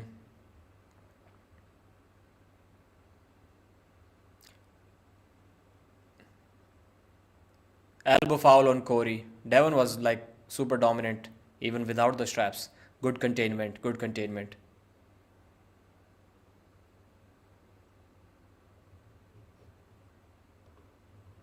Devon puts more work in than anyone. You're crazy talking about Devon's special treatment. More work than anyone in winning the toss? Like how do you put more work than anyone in winning the favorable side of the table?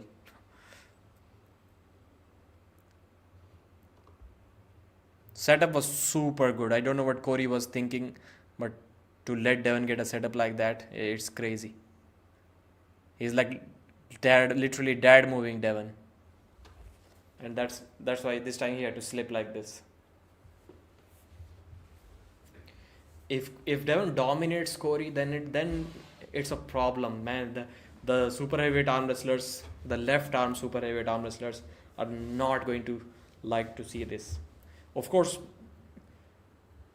Morozov was able to literally like play with Cory. And if Devon thinks that he's at that level, he should also be able to do the same, even though he may not be like as offensive. But Morozov is also not offensive. So yeah, Devon should also be able to do the same to Cory. You literally cannot hear anything, like you cannot hear a word Devon is saying.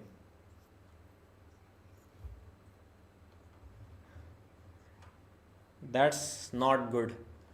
That's not good for business. How are people going to complain if they cannot hear what Devon is saying?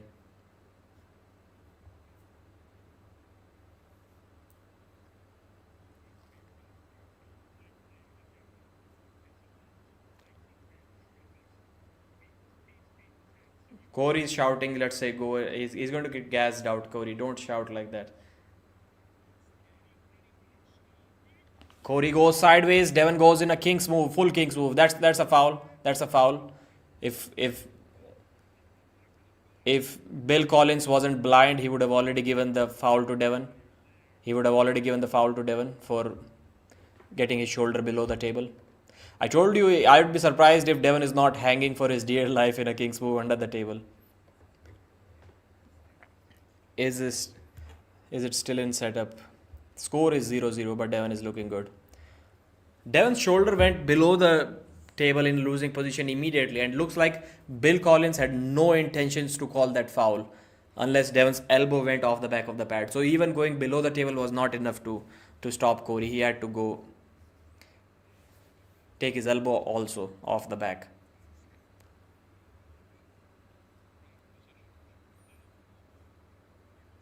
He was able to take Devon's wrist too.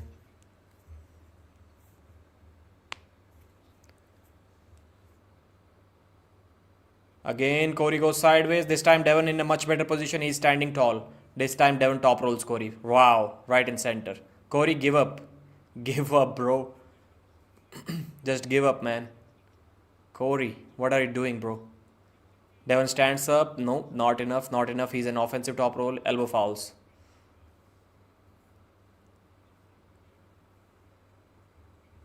Wow, they gave a win to Devon. First time I'm seeing this. So clearly it was an intentional foul, but people have been doing that since the beginning. Like Mindaugas did that, and many other arm wrestlers did that, I think. It was not close to the pin pad. It was far away from the pin pad. Okay, more than one many. But why didn't they stop the match? I don't think they're following running fouls. I don't see how Cory lost that round. There were definitely multiple fouls on Cory, and but he wasn't on any foul. So how did he lose the round? Can anyone explain? Pradeep now cry. Why would I cry, bro? I predicted Devon to win. 3-1 for me. The score was such a fast round from Devon. Rest in peace, Levan. Man, the neck is hurting.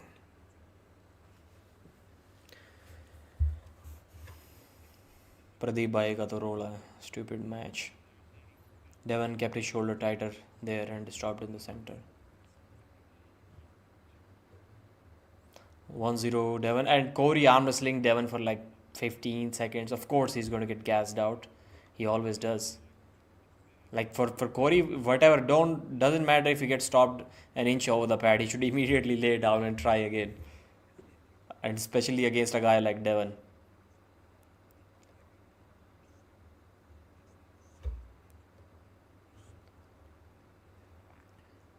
Pradeep, generational hater.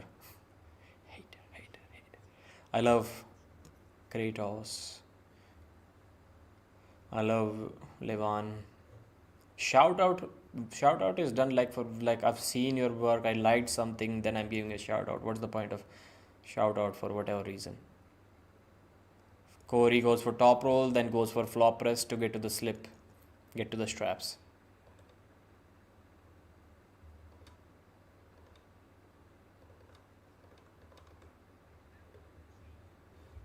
Wow, that's bad, man. Devon will absolutely hate it when he goes back and watches his match and saying that we couldn't even hear a single word, whatever he's saying. He must have prepared some trash talks. He always does.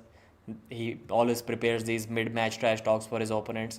But if we if when he knows that we couldn't hear any of that, he's going to be mad at the promoters for sure. He should be. He should be. I would be mad if I'm speaking. It's not just for the opponent. It's for the viewers. It's for the show, to create some entertainment, to create some love, to create some hate towards me, so that the people start talking. But then we cannot hear anything. It's bad, man. It's bad. Don't like it. Didn't really care too much about that until now, but now I do. I want to hear what Devon is saying.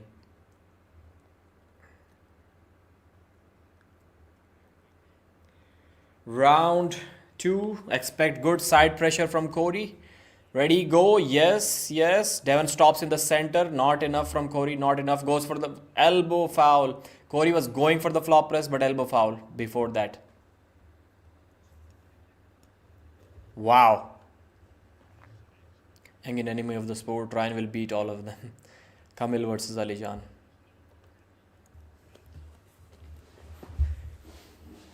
Even Kamil lost a single round to Cory. I did talk with him after that match.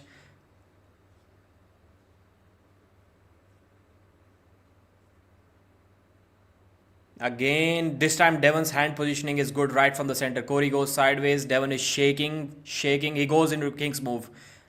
Humerus was down. Cory goes sideways. Nope. Now Devon's shoulder is okay. Cory goes sideways. It's like stuck. It's stuck. Elbow foul on Cory. 2-0.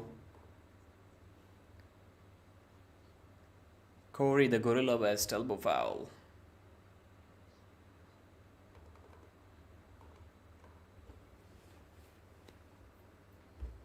It was not close. It was not close. Great hand positioning pronation from Devon, disengaging Cory from his power. Too strong. Too much pronation from Devon. It somewhat started to look like the Georgi versus Devon match.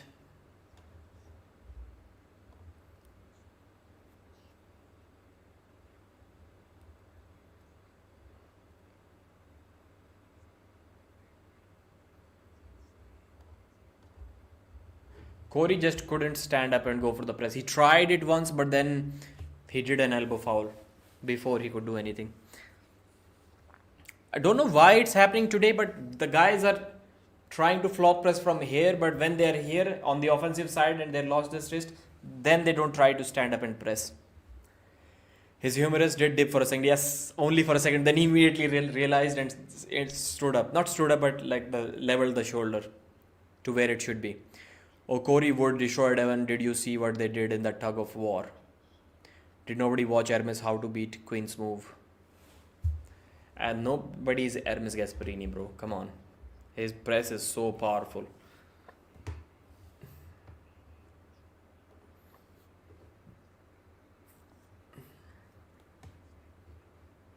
It looks like Cory needs 10% more power to beat Devon.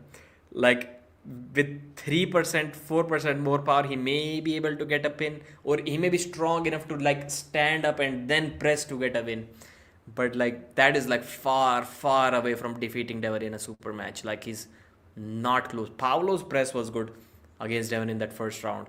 If Cory had that ability to stand up and press good, this time Devon is going to pin him without the straps. Yes. 3-0, Devon destroys Cory West without the straps. I sensed it. It was going to happen without the straps. Number 1 left, number 1 right. So the OG fans do remember this from Devon. Number 1 right, number 1 left. Tell me when it happened. That was a cool moment, amazing moment. I still remember that. I watched it like maybe 10 years ago, but amazing. He did it again, but at that time he meant world rankings. Now he meant North America rankings. Yes, Pushkar. 3-0. So was it a shutout stake? Shutout stake? Then good luck for the guys who won money on Devon against Pushkar. Yes, it was. Yellow shirt versus red shirt. Out arm wrestled. Outpowered also, I will say. Like there was a I was expecting there may be a power gap. Like there needed to be a power gap between Devon and Cory for Devon to lose a round against Cory, but there was no power gap. What do you think about Hermes versus Lavon? Good match it should be. 2016? What 2016?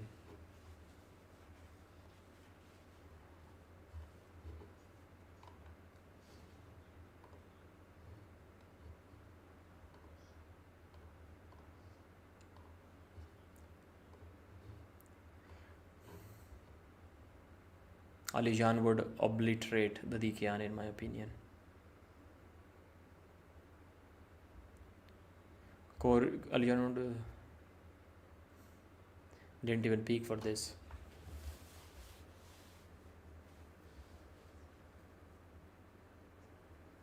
In arm wrestling you have two arms. I did pumpkin training for a few years. My left is behind, but it's the little brother now.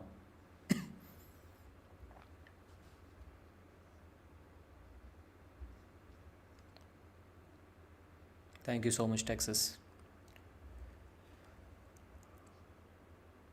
His left arm is looking bigger than his right because it's pumped now.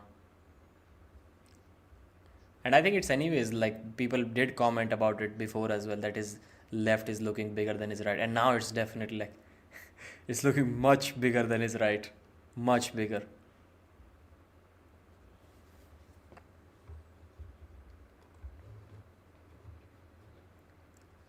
Pradeep versus Devon, very easy win. His bicep is bigger left. Now it's like looking swollen.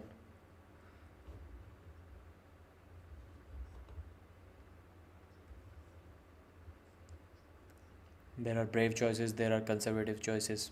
Left arm. Kamil Jablonski.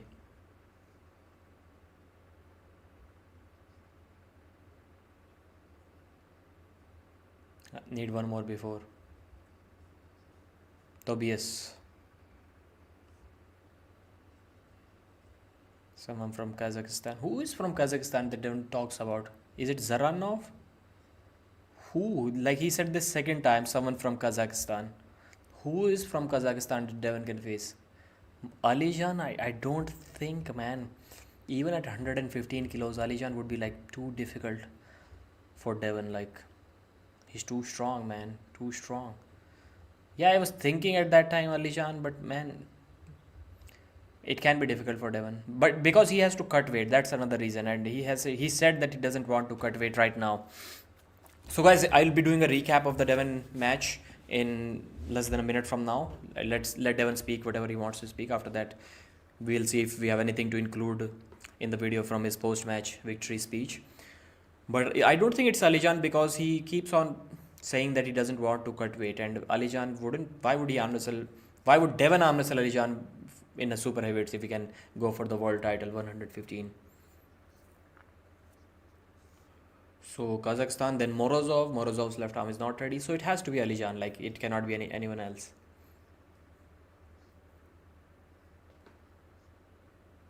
Devon actually said he felt sorry for Cory. Did he say? I must have missed it. Why would he feel sorry for him? Like, he beat him with honor, without cheating, fair and square. Why would he feel sorry for him? Because he's fat? Why you always have small hair? Like, it saves time. Tobias versus Devon. Alijan versus Devon 115, good match. Devon is unhookable. Oleg pushed Alijan to his limits.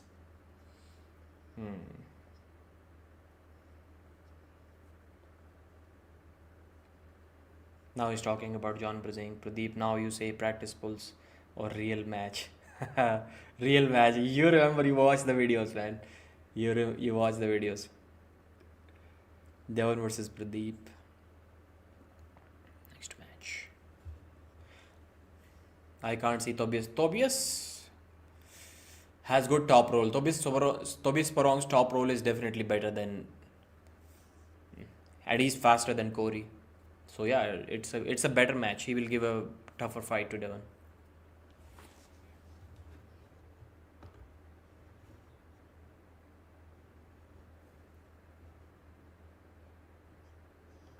Let's do a recap. After the match, again, after the Devon versus Cory left arm super match ended, Devon did the legendary 2012 number one right, number one left, which he did after defeating Andre Pushkar. So you may have already guessed the result. Devon led it 3-0 over Cory West. I was thinking Cory should be able to get one pin, at least maybe even two over Devon, but no. For that, he needed to be maybe 5-10% stronger. Then he would have gotten one pin over Devon. But the fact was, he wasn't stronger than Devon anywhere. Yes, Devon was hanging under the table in the first round once, but his pronation was always too much. Cory was never in any position to even try to stand up and go for the press. And without a press, we all knew that Devon won't get pinned, at least not by Cory West. So all of the three rounds were, I would say, pretty dominant, even though the King's move was kind of required a couple of times. But then Devon started stopping Cory right in the center. And in the final round, he climbed over the top of his hands, didn't even let him slip, finished him with a shoulder press. So 3-0, easy victory for Devon. Those who put money on Devon winning 3-0 must have won. So it's good. Now Devon is talking about his left arm. He says that he wants Camille, but not so soon. Then he says that, and first of all, the microphone was not working. I was not caring about it at all, that we couldn't hear the referees, we couldn't hear the players, the athletes, the arm wrestlers. I didn't care about that until the Devon match. But I wanted to hear what Devon was saying. Like, Devon should be mad at the organizers for not having the working condition mics mic'd up on their shirt.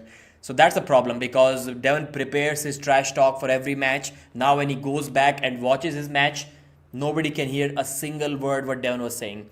That creates some hate, that creates some love, creates some hype for the matches, some views after the match ended. Of course, it creates a lot of interest, positive or negative, and it should have been there, but it wasn't there. So Devon is saying now he wants Tobias Sporong or someone from Kazakhstan. Someone from Kazakhstan has to be Alijan Muratov, and then it has to be 115 kg world title. But Devon has said that he doesn't want to cut weight. So it's kind of confusing. Now it has to be Tobias Sporong. That's what Devon is looking forward to. Anyways, dominant performance. And after the match, his left arm was looking twice the size of his right. He kept on saying that giant pumpkin training, giant pumpkin training. And yes, his right has become stronger now, but it was stronger back in 2019 as well when he started this training. It was stronger than his left. And his left was looking twice the size of his right arm. I know it was the pump, but Devon's left is looking pretty solid, man. Pronation is still there. Arm power is a little bit lacking, but it will also catch up. And top 5, be ready for Devon's left arm. That's all I have to say. Thanks for watching. Like the video, and I'll see you again. I hope you liked the recap. Let's hear what the East versus West announcement was.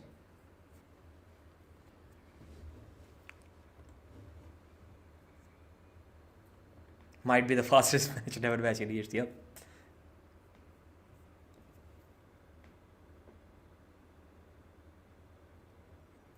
Energical.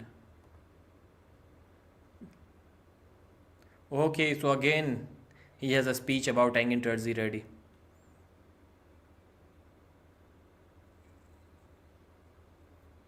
It's a total cheat move. It's not a cheat move if you don't go under the table.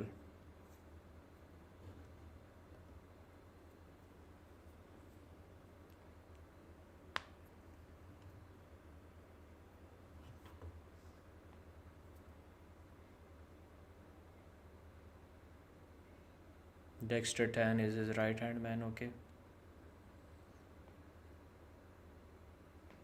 For the staff. Now John Brzenk. Where's the announcement?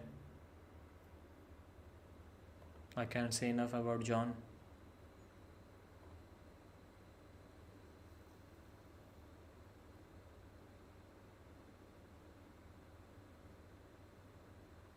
Before I get too emotional, let me give you the announcement.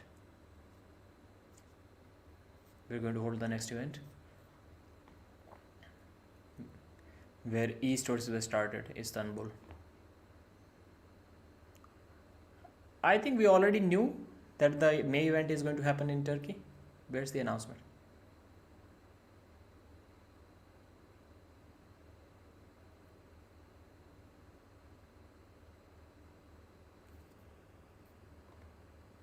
Michael versus Vitaly, okay. Tardzilla, Rustam. Yeah, Rustam it was. These are not new announcements, man. We've already heard those announcements, all of them. Paul Lynn.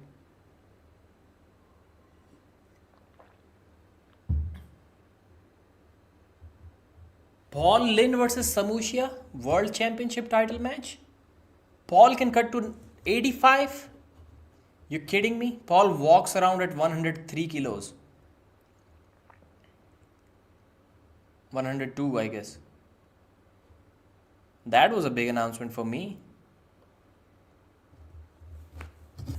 Really? Really, bro? 85 kg Paul Lynn, man. I cannot imagine. That guy's like, looks like a solid 100 kilo guy.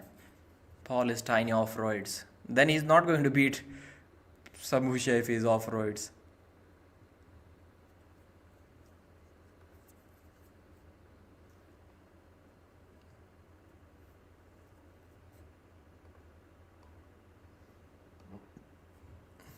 They'll have the after pull, okay.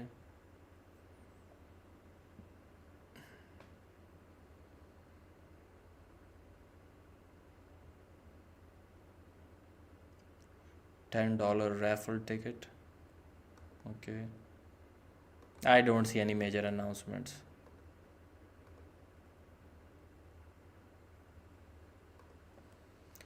Yoshinobu Kanai. This man says that he's in the best shape of his life. I think he's in his 50s. He's not walking out yet. He's confused whether he should already walk out or wait. Looking absolutely confused.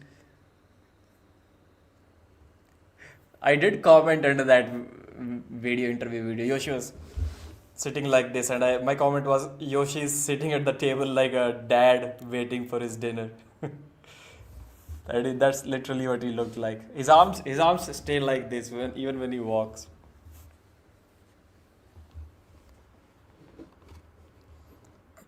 Change the pic. Thank you, sir, for reminding me. You're awesome.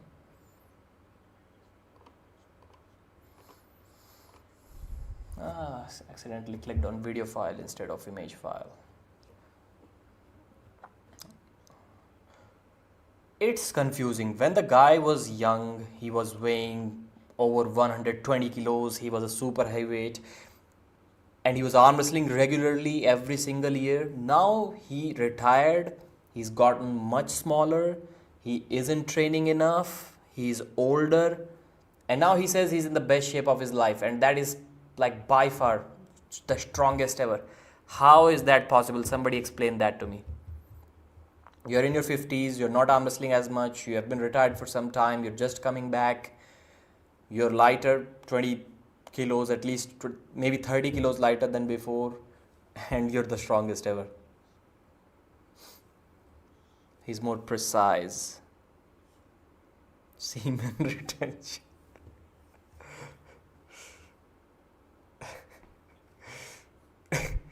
No one have problem with audio, can't hear athlete throughout the... Yes, that's a big problem, man. We should hear. The referees, at least the referees should have mic so that we can hear the athletes too, at least when they're at the table, maybe not when they're away. Devon's power is insane, over 300 pounds. John Brzenk's final super match, guys. Or at least for now, it's sounding like that, against Yoshinobu Kanai. The rematch, the legendary rivalry that started 20 years ago, is finally coming to an end. So far, John's record is 3-1 against Yoshi. 3 times he beat Yoshi in a tournament. Sometimes it was best out of 3, so he beat him twice to not leave any doubts at all.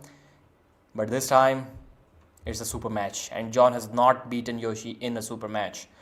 Last time and the only time they faced each other in a super match was in 2016 when Yoshi won 3-0. as much as John deserves to win this super match, since this is his last one, he is not going to win it. He's not going to win it. John can press through the top rulers who are on their offensive side, who doesn't want to be here. But John cannot press through a defensive Kings mover. That's what I believe. John lives a mile from me in Arizona. Sure, do I have the option to create a poll here? Let me create a poll. Start a poll. Brzenk Kanai. I think John's chances of winning this match in my mind are like less than 10%.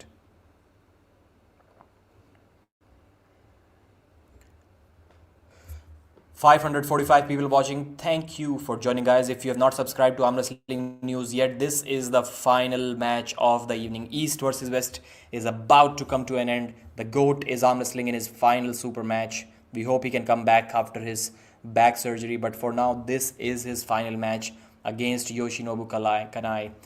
John has the buckle on his hand. He doesn't like that too much.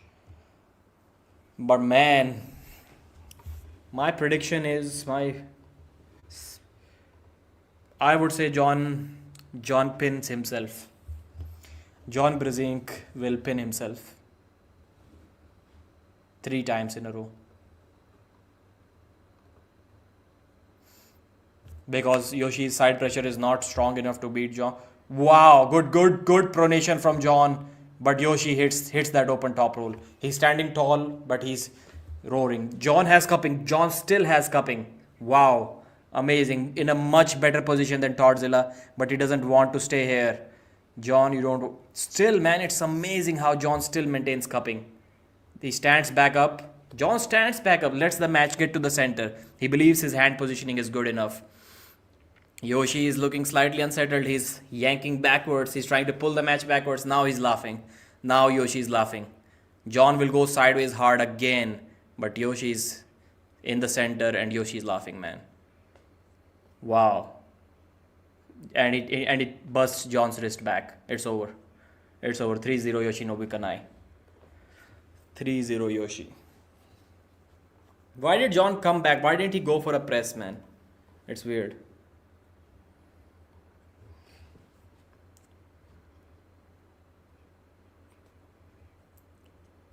It's over, man. It's over. It's all. I was surprised to see like John goes sideways, but then the match stopped here, like that much above the pad. Like even if he had cupping, he still couldn't go down. Like he didn't even try to go down.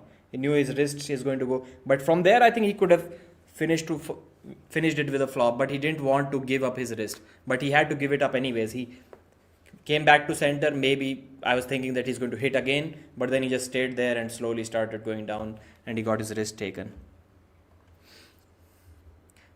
He was pressing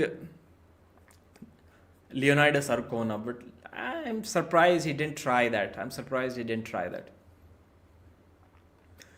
Like, of course, John was never going to beat Yoshi, but I would have at least loved to see him get a round with a flop.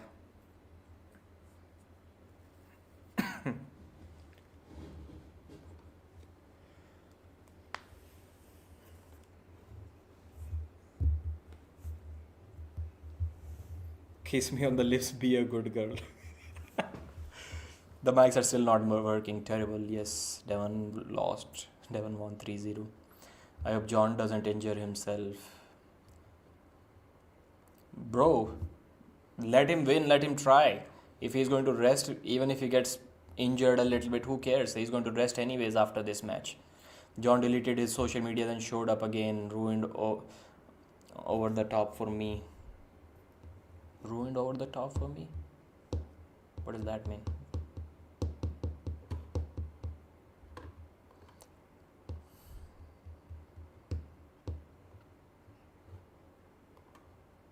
And Yoshi must have a size disadvantage too, because against Todzilla, Todd said that in his full clothes, jackets, shoes, everything. Yoshi was like 97 kilos, wearing everything, and John is always over 100 kilos.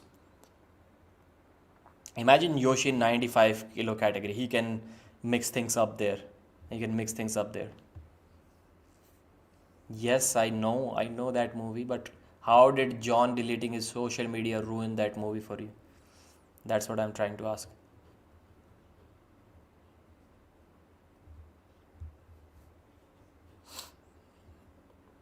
John might lose? Bro, where is the might? Where's the confusion now?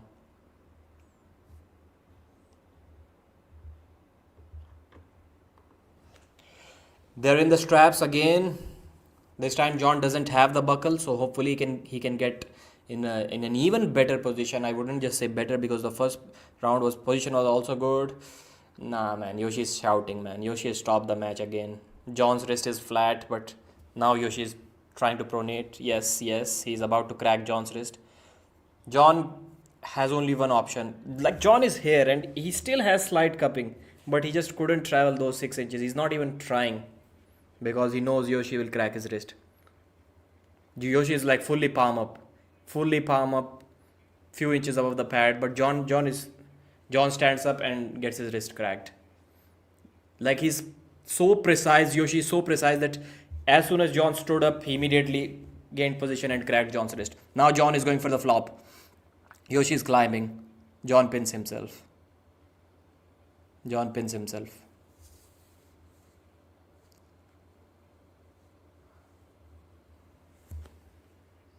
Elbow foul on John. Okay. Okay, that's why he pinned himself. Oh, like, what's the story here?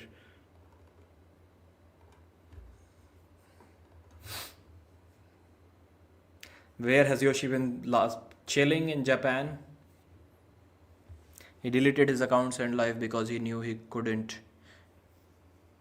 What's sad is someone convinced him otherwise. He deleted his accounts and live because he knew he couldn't. He couldn't what? It's still confusing here. I know he's deleted his videos from YouTube, but like he couldn't what? And who convinced him otherwise? Still confusing.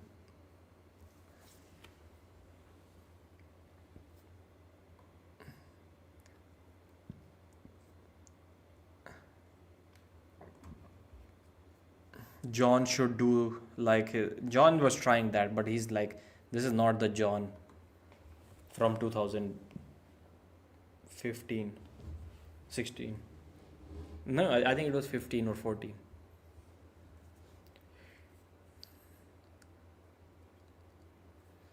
Now I doubt if John will even be able to go close to the pad.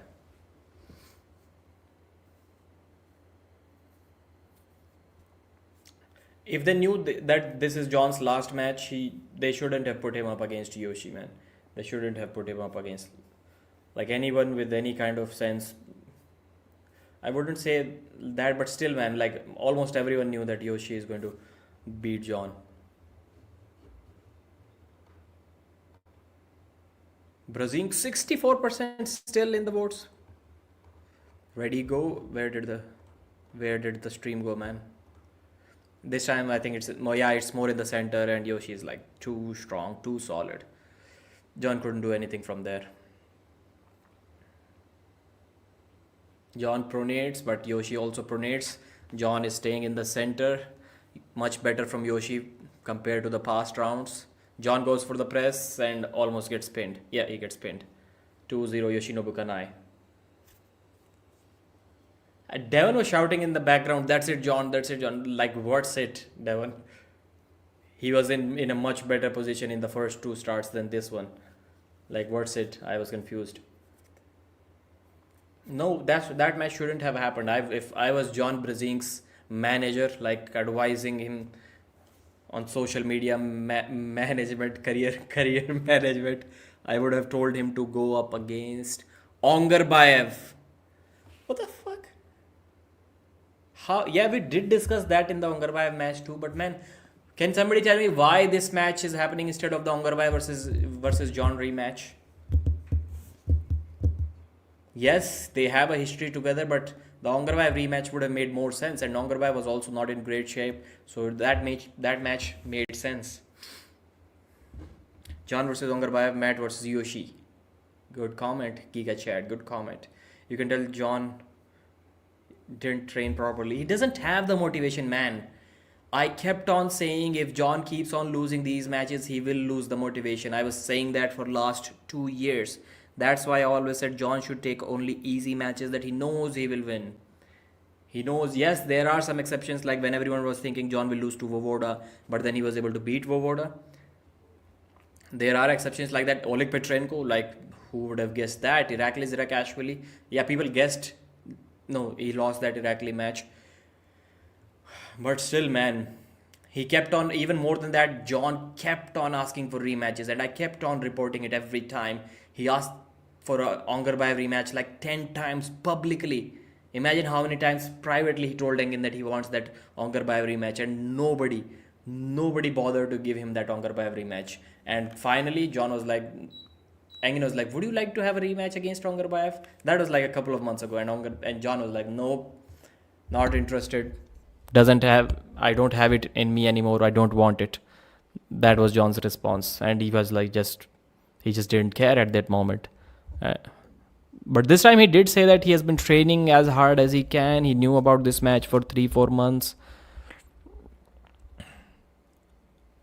Yes, and just Yoshi looks like the kind of guy who's not going to give an inch to John.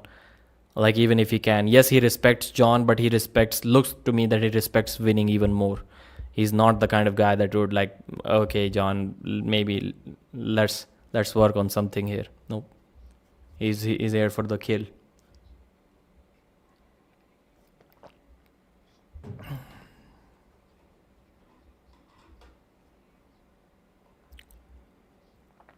Who won? No, right now nobody has won, but Yoshi is about to win 3-0. How many matches have taken place? This is the last 12th match and the final round of the 12th match. So the event is basically over. Ready, go happens. Yoshi cracks John's wrist right in the center. It's nothing there. There's nothing there, man. There's nothing. Yoshi is just laughing. Is he laughing or... No. No. Too much power, too much static strength and endurance from Yoshi. Looks like Yoshi is also having to work hard, man. He's losing his wrist. Yoshi is losing his wrist in the center. Wow. Amazing. Wow, Yoshi has completely lost his wrist. John going sideways now. But then it's about time when Yoshi's right now is like this in a kind of break arm position, but as soon as he rotates, he'll take John's wrist. He has already taken John's wrist. Now Yoshi gets behind his shoulder and just flop presses John down to the pad. 3-0 Yoshinobu Kanai. Easy win. To me it looked like almost intentional, like he did let John work a little bit. Because he was in a good position right from the beginning. Unlike the other rounds. Thank you, Texas, John is saying. 3-0 Kanai.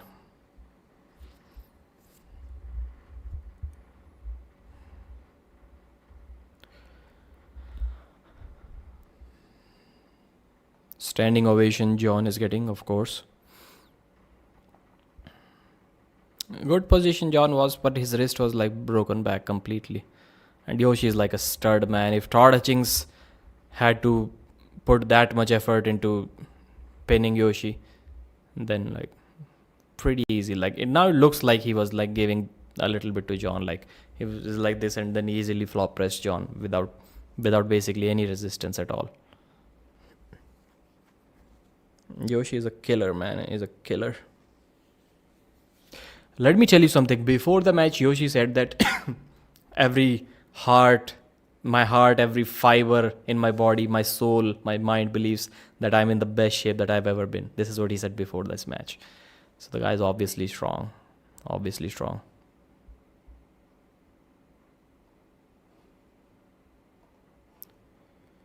John lost. Yoshi will gas out. Why? Engin, the enemy of the GOAT.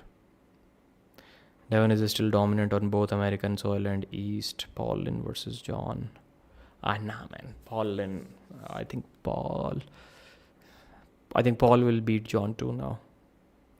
Maybe John just doesn't care about it, but that's still a close match. But nobody would want to see that match, I guess. I would watch John, for example, for newcomers to test them. Say John versus Brian Shaw, good match, good match. I agree. Larry Wheels. I think John still like John would beat both of them, but not easy. Not easy. He wouldn't beat Larry easy. He will beat Larry, but not easy. But other than that, it's boring trying to force serious John matches. Is this the worst card? East versus West, long time. It may be. This is so depressing. I feel so bad for John. Did Matt Mask win? Then you should have refused, man. You know, when day one, when this match was announced, maybe the first time this match was announced and I made a video, you know what did I say? If someone remembers my video when this match was announced, that was like few months ago. My words were, this match should not happen. John Brzenk cannot, I repeat in capital words, cannot defeat Yoshinobu Kanai.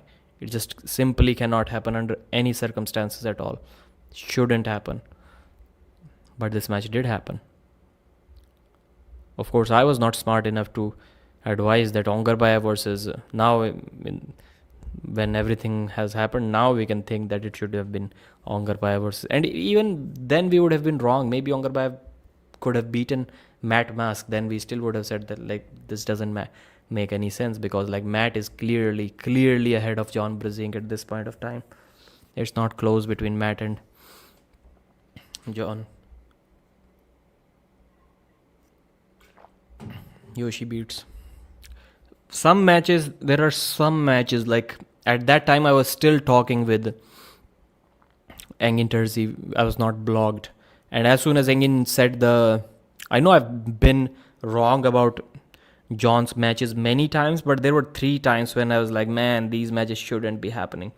As soon as Engin announced the Krasi versus John match, I messaged Engin. I literally said, Engin, this is not a good match. John couldn't do anything against Krasi. Shouldn't happen. And I literally didn't say that this is not a good match. I just messaged Engin like, Engin, is Krasi versus John really happening? Is like, why? What happened? Why? Yes. And I was like, bro, not a good match. He's like, why? I was like, no, John couldn't do anything against Krasi. And I said the same thing about the Sasho match too. And both of those matches happened.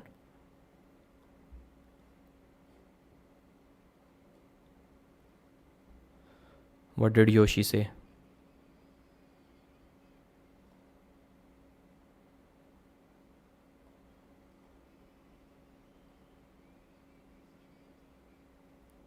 John is sounding way too excited, man. I hope he doesn't get emotional again.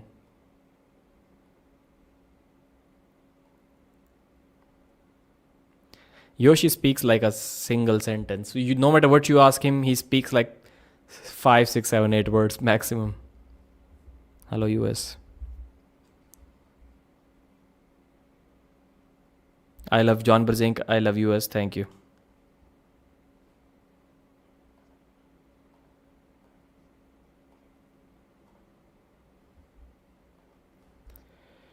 Is Brian Shaw overrated? He was before the Eddie Hall match by Devon, but not now. Now people know where his level is.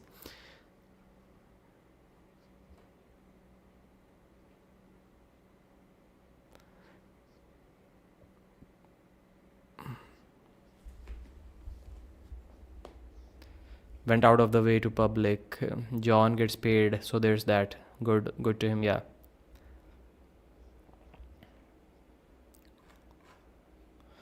Yoshi Kanai versus Nugo Shikadze. Good match. Looks like, yeah, Nugo can do some damage, man. He's so explosive, so powerful. But if Yoshi stops it, it's interesting. Don't think Nugo can flop press. But Nugo is heavy, man. Nugo doesn't look like it, but I think he's even over 105. So Yoshi is old. He should probably stick to the 95 kg class. I'm going to be out for at least a year.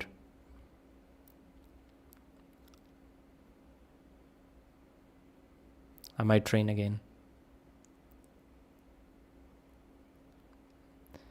This was tough. It was hard to navigate.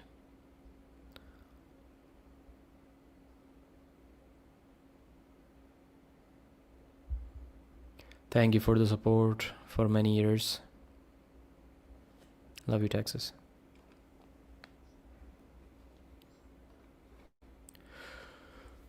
Yeah, so yeah, I would say if he's like weighing 96 kilos, 97 kilos, then he should stick to 90, 95 kg category.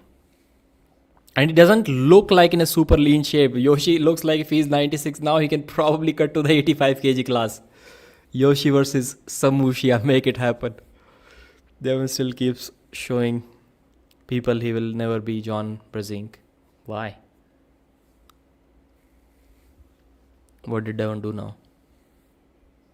He was respectful. He won fair and square. He even finished the match quickly this time. Too much, not too much distraction or complaining about the grip. What else do you want from the guy? It was like clearly Cory was still getting robbed in the setup. Maybe it was because Cory didn't complain. That's why the round started so early. But whatever, man. We got what we wanted.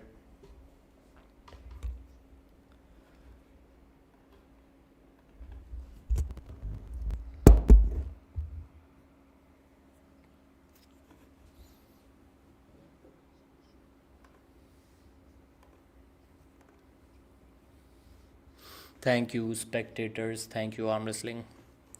Devon doesn't lose. John was embarrassed and laughed at on his way out. What do you think Georgi Svetkov's next match should be? We just discussed that, bro. You missed it.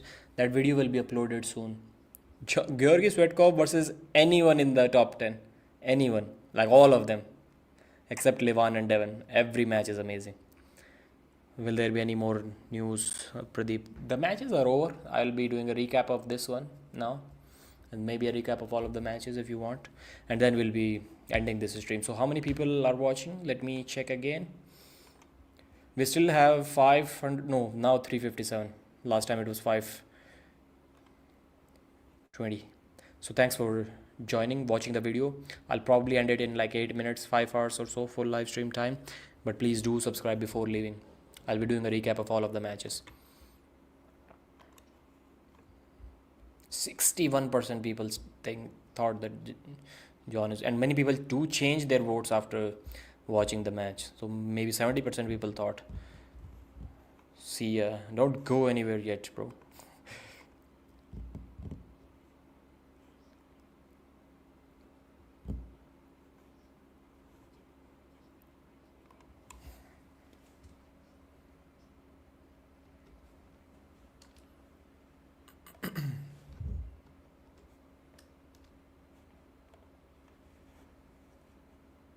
Okay, let's do a recap of the John Brzenk match.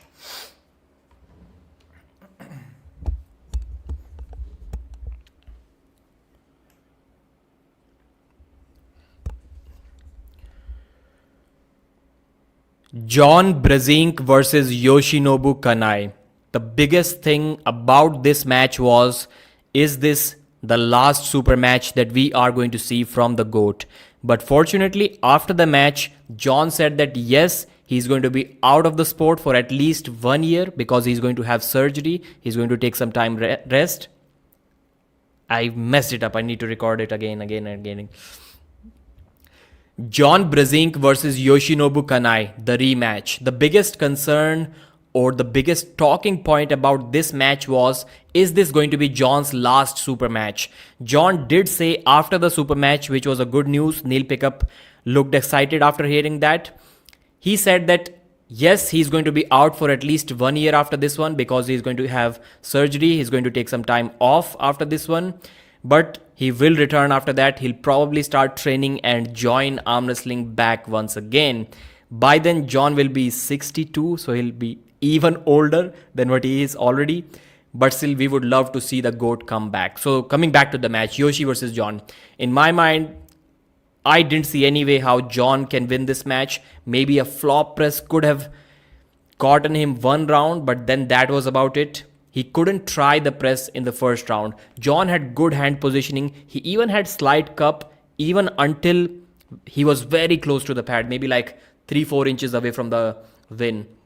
He had good hand positioning, not much pronation, but the cup was still there, and Yoshi was like this much, almost palm up, but his wrist was also slightly taken, but he was comfortable. John didn't go for the press. It was a little bit surprising to me. He stayed there for maybe 10-15 seconds, then he stood back up right in the center, and after that he just stayed there. I thought he is going to go sideways again and maybe try to get the press then, but no, he didn't. He got top rolled by Yoshi and lost the first round. Second round was pretty similar. He got close to the pad once again, but then there was an elbow foul from John, and that's why he stopped pulling. Again a restart. This time Yoshi had better positioning, and he brought John back to the center pretty easily, and then he beat him from there again with another top roll. Round 3, this time I personally think, I may be wrong, but Yoshi did feed a little bit rope to John to let him work a little bit, because he had the best positioning by far out of all of the rounds, all of the starts. He had hand positioning over John in the center, and he even got towards his own winning side. But still, John took him back. Yoshi lost his wrist then. John was also losing his wrist, but Yoshi was comfortable. Like, throughout the match, right from the beginning, he was shouting, he was laughing. He was never in any kind of trouble at all whatsoever. Then after John stayed there for a while, Yoshi just got behind his shoulder and easily flop pressed John to the pad. So 3-0 Yoshi. He said, "I love you, John. I love you, arm wrestling. I love you, America." These are the words which he said. Then that's about it. So coming to John, like, did this match really need to happen? I remember as soon as I heard about it, my immediate reaction was, John cannot beat Yoshi. This shouldn't be happening. Now when we think about it, after seeing Ongarbayev lose to Matt Mask pretty easily, I think Ongarbayev versus John should have been the match. John asked for that rematch probably a dozen times. Since Ongarbayev was also not expected to be in his best shape because he had surgery, John is 61. That is the match that should have happened. I don't think it is going to ever happen again, but we've lost that opportunity. And then we could have made Yoshi versus Matt Mask. That also could have been amazing. But it is what it is.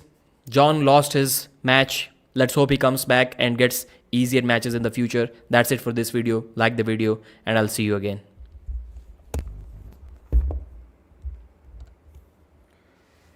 Time for Dave to retire as well. This is the first comment I read. Dave, why do these guys need to be so big, man? I just don't get it. Dennis Siplenkov is like, man, I need to wait. Like, obviously these guys are in the high 120s because they're juiced up. Dave Chaffee without juice, I don't think he will be 120 kilos, or maybe at most 115 kilos. So why don't they like cut a little bit weight? What's the problem with that? I don't see it. Dennis Siplenkov, like, instead of just either going all out, taking growth hormone for Hermes Gasparini and then cancelling the match and then almost retiring again, at least for this year, instead of doing that, why not just cut a little bit of weight, man? Go against Kalinishenko in the 115 kg category. What's the problem with that? That part I don't understand. We'll take all of the juice in the world, or we won't take anything and we won't compete, but we'll stay big. We'll stay like this much above the weight category, which we can easily cut down to. I don't understand this logic. Maybe Dennis, I said it and people were laughing at me, but this is logical. Maybe Dennis doesn't know how to cut weight. Like, he has never cut weight in his life. I don't think he ever has. He probably has zero clue. Probably I have more knowledge about cutting weight, even though I have also never cut weight, but I keep on talking about it. I keep on seeing that. Maybe Dennis doesn't know anything about cutting weight. That's why he's like, no, I'm going to stay this heavy. So it's a little bit weird. Like, Chaffee, if he's 126 kilos, can't he cut to 115? Dennis is walking around 121, 122 these days. Like, even in this shape, he can easily cut down, and I think 115. But maybe the thing is that at this size, he doesn't feel strong. And if he starts to feel strong, he immediately goes to like 127, 128. But that is also not without the juice, I think. Who else can cut weight? If Hermes Gasparini wasn't so strong, then he should also cut down weight to 115. But the guy is like, he can clearly mess things up.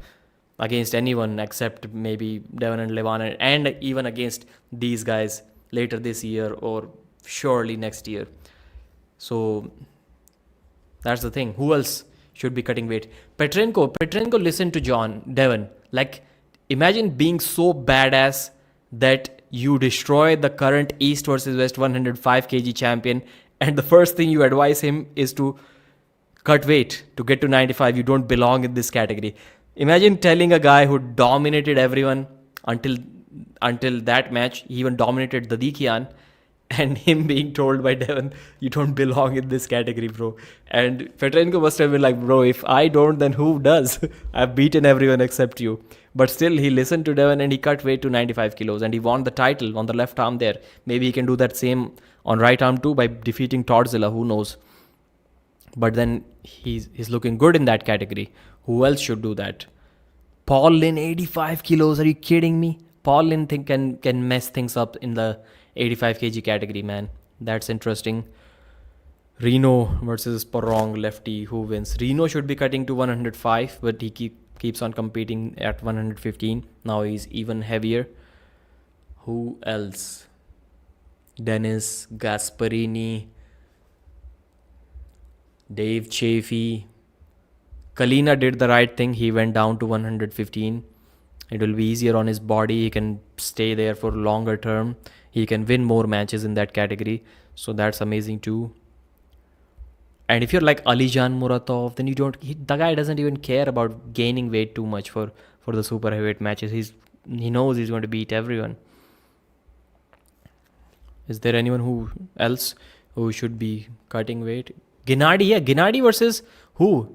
Engin announced Gennady competing in the 115 kg category. It was against who? I made a video about that. Or maybe it was just an announcement that he's going to cut weight. Or did I announce the match too? Does anyone remember? Gennady is cutting down to 115. Initially, I thought it's just a rumor, but then I heard Engin also talk about it. I was like, bro, how is Gennady going to cut that much weight?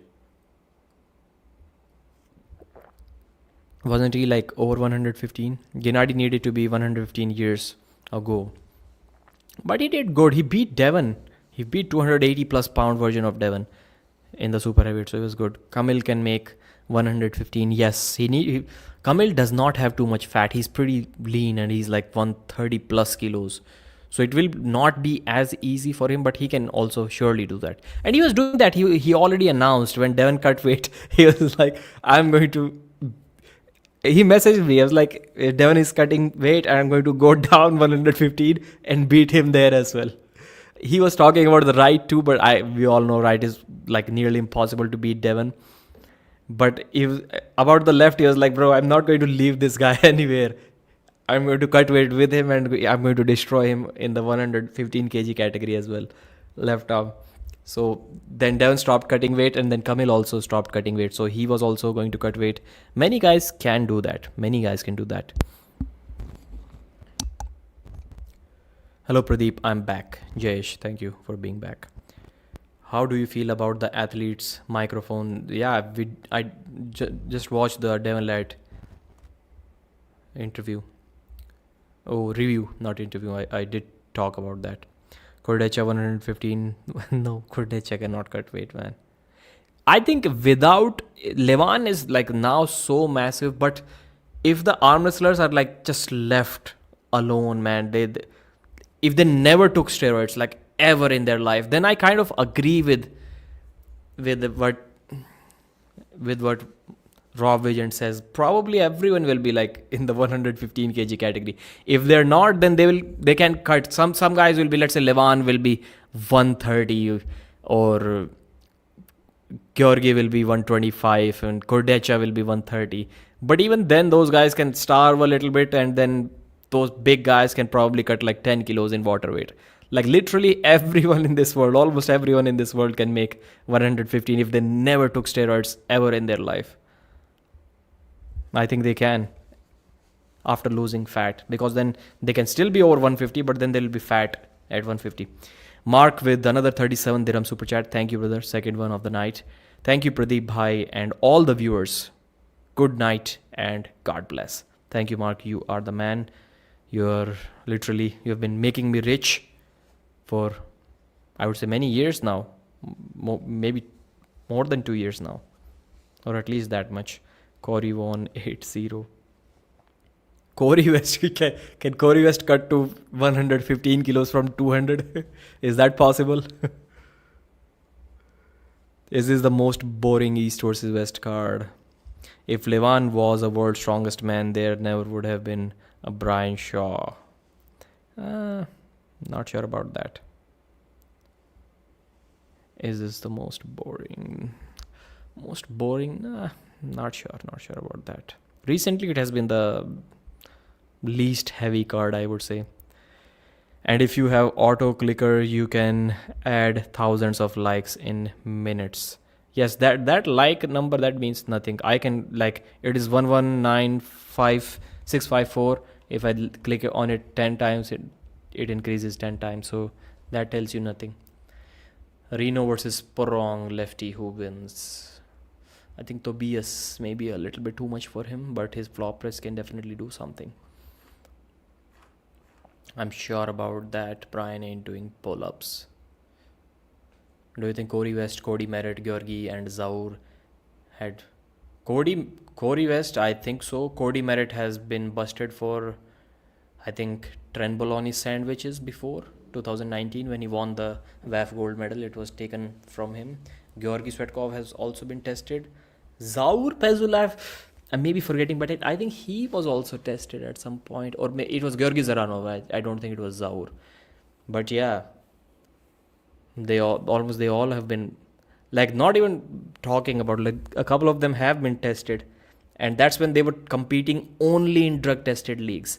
Still they were taking stuff. So you tell me, if you're competing nowhere else but only in drug tested leagues and you're still taking stuff, then why wouldn't you, when you've stopped competing in those drug testing leagues and you're competing now only in places where they don't test for drugs?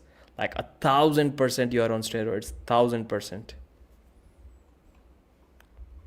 Levan is an anomaly this world can't deal with. There's no answer. Hermes was close, man. Hermes was close last time. Devon was close in the first round. Devon keeps on saying that I should have probably started surging earlier. But then as soon as he started surging, then Levan went for the flop and he beat him. I was thinking that he should have done it even later. Maybe he should have stayed there. Maybe Levan also would have stayed there and he would have never gone for the flop if Devon didn't started surging sideways. No, Antonovs got destroyed by Mindaugas, man. Pretty bad. It was pretty bad. Let me just give you a recap of all of the matches for the 271 people joining. And if you like the recap, maybe a couple of you can subscribe. So the first match was Andrei Shargovich versus Arson Kachetrian. Arson won 3-1. Then Cody Wood was leading early against Joseph Meranto, but Joseph came back from 2-0, then won 3-2. Then the match was between John Thierry and Craig Choulier. Craig Choulier 3-0. And then it was Sarah Backman, Joselyn Brisson 3-0 as expected. Mindaugas versus Janis, great match. Initially started out to be a boring one, but then maybe turned into the one of the most amazing matches of the night. 3-2 for the GOAT Mindaugas. Mindaugas beat 3-0 Hunter Novs 2. Evgeny Prudnik 3-0 over Cody Spur Merritt. Then who else is left? Okay. Hunter versus Valen Low. I forgot that match. Hunter won 3-2. Then Georgi Svetkov 3-0 over Dave Chaffee. Then we had Matt Mask 3-0 domination over Ongarbaev. I loved it so much, man.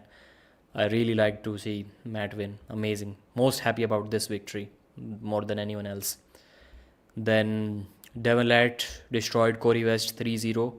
There were a few moments where he had to go full King's move, but other than that, he was comfortable throughout the match. And then finally, we had Yoshinobu Kanai 3-0 over John Brzenk. Never in any kind of trouble at all.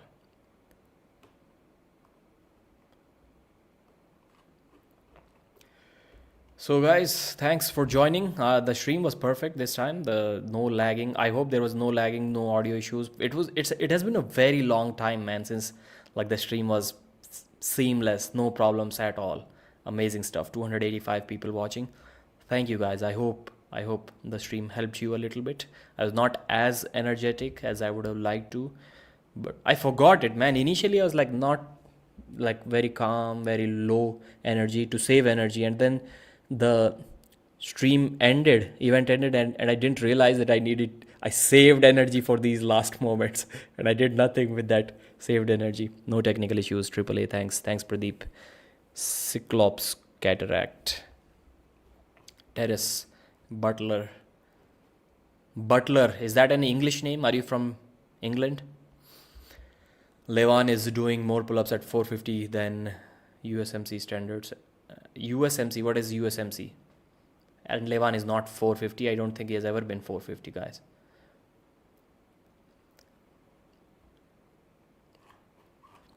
USMC, I don't know what that is. I'm very bad about not having sound on the table. Yes, very, very mad. I'm also mad, man. Didn't really care too much until the Devon match, but then I wanted to hear what Devon was saying. Purchase the raffle ticket or this ad only. William, thank you, brother. Great live stream. $2 super chat. You are awesome. Good glasses. Are you bald, William? Let me see your face. You need to shave those remaining hair off, man. It's not cool. Do that today, like yesterday. Shave it off. So some people worry too much about their hair. When I discuss this with my family, and I'm like, man, I wish I get bald. I don't give a fuck. Just I don't care. Some people take treatment, hair transplant. If I keep on saying, if I am about to go bald 10 years from now, let me be bald today. I just don't care. I'll shave it off. Never cared about it at all. Mark, 37 dirham, third time for Pradeep Jr. Thank you, sir. Thank you. I'll pass it on to him when I go back to home. I'm not sure what he's going to do with that. He's like 1.5 years old. Pradeep have the same haircut as Kanai. You're right. You are right, Marcus. Did your mother's father go bald? Nope, not at all. He had hair when he died. My grandfather did not have hair. I think he was bald. My father still has, not much, but he still has hair. He's like bald in this area. I'm also kind of bald in this area. Levan does more pull-ups than anyone I saw graduate from the United States Marine Corps. Come on, man. Come on. Levan can do probably like 12 pull-ups max. Just because he's like doing pull-ups with 2 plates, 3-4 reps doesn't mean he can do like 20 pull-ups. I don't think he can. But thanks, Mark, once again for your awesome support. Pradeep beats Levan easy. Buy something for him, please. Okay, I will. What does he need? I'll figure it out. I'll let you know. You can't beat that. I'm serious. Smyve destroy Levan in pull-ups. Yeah, Smyve is like, he's probably the world record holder in pull-ups. Maybe not officially, but unofficially. High estrogen makes you keep your hair. Thank you guys. I'm ending this live stream. You guys are awesome. I really loved it. And there's a smile on my face when I realized that there was no issues today. I hope I have such luck every single time in the future. Thank you guys. Bye.